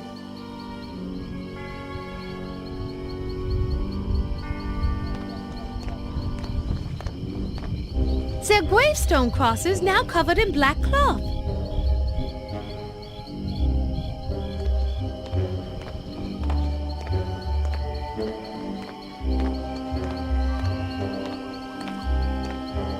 It's a wagon, probably used to move coffins throughout the graveyard.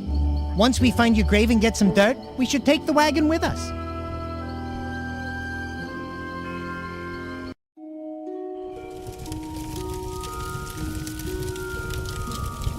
It looks like a map of the graveyard. That should tell us exactly where your grave is, Mona. Let's go check it out.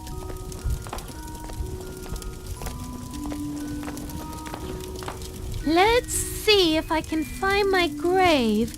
It's probably in the area reserved for famous entertainers and singers. Yeah, right. There sure are a lot of dead people buried around here. Do you see my grave anywhere, Frederick? Yep, got it. It looks like your grave is in quadrant A113. You were originally buried between the graves of Jay Hoffa and my hopes and dreams for the future. Now that we know where it is, we can go get some of my grave dirt.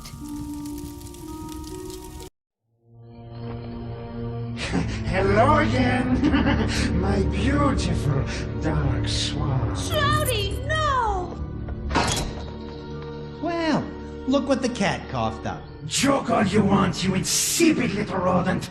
You're going to need more than a sense of humor to escape my trap. I've just locked the door and taken the key. I'm afraid you are trapped. I'm never going back to that castle, and I'll never love you. Try and get that through your thick head. Wouldn't you agree it's more like a gaseous head? Whatever. I would rather die than spend one more night with you living in that castle. You say you would rather die, hmm? Well, we shall see. I shall give you a couple hours to ponder your fate.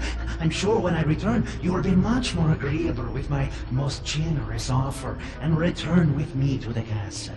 But for now, as punishment for your attitude, I shall leave you here.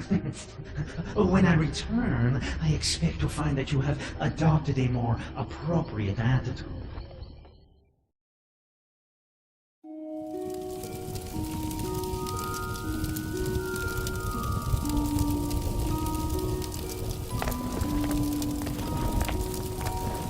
This might come in handy, but I'm not carrying it around. I'll keep it in mind.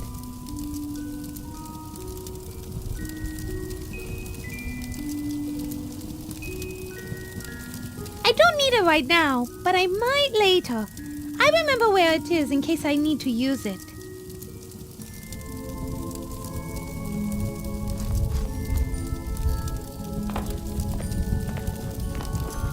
I might need that, but I can't carry it around with me. I'll keep it in mind.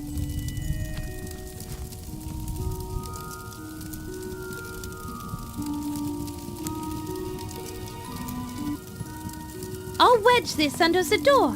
It should give us a few inches of open space.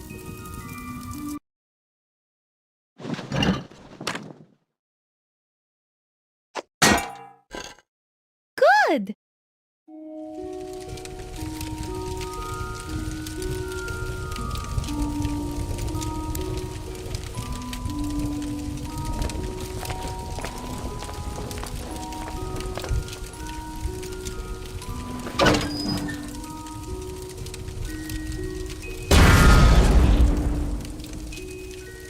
Look at that, Frederick! The fire is roaring now!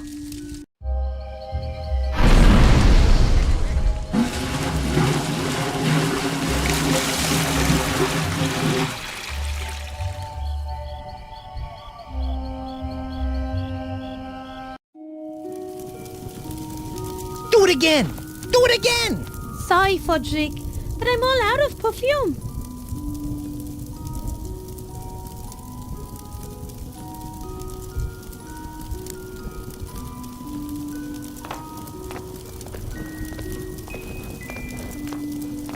Once I tip this over, the ice will at least be at the foot of the door. Timber! Yippee! That worked!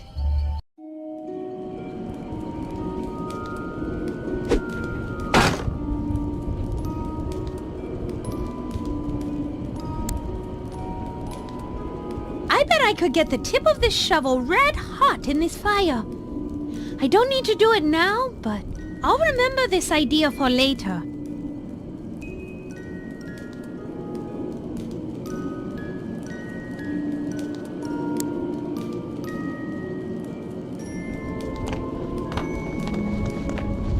Now might be a good time to heat up that shovel and slide it under the door.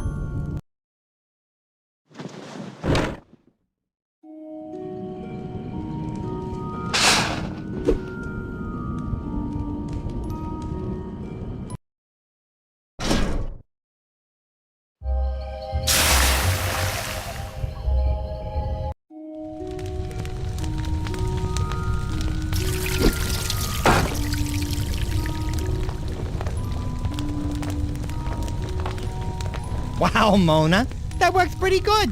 The hot shovel melted the ice and formed a cool little puddle. You aren't so ditzy after all. And you are as rude as ever.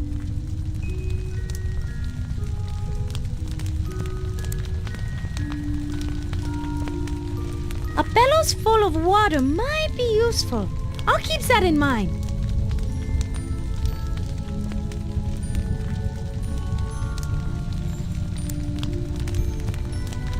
I'm going to fill this with water. Bellows, the quicker picker-upper.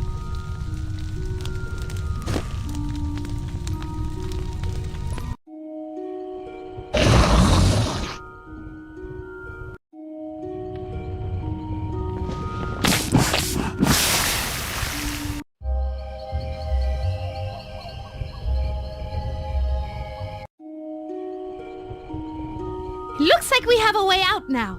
Let's get out of here before Shrowdy comes back.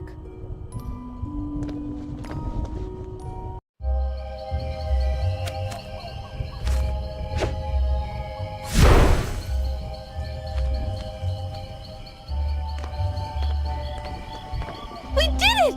Fodrick! We escaped Shrowdy's trap! And we positively identified the location of your grave. Let's go get us some dirt. We don't have a horse with us. But since it's such a short distance, I should be able to pull the cart. That superhuman undead strength of yours is coming in pretty handy. See, Mona, being a vampire isn't all bad. It's bad enough, trust me. And since I am a vampire, we'd better go get some of my grave dirt. If I don't have it to line my coffin, I may not survive the night. Would it help motivate you if I yelled mush when you start pulling the cart? Would you still be able to fly if I pulled your wings off? I think the answer to both of those questions is no. Anyway, let's grab a couple of those boxes and head over to your grave. We got a little digging to do. Mona, didn't I say we had some digging to do? I'd love to help. Really. But you are doing such a good job, I'd only get in your way. I'm not sure how much dirt we need, but I already have one full box loaded in the wagon. That should be... No, you'll never escape me. What was that? I got a bad feeling about this. Shrowdy! I have your precious black cloth, and I know for a fact that there is none left in all of Lad's Landing. Without being able to cover the gravestone, you'll never be able to pull the wagon out of here. I hate to admit it, Mona, but he's right. Hey, apparition boy, I thought you loved her. If she can't get her grave dirt back to her coffin by the time the sun rises, she'll die. If I can't have her, then nobody shall. I would rather be dead forever than spend one additional second of my life anywhere near you. So long, my love. I will see you in the afterlife. Mona, we got a little bit of a predicament here. I'm not strong enough to pull the wagon, and you can't do it if the gravestones are exposed.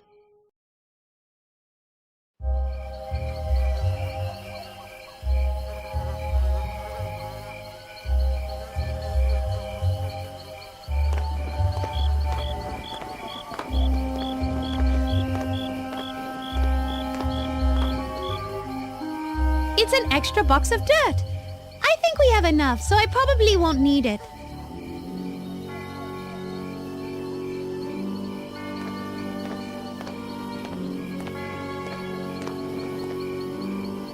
It's a bright beacon of hope in the center of this dark, dreary necropolis of death and despair. Cripes, Mona.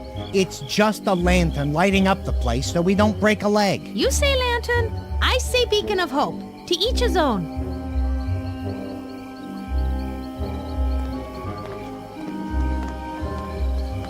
It's the headstone for my grave.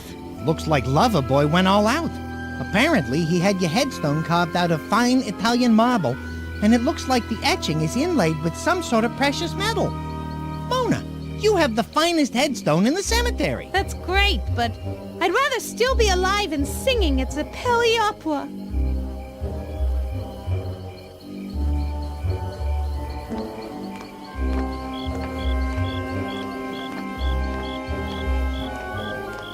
He looks grim. You would be too if you were never invited to dinner.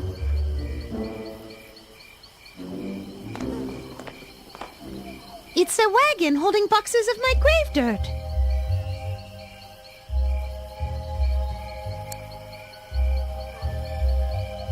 Frederick, do you think you could steer the wagon? You know me. I'm always up for trying something new. Just let me know when you're ready for me to steer it.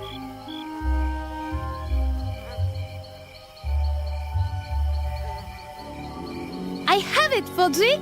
You said you could steer it, right? Yep, I think I can handle this old jalopy. Great. You steer and I'll push. Since we are high up on this hill, you should be able to gain enough speed to drive the wagon out of the graveyard, down the road, and right up to Madame Stragoy's camp. And then I'll just fly out far away from the crosses. Brilliant. Who says opera stars are dumb as doornails? Doornails have got nothing on you. Thanks, Frederick. Okay, are you ready? I was born ready, although if truth be told, I am feeling just a tad bit apprehensive about this. I'm sure you'll do fine. Just do me a favor and be careful. It's nice to know you care. With those boxes of grave dirt. For a second there, I thought you were concerned about my well-being. Oh, don't be such a wuss. If things get hairy, just fly away. Of course, if you do that, you will be sentencing me to death. So, no pressure.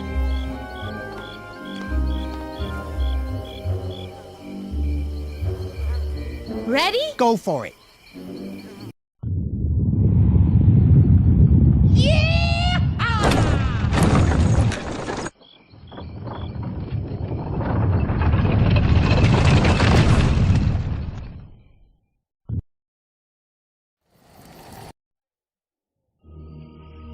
Come on, find it already. What is the frickin' holdup? What did the Cabal do? Send the stupidest vampire hunters in the history of all mankind? Find it already! No, moron! You already looked there! Monsignor? We already looked there. Twice. Oh, pipe down, you walking stillbirth. I know what I'm doing. I'm just being thorough. Standard Cabal procedure. Standard procedure? Standard procedure? Standard procedure, This is so frustrating. That's it. I'm just going to have to break the curse and just go in there. What?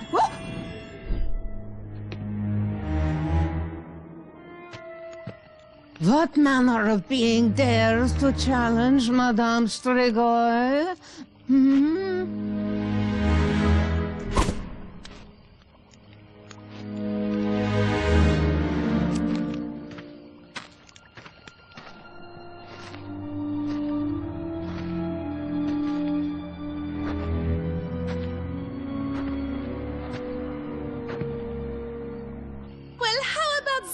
Shroudwing! We did it! We got everything we need! Yeah, who would have thunk it? We make a pretty good team if I do say so myself. High five. Hi, what? You raise your hand like so, and slap it together. Why?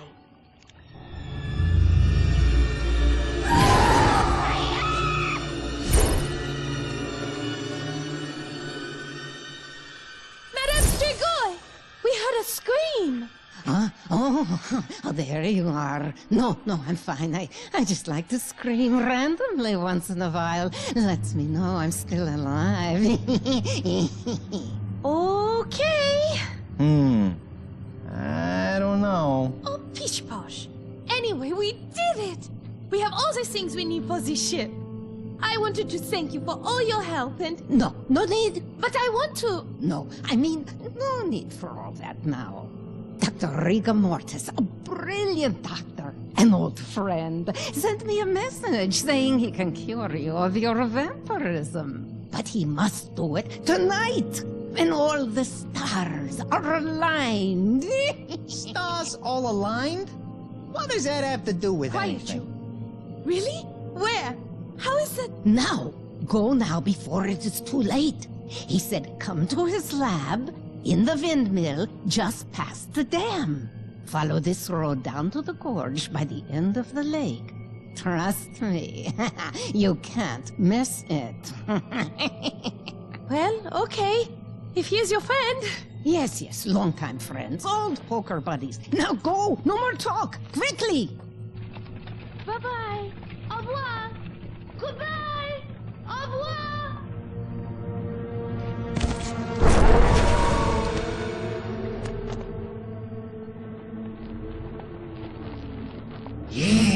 Yes, go off to my good friend Dr. Rigor Mortis. He'll know just what to do to you. And then I, Shrowdy von Kiefer, will be your only hope for salvation. You'll be glad to see me then. Yes, you will. You'll appreciate old Shrowdy then, won't you?